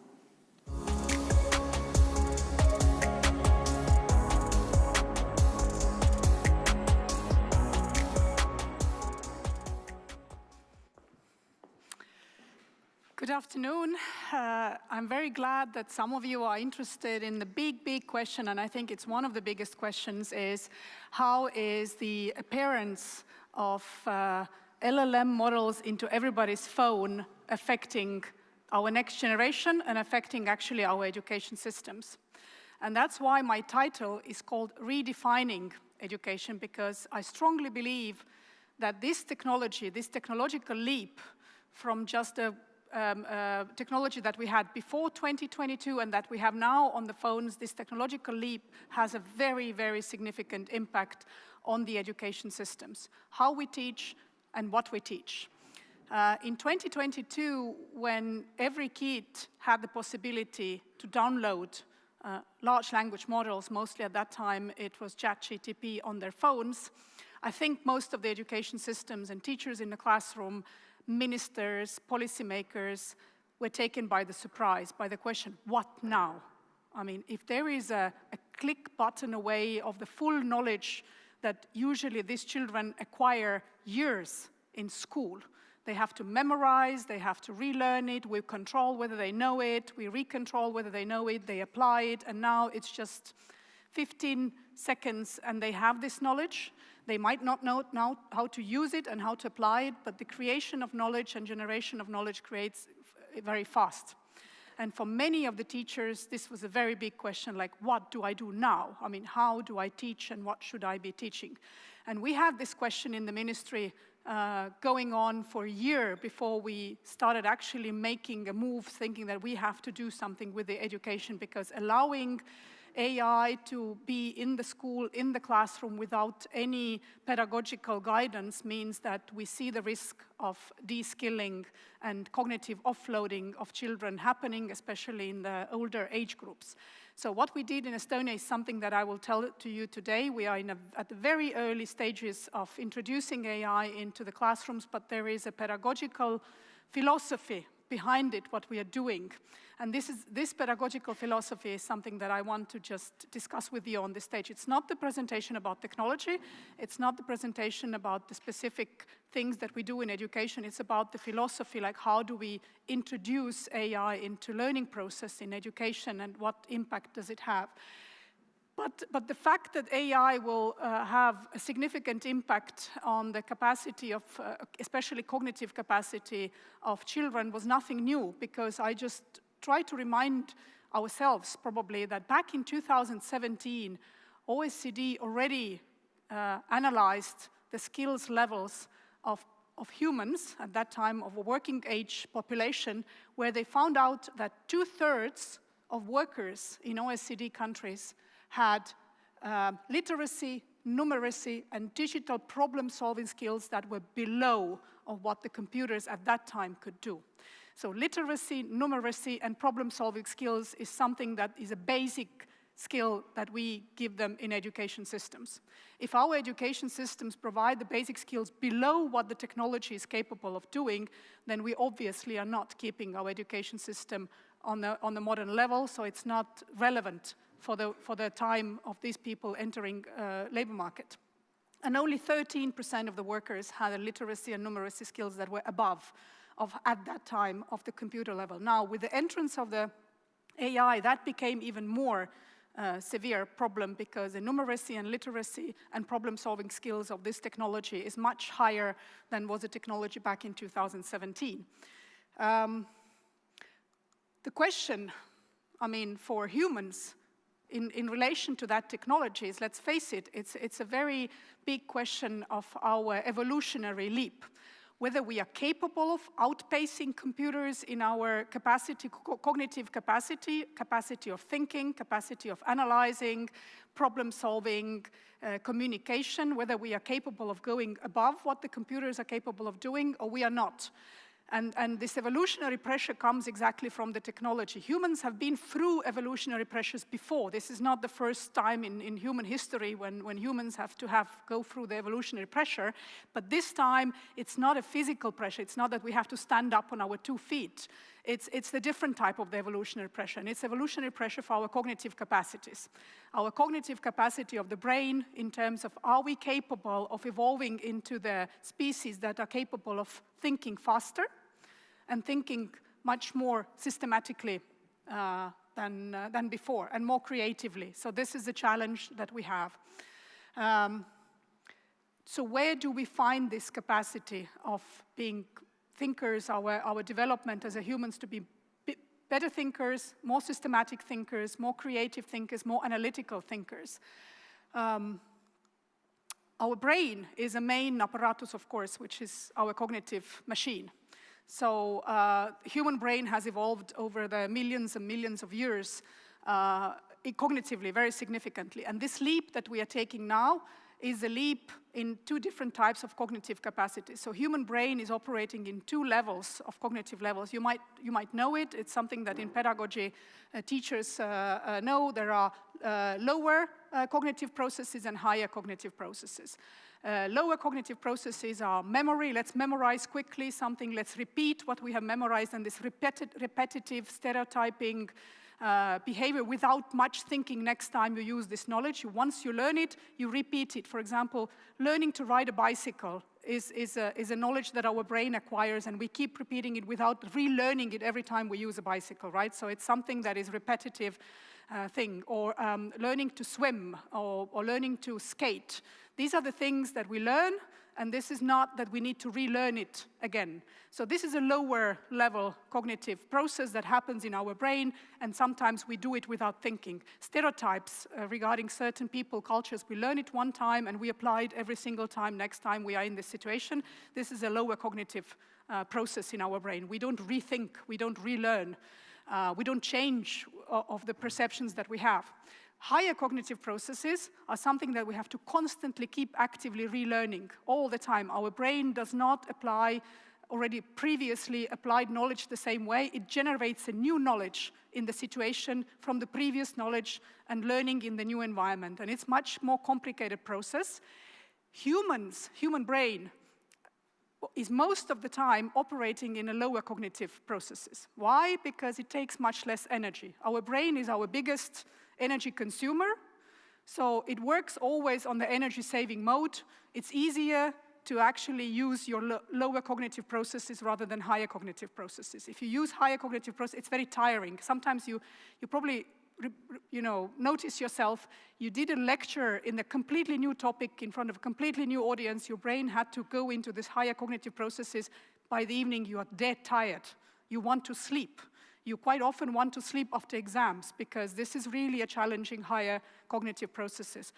You're sometimes more tired than you would have run marathon because your brain is using a lot of energy. So we as humans, we save our energy and we constantly work on stereotypes, on pre-learned cases, and we don't use our higher cognitive processes too much.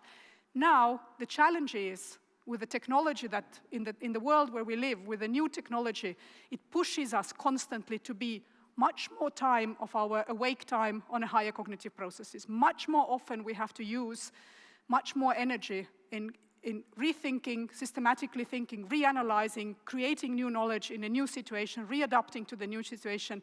And that's what our brain has to learn to do much more often than it does nowadays. Now, this is the famous Bloom taxonomy that every teacher in pedagogical faculty at the university learns. This is a cognitive domains of human development. And you see this lower level cognitive thinking levels, processes are here. This is remembering, just memorizing certain things, knowing when the Second World War started, how to ride a bike, then understanding and applying. You learn something, you understand it, you apply, teacher will check whether you have applied it correctly, whether you have understood it correctly, whether you have remembered it correctly. And this is something that schools and education system have been training in humans for 200 years since a compulsory education became a norm in the world. Now, this higher order thinking skills, analyzing, evaluating, creating, these are the ones that our education systems are not yet very skilled in focusing on. So we don't develop in our children those higher order cognitive processes too much. But this is what the AI is forcing us to do. So if we want humans not to be the ones that remain only in this process, because computers and AI is very quickly capable of doing this. Within seconds, they will do it. They will remember, they analyze, they will tell you how to apply it, and they are capable of doing it. But they are not so good at creative part, which is much more complicated processes, or evaluating, judging, deciding ethical questions. These are not something that the AI is still not very good, but humans have to evolve into the place where they will be using these skills much more often than they use today. And that's from what we Estonians in Estonian education system arrived to the understanding that we have to bring AI into the classroom to work with kids so that these cognitive processes will be much more in focus during the learning process in school. So we force them to do more analytical thinking, more creative thinking, challenging their brain constantly into the much higher cognitive processes levels.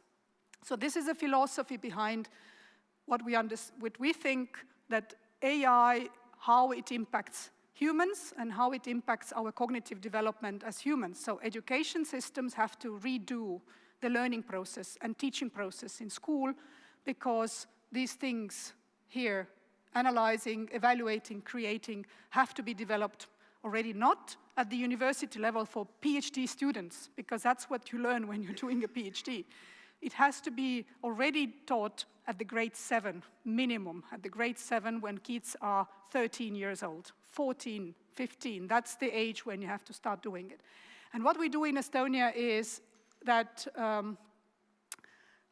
we do training of higher cognitive processes. We do AI Leap program. We bring the AI into the classroom of 10 and 11 graders. All students in our 10th grade and 11th grade and all the teachers have AI It's mostly ChatGPT and Gemini licenses, and then they will be using it in the classroom. We started extensive training of the teachers in August 2025.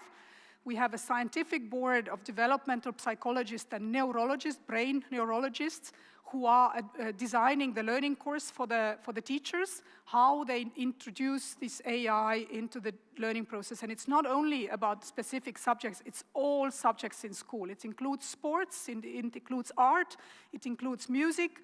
It's a lot of, all subject teachers are trained, and all the subject teachers in Estonia today have the licenses of Gemini and Google. We work with the Gemini and Google and with OpenAI and ChatGPT in testing and designing and developing actually the LLM models, their LLM models suitable for teaching and learning of these higher cognitive processes. We have a very good cooperation with OpenAI and with Google on that. Our program is partnership with the private sector. It's not run by the ministry, it's run by the foundation. And I think it's a very good example of private sector intensively bringing an innovation into the education system. There is a scientific monitoring of the process. We have scientist team observing what is happening in the schools, what kind of learning is happening. By the end of this academic year, that is spring 2026, we expect first results of first feedback of what actually is happening with these children that are learning with an AI. But this is our program. And this is a quote from our president, who is the patron of this program. He says that it's not about using AI the most of the hours in the classroom, but about learning to use it the wisest way, the way that it would develop our kids into this higher level cognitive processes in much more. So that's all for me. Thank you.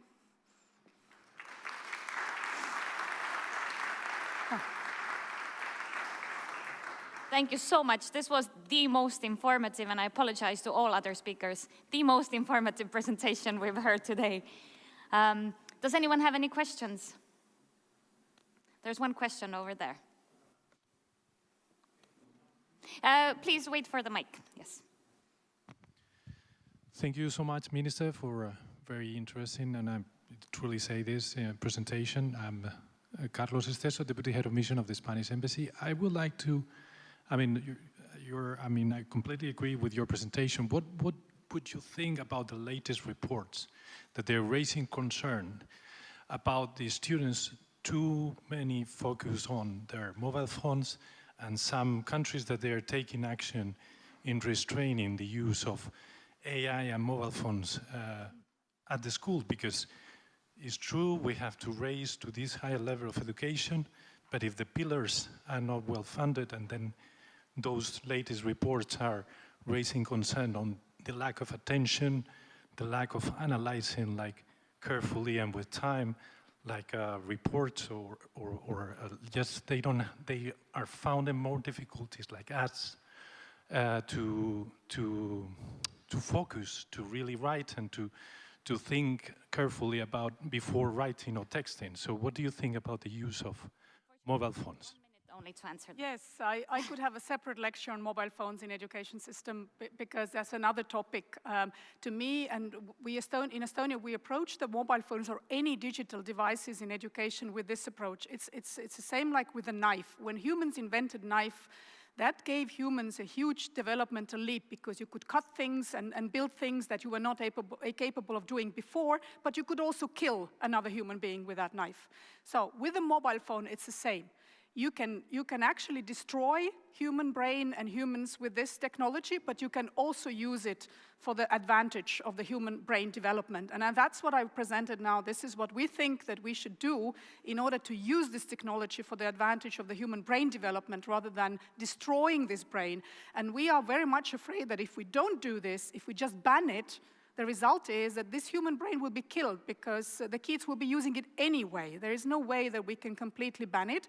They will be using it anyway, but they will be using it not for the cognitive advancement into the higher level, but for cognitive offloading. So the AI will be learning a lot, but the kids will not be learning anything.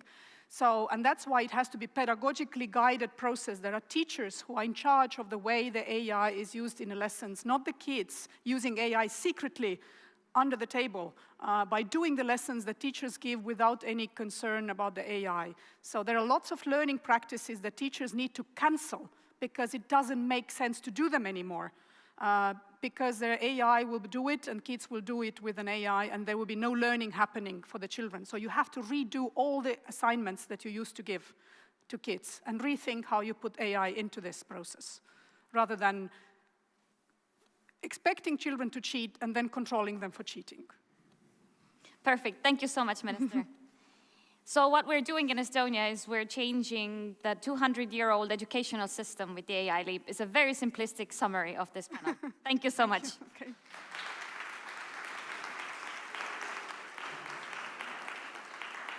Now, speaking of breaking norms, I can't believe I am saying these words, but it is my honor, absolute honor, to invite to the stage a representative from the world's most valuable company by market cap. A company whose market value has increased more than 1,500% over the last 5 years. So please, Carlo Ruiz, Vice President Enterprise Solutions and Operations for EMEA of NVIDIA, join me on stage.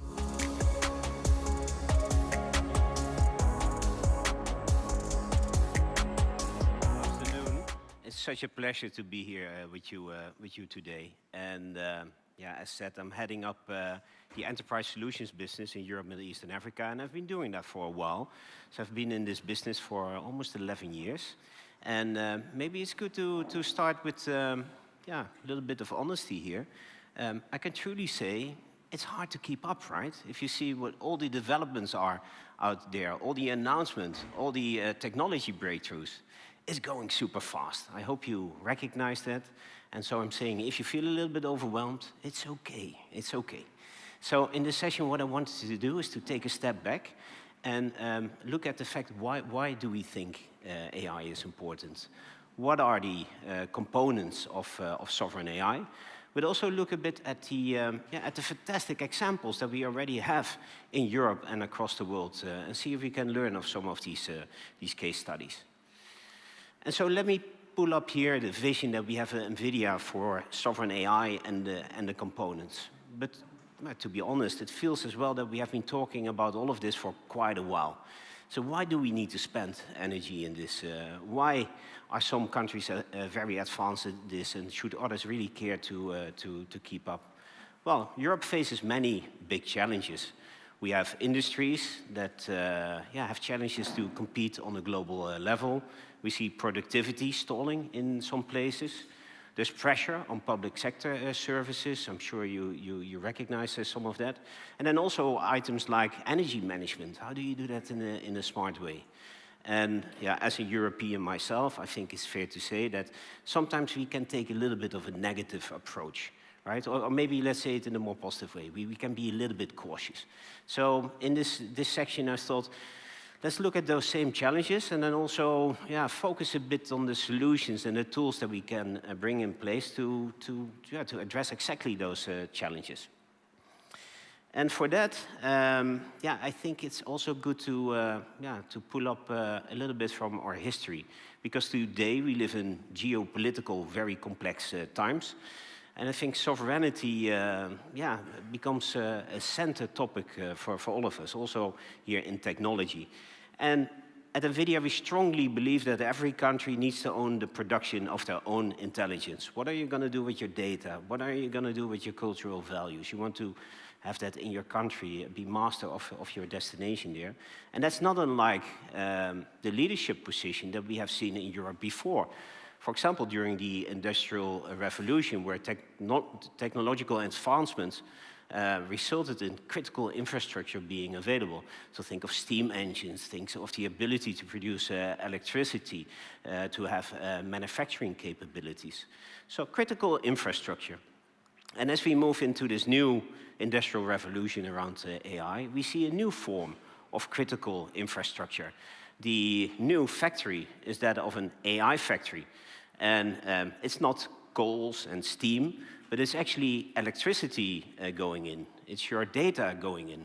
And then we produce tokens, tokens, the measures of intelligence that come out. And then they can benefit science, healthcare, manufacturing, and unlocking trillions of economic opportunity. So that AI factory is quite crucial, as we have seen in the past. Now let's zoom in a little bit more on that AI factory. And I thought this This is a nice diagram to show you what a factory in this shape really looks like. Because the AI challenge itself is much bigger than just having a GPU or a chip. And as you can see, this is, by the way, a Blackwell-based AI factory. And one chip is indeed a Blackwell GPU, but it requires much more chips. You see over 7 in there. There's a Grace CPU that we make. There's a DPU in there. And even nowadays, one could say networking becomes one of the most critical components in such an AI factory. That all comes together in orchestration. And then it's a well-known secret that at NVIDIA, 80% of our engineers are working on the software side of things. How can you tap in the performance into the power of such an AI factory? And that's the software stack that you see on top. Those are libraries that will end up in applications that others develop. Those are SDKs that will make the lives of developers and scientists more easy when they want to do research into quantum compute or life sciences, or when they want to build robotics or autonomous vehicles, or when you want to create for your country a large language model. All those software toolkits are available. Now, all of that together forms an AI factory. So key point with this here, an AI factory is not about a chip, it's not about a GPU, it's not about a computer, not even a server or a cluster. All of this is happening right now at data center scale. So it's important to realize it's a real intelligence factory. Now, since we are discussing European matters and we are already a little bit on the topic of factories, I thought, let's zoom in on manufacturing itself. Because the next big wave that we see around AI is the one about physical AI, which means exactly that, right? AI coming into a physical space in the shape and form of robots. By the way, yesterday I experienced that here in Estonia when I ordered some fruit through Bolt, which arrived in one of our Jetson-powered robots. So that's in production here, pretty cool. But we will see much more of these use cases. And why? Because we have these AI factories that can create these very complex models that can drive robots. Then on the other side, you will see that the target platforms inside of these robots, whether it's a delivery robot, an industrial robot, a humanoid, or a self-driving car, a big robot with wheels, basically, they are much more capable, and they are also super energy efficient, so that makes it work. But we had one part that was missing. The part that was missing was simulation, because it turns out, we just learned about how humans learn, turns out that AIs also need to keep learning. And the AI can best be trained and can best learn from corner cases in a simulated environment, in virtual reality, so to say. And so these 3 things are coming together at a very high fidelity. So when the training happens, it's very realistic. And that will accelerate the adoption of physical AI. And what you see here on the screen is exactly what one of those virtual worlds will look like. This is a digital twin of a BMW factory. And so here in the heart of Germany, we're working on this, making this virtual environment in which robots can learn and later will be deployed inside of a factory. And just think about it. It's not just a robot in there, but basically the entire factory is becoming a robot. So very exciting opportunity in Europe. Now, let me circle back a little bit into the concept of the AI factory to wrap this up. So electricity, your data going inside, intelligence coming out. And there are many benefits, of course, of choosing that approach and where you can make a very strong contribution. Obviously, in economic growth, we have seen brilliant startups coming out of Europe. The other one could be also a contribution to the public sector itself, right? Come with more compelling, more value-added services in that domain. But also in the middle there, science coming from Europe. Just think about it, right? We always had important instruments of science, whether it's a microscope or a telescope or later on a particle accelerator. Well, the new instrument of science is an AI factory. So critical to have those in place in the right spot. Now, normally we would like to talk a little bit about what can we do more? Is Europe behind or not? But actually, when I was preparing for this, I thought, if I look at what has been happening over the last 12 months, we can be very proud about the initiatives in Europe. So I just wanted to give you an overview of that. We had several telcos in European countries step up and bring AI factories in place. And so you see a number up here, and they play a critical role. So Fastweb, to just pick one, they started in Italy. They put a very advanced AI factory in place, and immediately work started on Italian LLMs. That, together with an already existing very good academic ecosystem, is sparking all kinds of new initiatives. And yeah, we see fantastic new startup initiatives coming from Italy, including the new unicorns. And then there are also the neo-clouds, the European sovereign cloud service providers who are fully on the AI architecture. They are AI first, and they bring these AI factories across the whole region in place. From a Beyond in Poland, where we will have the pleasure to inaugurate the system next week. And Beyond is actually then taking the lead to bring the latest generation of Blackwell AI-powered factories into the country, enabling the whole ecosystem there. But also in the other countries. So if we look at what is happening in the UK, 2 weeks ago we had fantastic announcements over there with multi-billion investments. But also Germany and France, all multi-billion investments coming from sovereign European cloud service providers there. Now, is it all about new initiatives? No, because we in Europe also have a long-standing track record of a great scientific computing when it comes to the supercomputing centers that are in place. And they are true leaders in this domain for many years already on the HPC side, and now also fully embracing the AI journey in front of them. But there's something else that we can be extremely proud of in Europe when it comes to the supercomputing centers. Because not only do they bring extremely high-performance capable systems in place, but they are amongst the world's most energy-efficient systems. So this is benchmark called the Green 500 out there. And the #1 and #2 most energy-efficient supercomputers in the world are based in Europe. A couple more a little bit further down the list. And so the #1 in the world is in Germany at the Jülich Institute. So Europe leading the way, showing that you can do an AI factory, and at the same time you can do it in an energy-efficient way, showing all of us the path forward on how to architect this in a smart way. And then along those lines, there's of course the great initiative coming out of the European Union with a massive investment to make AI factories happen across the region, including 5 scheduled gigafactories. So very, very, very promising initiative. Now, having said all of this, a couple of years ago, if you were a startup, a developer, a scientist, it would be very hard to find the right AI infrastructure to do your work. And so now there's very good news, where we see that the efforts in investments in sovereign AI, they are doubling, but the actually available amount of AI compute is growing with 10x just over 2 years, right? So very, very good news. Now, and of course, we are very keen to team up with everyone that is leveraging this kind of approach. So I have some examples for you. And here on the screen, you see our founder and CEO, Jensen Huang, together with the Chancellor of Germany. And this was at the launch earlier this year of the world's first industrial AI cloud. And I mentioned when we looked at that virtual factory before that there's a great opportunity. So exactly for that reason, we put this industrial AI cloud in place in the heart of Europe, in the heart of manufacturing, to work on those cases of design, simulation, digital twins, robotics, and this will power exactly that. I have some more examples. This is, it feels like very long ago, but this is just 11 months from today, where we switched on the Gavian AI factory in Denmark. We see here the King of Denmark, and in the middle the CEO of DKI, Nadja Carlsten.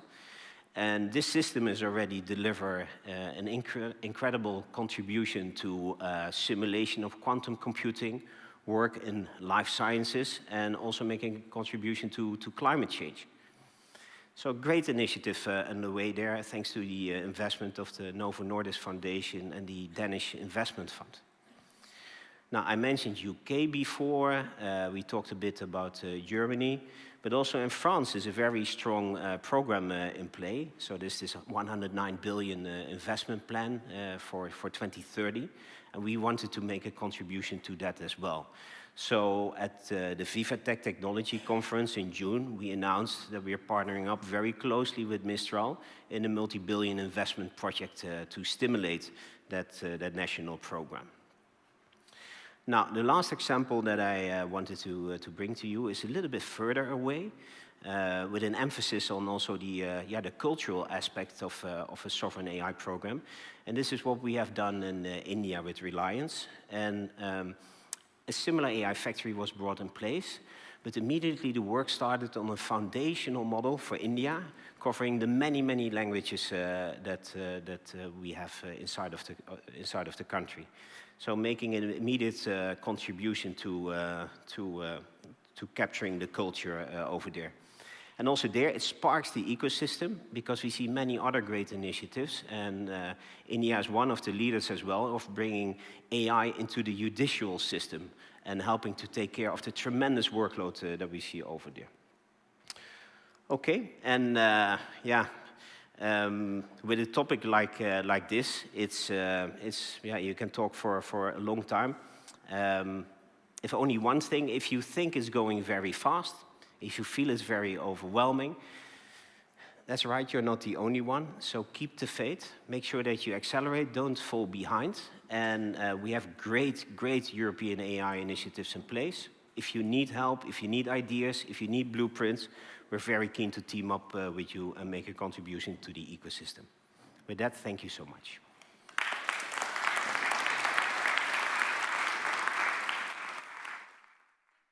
It was nice for a change to hear words of encouragement that we do have some great AI infrastructure in place in Europe. We definitely do. Yeah. Thank you so much for this. So again, my very simplistic summary of the panel. First, you need to wear a leather jacket in order to build the most valuable company in the world. And second, AI factories are actually intelligence factories. And so the next big wave of AI can be in physical AI. And this is why actually Europe now stands a chance, because we are known as the industry powerhouse here. So let's hope we will reap these benefits correctly. But up next, we will have here from the World Bank, along with a former and current Estonian government CIO, a panel talking about agentic AI systems, meaning AI that can act for governments with minimal human supervision. Let's see where this trend is taking us and how governments should cooperate, because this is the underlying topic of the TDS, to take us there. So for the next panel, the Agentic State, a new mission for government transformation, please join me in inviting to the stage Luca Silves, Diego Peixoto, Lauri Luht, and this panel will be moderated by Manuel Kilian, who is the Managing Director and Global Government Technology Center in Berlin.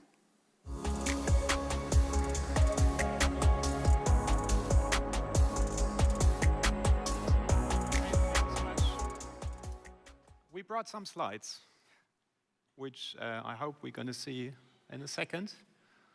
Exactly, because we thought that we're going to start with a couple of slides today, and then we extend the panel, welcoming Lauri and Thiago in a second. But maybe first to kick it off, look, this term, the agentic state, that came up, I think, now quite a lot of times already today. But Lucas, I would like to understand better from you, how does this relate to rethinking government? What's the nexus between agentic AI and government? Thank you. So, of course, we should start by defining our terms. I think everyone here knows what agentic AI is, but to really simplify it, it's a combination of two parallel streams in technology converging.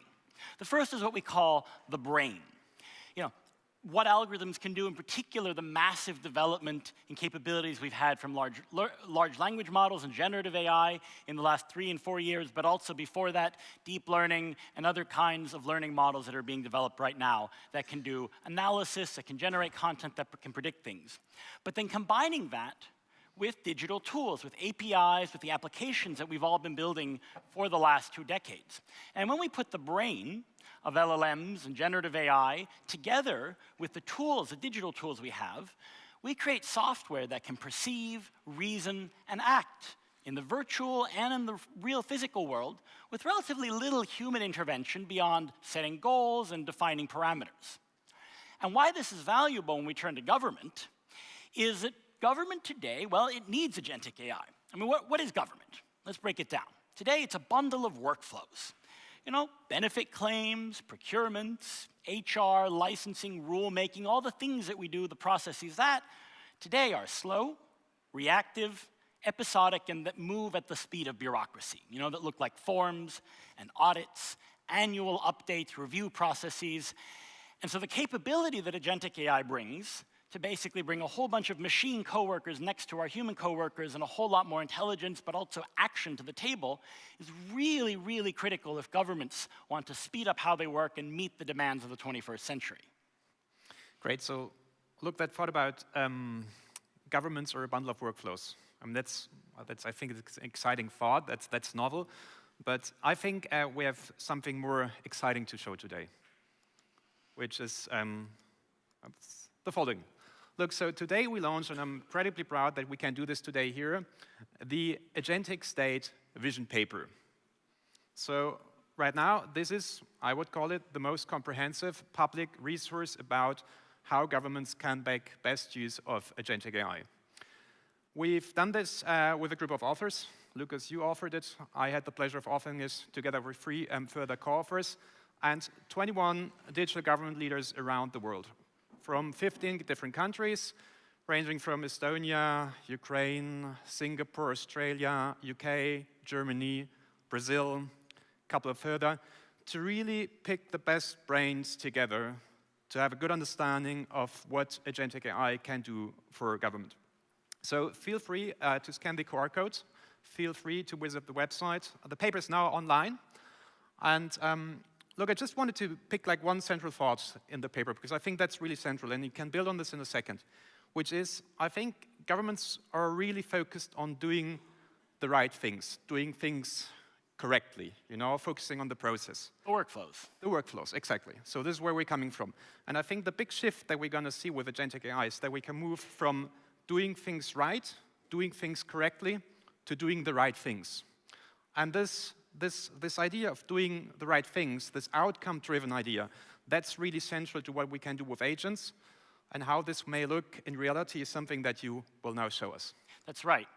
I mean, I think basically it comes down at a high level to what are the KPIs that we actually expect from our governments.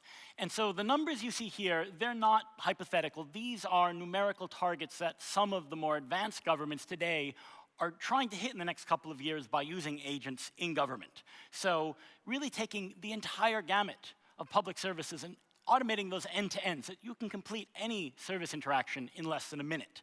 But it's not just about speeding up your existing services. It's about making government more dynamic in how it reacts to unforeseen circumstances, pandemics, crises, war. So creating the ability to launch an entirely new public service in less than a day, technologically feasible today. And of course, what this should do, faster services, more iteration on services, is get our governments to the levels of user satisfaction that the best private companies can offer today, and to give us huge resource savings by really moving 95% of the manual work governments do today into an automated mode that frees up the resources to really deal with the tricky 5% that are the adaptive challenges that are really hard to wrap our head around. Now, to be a little bit more analytic about this, what we've done in the paper is we've broken down what governments do into what we call 6 sort of functional implementation layers. These are functions of government, providing public services, how the back office works, making rules, responding to crises. And then 6 enablement layers that are sort of the layers that government technologists and change managers deal with. And we're going to walk you through a few of these. So what does the agentic state mean, for instance, for user experience? Generally, citizens turn to their government in moments of stress. They've had the death of a loved one, they've just given birth to a child, they need public support in some form. And then, of course, they confront crappy UX, brittle services. Yes, we can try and redesign these as life events one by one, but the sort of top-down processes of how governments are doing that today never are going to adapt to the infinite diversity, because every person is different.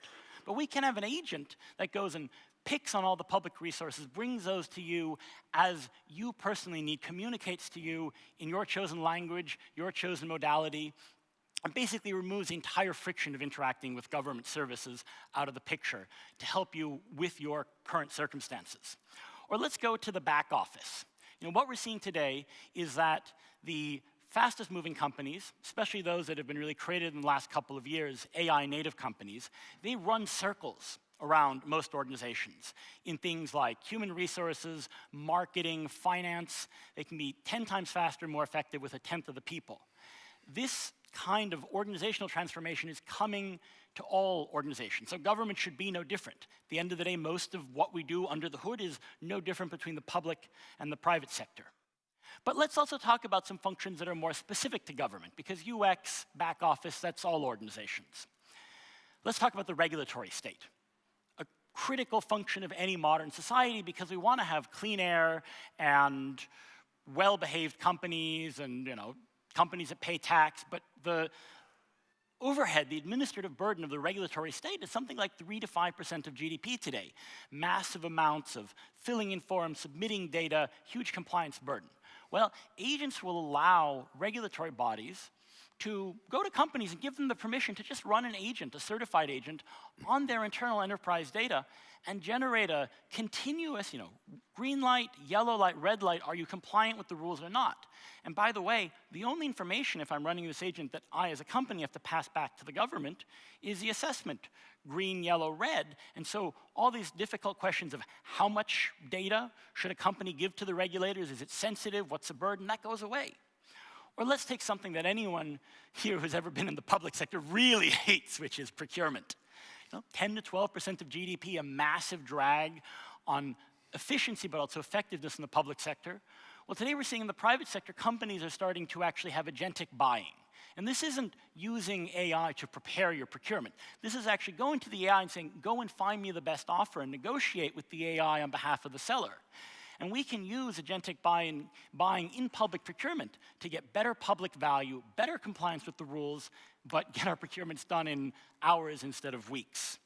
So these are some of the ways in which if we take the capabilities that agentic AI has today and put those to work for government, we really actually change the nature of public sector business.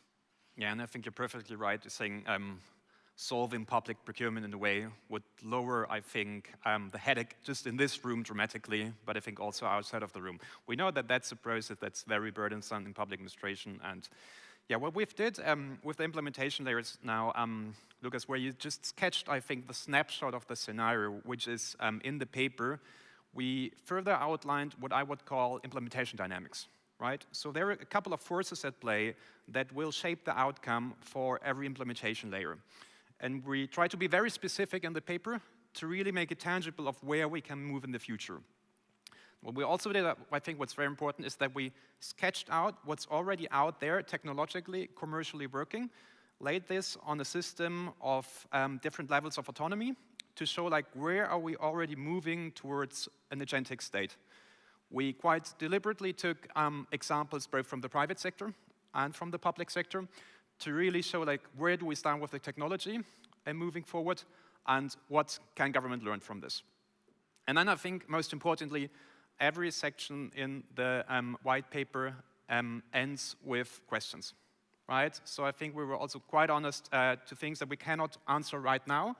And I'm also totally honest that, in the next couple of months, next year, the technology is going to advance so quickly, right, that we continuously have to ask the questions all over again.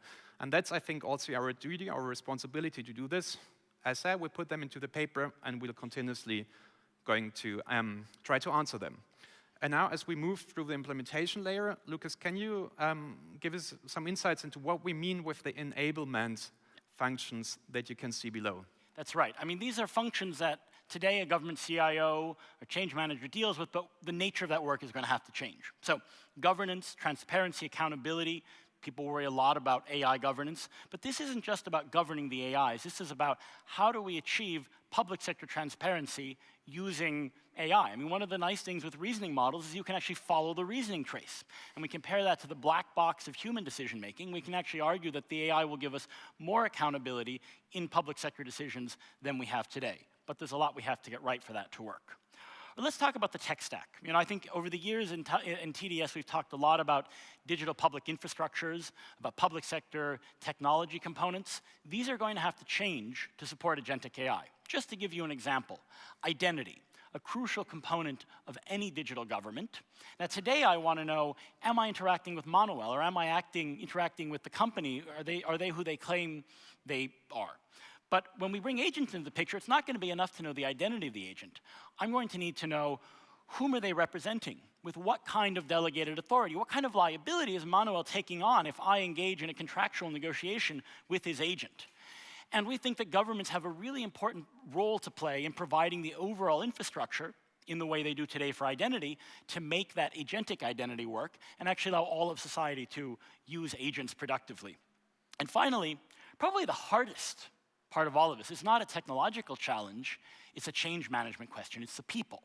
Because as much as we talk about all the cool things that AI and agents can do, they're not going to be replacing humans lock, stock, and barrel. They're going to be complementing them, they're going to be working with humans, and it's going to be a massive challenge, especially for public sector organizations, to actually go through the cultural and organizational changes to make this possible. Yeah, so thank you, Lucas, just for giving us a little bit of a spotlight on 3 of the enablement layers. I think for the last one, for the organization, on the people part, what that really comes down to is that public organizations as we know them, as bureaucratic organizations, in the light of Max Weber, right? This has to really be designed. I mean, the bureaucratic model of Max Weber is not anymore compatible with how we're going to build agentic organizations. And I think that explains how deep the transformation is going to go if we're going into agentic with the state. And one last remark on this, it was said earlier on the panel that building an agentic state will be the most convenient state for citizens and for business. I think that's right, but I think it's also a state that is relevant still. Because I think losing out on this opportunity and staying, I would say, static in an increasingly agentic world that will leave states increasingly irrelevant. And that's something at least that we, I think, together with all the authors, with the contributors, wouldn't allow to happen. Which is why, yeah, we spelled it out in this way. And I look, if you consider the entire framework, I would say it can look quite complex, but I think it actually reduces complexity. Because when governments start to do pilots, you pretty much know within the framework where you are, right? And what consider, and what's your context, and how to move forward. And for example, if you work in one implementation layer, be it workflows, then go through in the enablement layers and get this right. So in that sense, read this framework both, I would say, in the horizontal way to know the entire spectrum of what you can do, and read it also in a vertical way to really go through the enablement layers that have to be there to make the implementation a success. And now we did a bit of talking. We're going to do more talking tomorrow. There's a workshop on the Agentic Stay here at TDS 10:30, 5th floor, where we'd really like you to join us. We can go a bit more into detail because that was right now, I think, really a fast journey through what we've done. And then also looking a bit ahead. The way we now designed this process, designed the vision paper, that was really done through collaboration. And we want to make this more continuous. So please reach out to us if you're interested in working with us on it, either by email or by the website. Contact Lucas directly, contact me directly. We really want to get the best brains together on this, from the private sector, from the public sector. And speaking about bright brains, we can now move on to the panel discussion, for which we'd be very happy to welcome you, Larry, and you, Thiago, to join us to have a bit more of the discussion around our thinking.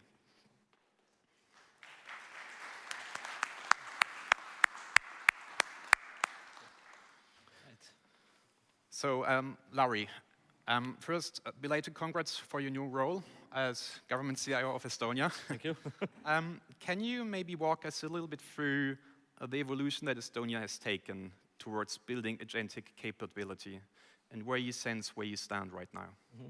Well, first of all, when we are talking about the agentic state, then we are not actually describing anymore the future. In a way, in Estonia, we have been building it since 2018 or so. And if I look back at the whole vision that was already placed back in the 2000s, which many of my colleagues, if not all, shared that we are building a state, whereas I, as a citizen or entrepreneur, need to use the less time with the interaction with the government in my life. That's actually the goal. Then, when we're talking with the AI and we're talking about the agentic state, then of course our goal is still simple but ambitious, to become the nation, whereas the AI and the agents, AI is most widely and wisely used in the government services anywhere in the world. Simple as that. So we see the agentic state as the next natural evolution in the government, from digital to intelligent. Instead of people being behind the computers and wait for the service, etc., that there could be agents that act for, on people's behalf, with full trust, consent, and transparency. That's what we should be doing. And of course, those who don't want to have it, then they have the right not to have it. But I'm sure that 80% of the people would like to lessen their time with interaction with the government. So, of course, we have this wonderful journey already with our CRAT and bureaucrat concept, the vision of a network of AIs working to serve the citizens across all channels, institutions 24/7 as one state. We have event-driven services today, over 200 of our services run with AI solutions. They are already active in public services, from different automated permits and data analysis to assistance and document writing. So in a way, of course, we are experimenting. We are not ready. That's true. But we are already scaling, and that's something very super what I see my colleagues and companies actually doing, and that's that's outstanding. But I have to mention, in parallel, of course, we have also built and improved strong digital rights foundation, that data tracker, for instance, which allows citizens to see who uses their data, which is very important for the transparency, and then when used, let's say, very important for the transparency. Then also consent service, so people can grant or withdraw permission, on the usage of their data with one click. So this is also very important, because let's say there is no intelligent state without the trust and transparency, and this is the basic. I'm not just quoting what has been said here, but I really believe in that. So now we are moving from the AI use to AI agency. So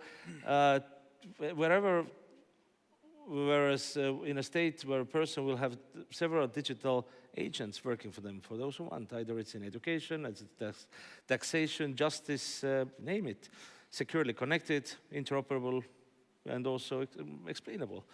And well, just to give you some figures of the ambition, what we have, there are some calculations which have shown that if we do it by, let's say, by like this, and then we like to really build our state to be using AI and agents extensively, then we actually would aim to save 400 million euros in government operations, optimized, by adopting AI and optimized, and also hopefully to deliver new digital services in days, not in months. So that would be actually fantastic, and this is the country I would really like to to live in. And then this also gives a wonderful opportunity for our companies, with the potential, again, with calculations up to 2 billion, or I hope at least 2 billion euros for adding to our GDP. So I very much hope that we are also able to invest on different APIs and open APIs and agent infrastructure, so that our private sector can build on top of state capabilities, creating different useful, innovative, and exportable solutions. So it's all scalable. So it's transformation is not only administrative. The transformation can be way broader. So, and of course, efficiency alone is not enough. I say that the agentic state must be also trusted and an ethical one, and which I think goes by, without saying also, but I said it. Over 80% of Estonians actually say that they want to know when they're interacting with AI. So we take it seriously. All the disclosure, explainability, and right to human review are all core principles of our design. But anyway, so what I want to say also, the agentic state, that's some kind of fright. The agentic state is not about replacing humans. It's about augmenting human capability, letting machines do the stuff that we don't want to do. And really, we should be taking our services so further that the big vision of not spending time with interaction with the government could be accomplished. And then we are not definitely waiting for this future to arrive. We are already engineering it transparently in a trusted way. Yeah, great, thanks for sharing that. And over to you, Thiago. First, Thiago, you're one of the leading GovTech experts in the world. You're also co-author of the vision paper, so thanks a lot for that. You also represent the World Bank here today, and the World Bank kindly endorsed and supported us in doing this vision paper, so thank you for all this. And look, I would like to ask you, because we designed the vision paper in a very universal way. So we wanted to make this fit not only for industrialized nation, for the digital leaders, but really accessible for all countries. What's your take on what's the transformation that lower and middle income countries can do towards an agentic state? Yeah, thank you. And just to say on behalf of the World Bank that it's a pleasure to be a part of this effort, and we thank for the opportunity to support. Look, what do we see for, let's say, emerging economies, right? The opportunity from the perspective of the public sector.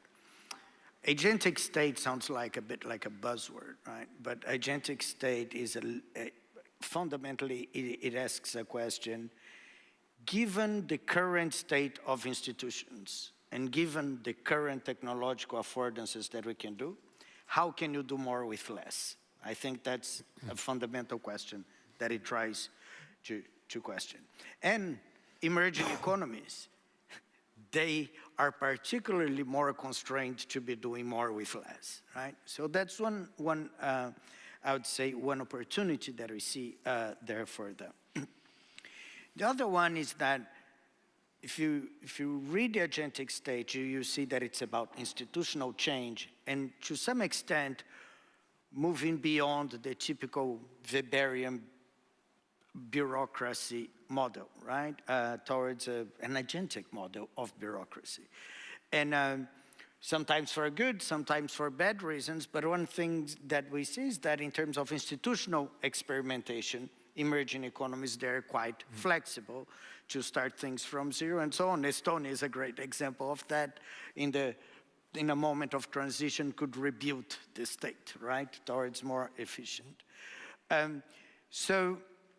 But there's also not only this institutional opportunity, but there's the technological opportunity, right? So with agentic capacity, you do have capacity of doing faster prototyping instead of like having to do a procurement of like 1 million and everything fall apart for you to realize that it's what you didn't need.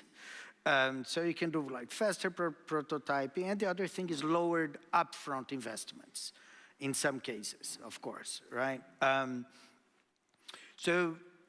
another opportunity is how you can crowd in private sector innovation, right? So let me give you an example to make this very, very simple. At the World Bank, in every place where I work, we do user testing of government service platforms with citizens, but also with people from the department who did that, right? So what is the pattern that emerged? It is that if you take a civil servant or a person from the department and you ask them complete this task, they complete the task in 20 seconds, right? Just like paying taxes in Estonia, right? But if you go to the user, you test and no user are able to complete the task, right? So what happens? These are websites that work well for the government, but don't work well for the citizen, right? So there, one thing that you could do, and it is a bit the direction as well that you see with D in Ukraine, right? It is let the agent be, so to speak, the middleman between you and an interface. Many times an interface that nobody understands, right? That no ordinary citizen can understand. And this is the large majority of particularly middle-income countries. So let that one be your intermediary, and you don't need to be yourself the state investing. Maybe private sector providers will come and be offering that as well. So we see this a little bit as an opportunity. But to get there, one thing that we at the World Bank start to think as well is to do that. First of all, you need to have, at the very basic level, user-friendly or agent-friendly front ends. And maybe making it agent-friendly costs infinitely less than fixing all the problems that you need to fix if you want to make user-friendly digital government services. So that's how we see this opportunity, and in a number of other series, but we can continue the conversation later. Great. Thank you, Thiago. May I comment very quickly? I love the part where you say that maybe, okay, I'm maybe twisting the words a bit, but anyway, to have an agent supporting to translate civil servants to humans. Why can't we write from the beginning like humans? But I get the point. Yeah. Well, the idea, it actually comes from something in Brazil, because in Brazil we have what we call despachante, which essentially is a fixer who navigates bureaucracy for you to open a business, to get the license, and so on. It is a fixer, right? The idea here, it is democratize that and make everyone will have their own agentic fixer to navigate for user interfaces and complex legislation. But I think, this also brings us to the cost of governments not acting. Because we really have two scenarios. We've got the positive scenario where government says, okay, we're going to get ahead of this trend. And either they themselves give citizens the agents, or they set up the APIs and the infrastructure so that you can come with your agent that maybe is provided by a local tech company or by Google. But you also have the situation, which I think we'll see in many countries, where they don't prepare for this, and then individuals and companies are going to start coming with their agents against government infrastructure and services that are not ready for them. So imagine you've got a government call center that today can handle 1,000 calls a day, but you're thankfully limited by the number of people who might call you and speak in Portuguese. Well, if tomorrow everyone who wants something from the government can spin up 20 different agents to call the call center and keep calling until you get what you want, you're going to have 100,000 calls a day, and those government services are just going to fall flat on their face. And so you are going to really have, the agentic society is going to come inevitably, and it's up to governments whether they meet the users where they are or get overrun by it. Yeah.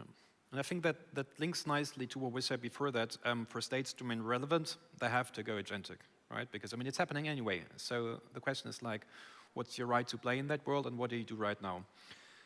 Now, Lucas, I think the nice thing is that, the practical thing is that all states have this challenge, right? Which is, I think, prime for international cooperation.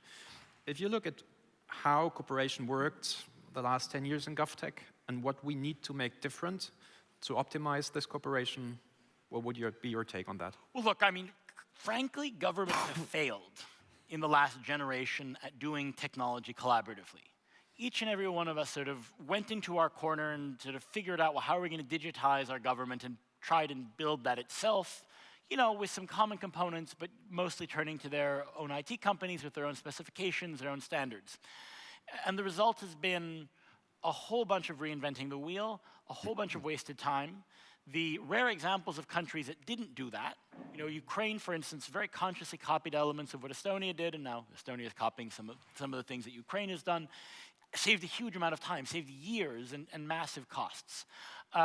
So for me, the hope is, and this is what we've been trying to do with the paper, is that we can start this conversation early enough that we actually harmonize before we start building, right? So that we have a similar vision of what the design patterns might look like, but then we get into more concrete cooperation, common specifications, common reference architectures. For countries that are, close by, that are good friends, let's procure these things together. Let's build the components together. We have some positive examples today. Several countries build X-Road together. So let's start building the bits and pieces of the agentic state in a collaborative manner. And instead of every one of us as governments separately sitting down with technology companies across the world, let's sit down together as common buyers.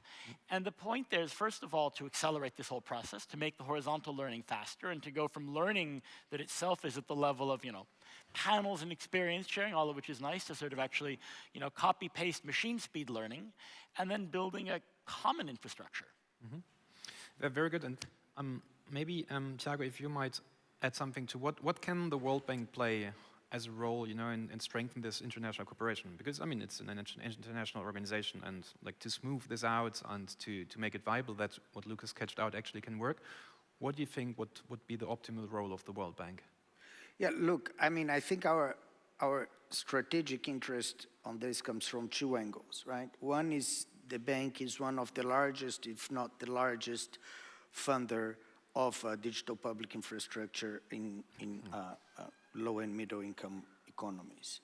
And second, all of our other colleagues working, be it in education, health, and so on, in our departments at the World Bank, they're all trying to do, again, more with less, right? So for us, this is a strategic agenda, right? So the way that we are thinking about this internally, right, and I think this would be part of iterations after the launch of this paper, it is what are the best mechanisms through which we can support this? Is this through, probably will be through our already existing instruments, but then creating requirements. So for example, from now on, if you're gonna have procurement of DPI, there will be, for instance, technical requirements that go with that to do that kind of like agentic friendly, right?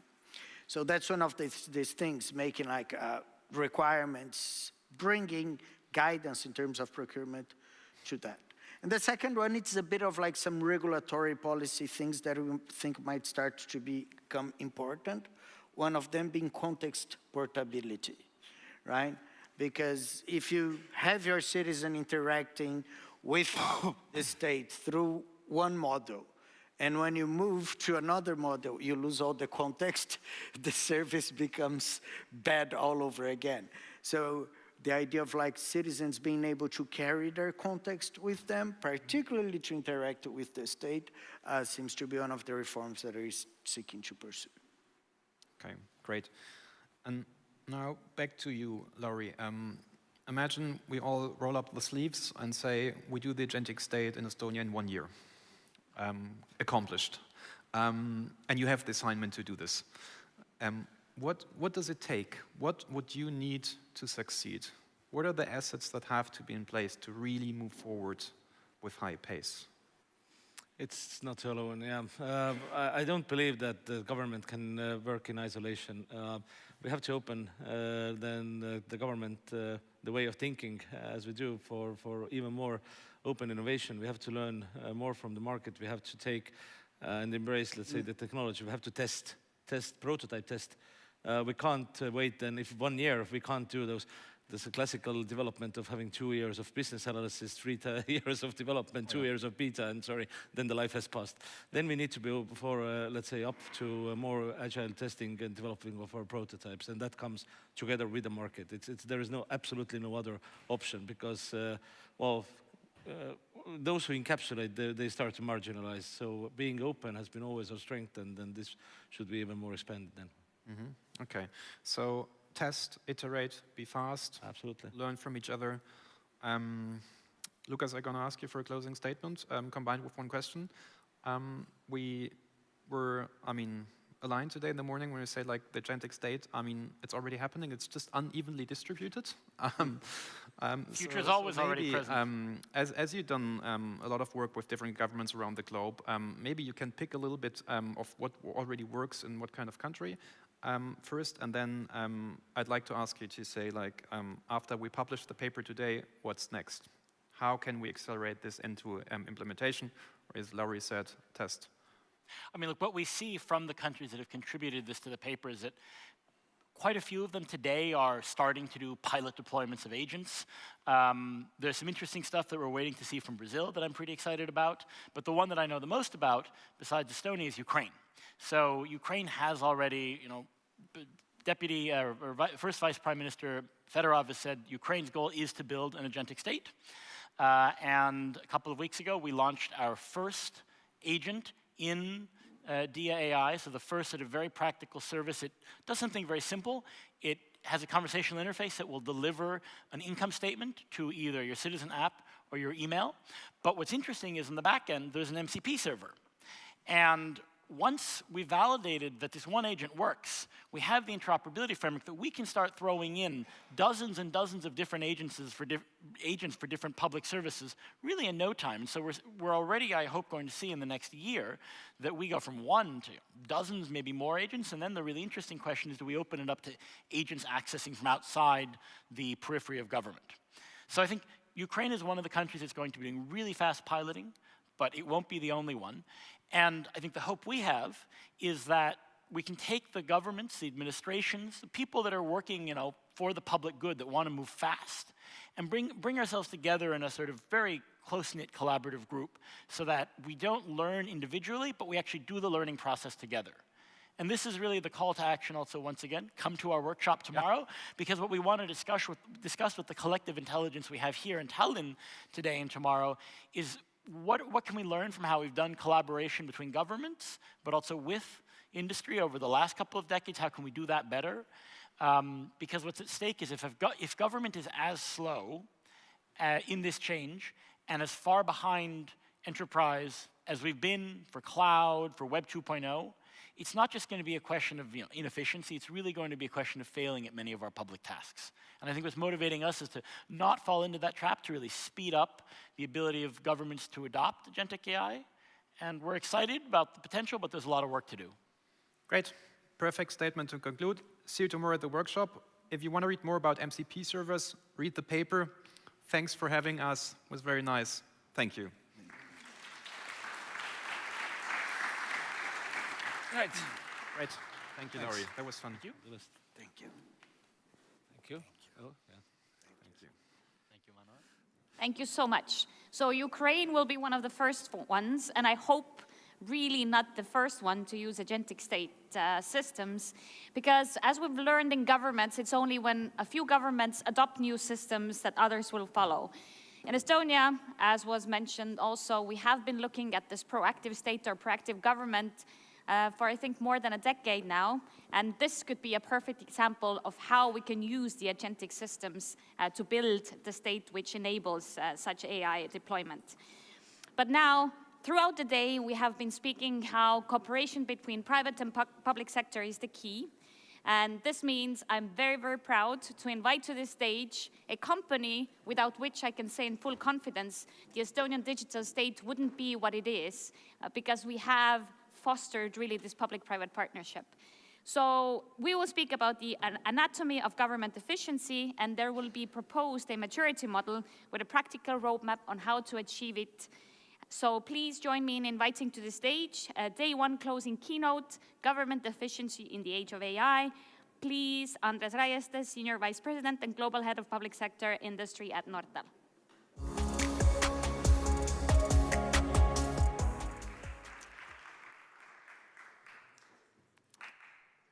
Thank you, Sandra. Also, really thank you for the opportunity for the closing keynote of today. So lots of really good ideas that all of us should be taking home from here. So, hi, my name is Andres Raieste. I'm from Nortal. Nortal is a international digital transformation company. So we're proudly born here in Estonia, headquartered here in Tallinn, but operate internationally across Europe, Americas, and the Gulf, among other countries. So, for the past 25 years, we have been pursuing to improve government efficiency using the means of information technology while navigating also what it means for our society. Just small joke, so one colleague of mine 50 minutes ago told a very fitting joke that why do cars have brakes? So, because we want to drive fast. So this is fitting to this context, that we want to improve efficiency, to go fast, but there's considerations. So I'll be presenting wider ideas from a research group on this topic, written into a smaller report by different experts from Estonia, UK, and US as a public-private academia partnership. And we go much deeper in that report, but I will be talking about some of the key takeaways that perhaps are interesting. So, for context, major technological shifts that improve efficiency, it has happened so many times in history. So, among others, for example, writing, the price system, digitalization, now we're talking about AI, but all of these fundamentally, they condense information and allow to facilitate information in a better way, also change how we collaborate, change supply chain, improve productivity, and so forth, and all of which have had paramount impact on how we live, what our society and economies look like. So in this, the key question is that how will major technological shifts like AI, how does it change our society, how we govern, and how much control do we actually have in all of this process? So there is actually a way how to look at it. So it's useful to turn to different socio-technical principles like Conway's law, among others, which say that the technological decisions that we do, they reflect in the organization and governance and the other way around. So for example, if we adopt too much surveillance technology, it will eventually erode democracy and lead us more into a surveillance society. Similarly, if we, for example, if we design our digital government in a centralized way, it will erode certain democratic principles, consolidate power, lead into different authoritarian mechanisms, and so forth. But if we actually implement democratic principles into the digital government, it will actually reinforce democracy itself. Now, with AI is inherently an untransparent technology. And the trick there is, but it has a huge impact on efficiency. So the trick there is that we must learn how to utilize AI, which is fundamentally untransparent technology, in context of a democratic digital government. What do we need to do for that? So to understand how to do that, first, it's beneficial to look at what government efficiency actually means. So what is government efficiency? So, and maybe even more importantly, government efficiency for whom? So who is to benefit from that efficiency? So the select top people or the society as a whole. So looking at our societies, the purpose of government efficiency is to maximize the use and potential of resources and individual contributions for the whole of society. So using public resources to their maximum extent for public value. And then government efficiency itself is a virtuous cycle of state capacity to implement policies, then operational efficiency in executing on those policies, and then public trust, which reflects actually how well are we doing all of this. So a virtuous cycle. So for example, if there is enough public trust, that will allow us to implement reforms. Reforms allow to increase operational efficiency, and if we're using the taxpayer money wisely, then in turn that will further facilitate trust. So practically speaking, we also argue that any digital government initiative that cannot articulate its impact on those terms likely isn't good investment. But there's always trade-offs. There's always trade-offs.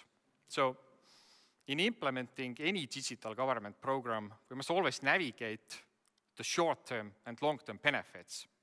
For example, total control over supply chain and sovereignty versus adaptiveness to incorporate latest technologies which might be proprietary and closed. For example, that's a trade-off, and so on. But we argue that actually there is actually no trade-off between long-term efficiency and democratic principles. So centralization, for example, it can lead into short-term efficiency boosts, but for a whole of government efficiency, democratic principles actually optimize the use of resources and individual contributions, which actually leads into long-term benefits much better. So, for example, self-organization as a democratic principle that drives innovation and resilience. So transparency drives uptake, and so on. So there's a lot of plenty of hard science to back up this claim, but democracies generally are more efficient per capita. And this is where we must not confuse volume of large countries with per capita efficiency, different things. So if we want the entire government and digital government to be efficient, then in reality, in fact, we must embed democratic principles in it, while also navigating the other trade-offs like sovereignty, resilience, sustainability, and so forth. But there is actually no trade-off needed between government efficiency and democracy. So I'll exemplify this, being here in Tallinn, I'll exemplify this with Estonian digital government, what we mean by it, which both intuitively and by intent has also been designed using the same democratic principles and has had to navigate the same trade-offs. So Estonia is small, and one could argue that all Estonia needs is one super database, and boy, have we heard that a lot, that argument, but it doesn't work. So it would completely bottleneck all innovation, efficiency, long-term trust. So and instead, what we do, we use strong checks, checks and balances that do not allow to concentrate power, but also at the same time, they push down the level of innovation to individual departments, which leads into faster adoption of innovation. So this is a good example how actually democratic principle is driving efficiency and innovation. So we also, similarly, we prefer open standards, interoperability over specific technological choices. So this allows to incorporate simply new technologies faster. So for example, you could think of it like a plug-and-play system or an ecosystem approach.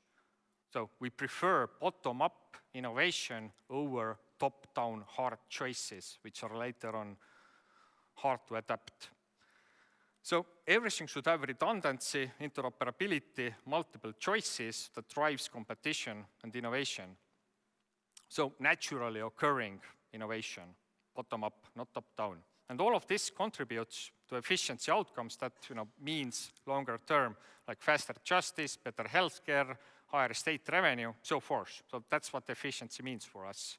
And it also makes adoption of new technologies like AI so much easier. It's like plug and play. So how do we get there, or what's the practical recommendations? So some key recommendations. So first, in this, we need to have a strong and trusted foundation that enables to incorporate fundamentally untransparent technologies.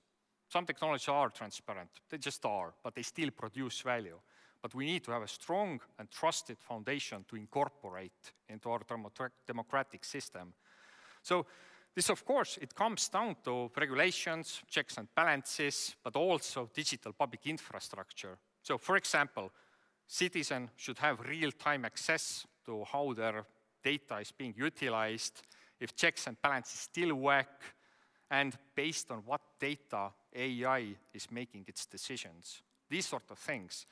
We have something similar like this in Estonia, not exactly like that, but something similar. And it's bloody simple. It works really, really simple. And these are those things that actually enable safe use of AI in practice through transparency. Then, next, we must prioritize still whole of government information systems and services, but also still applying the same principles. So this is where the true efficiency in practice comes from. So for example, making police, prosecution, courts, prisons, probation, and so forth, the entire justice chain legally exchange information in real time, we're able to significantly reduce the cost of justice for the sake of faster justice, less corruption, better business environment, and so forth. It's a good example where the real efficiency really comes from. So similar examples are almost in every single government domain. So for example, healthcare, urban planning, so almost every single government area, including defense. So what's the purpose of all of this? So all of this allows to offer much better personalized services to all parties involved, whether with AI or not, but significantly better services. We can rethink entire philosophy behind the public services, what value they provide to the citizen, and how to incorporate the entire market to the provision of the public services involved. But underneath all of it, it still requires very mature information systems and collaboration between the government departments and doing that equitably. So AI magically cannot do all of that, but it absolutely can help to accelerate that entire process. But we have to do that very smartly. So in a ways that actually improves the citizen experience. So I absolutely believe that, for example, agentic AI services will improve longer term the efficiency of the public services, but there is a huge difference whether they will look like this or they will look like chatbots. It's the matter of user experience. They can also look like this. They don't have to look like chatbots. So it's the user experience that actually matters in the end. And when adopting technologies like AI, we still need to keep the user at the center of it. Lastly, the impact on democracy itself. So there's a lot of civil servants in the room and policymakers. And I would be willing to bet more than my lunch that most of you use GPT in your work. I do. I don't know how many times per day, but a lot. So, but practically speaking, policy documents are already being drafted with AI. This is the reality. So, and also with very mature level of digitalization, which is feeding real-time information into policy making, which is now also accelerated with AI, the real problem that we will be facing and already are facing is that the traditional democratic processes themselves are becoming a bottleneck. So if we have a fast policy cycle, but we cannot actually elect properly on those policies, this is where the problems will start to occur. And this is where the real decision points, what do we do with that? So we have now diverging futures possible. So will we actually shift more of the responsibility to algorithms or a smaller group of technocrats, or in fact, we can also let democracy evolve, so by digitalization. So we have options to consider different tools like digital voting. We have that in Estonia. More than 50% of Estonia is using digital voting. There's also elements of digital direct democracy. There is also liquid democracy with AI-augmented representation. Different things, different options, so that we have actually option that holds how to keep democracy while using AI and different technologies that will capable of accelerating the entire government policy cycle, but still keeping us democratic. But different futures are possible. And what's complex in this is that these are actually technical decisions and policy decisions at the same time. So the digital government leaders are making a lot of those decisions. They may seem like political decisions, but they are technical decisions as well. And these are also technical decisions that are disguised as policy decisions and the other way around. So practically speaking, these are your decisions. So how you implement digital government eventually means what is the society where we will end up living in. Thank you. These were some of our thoughts on how to navigate government efficiency while living in a democracy, with our key message that these are coexisting and reinforcing concepts. We cannot and must not look efficiency and democracy as opposites, but in reality, these are things that go together and they reinforce each other. Thank you.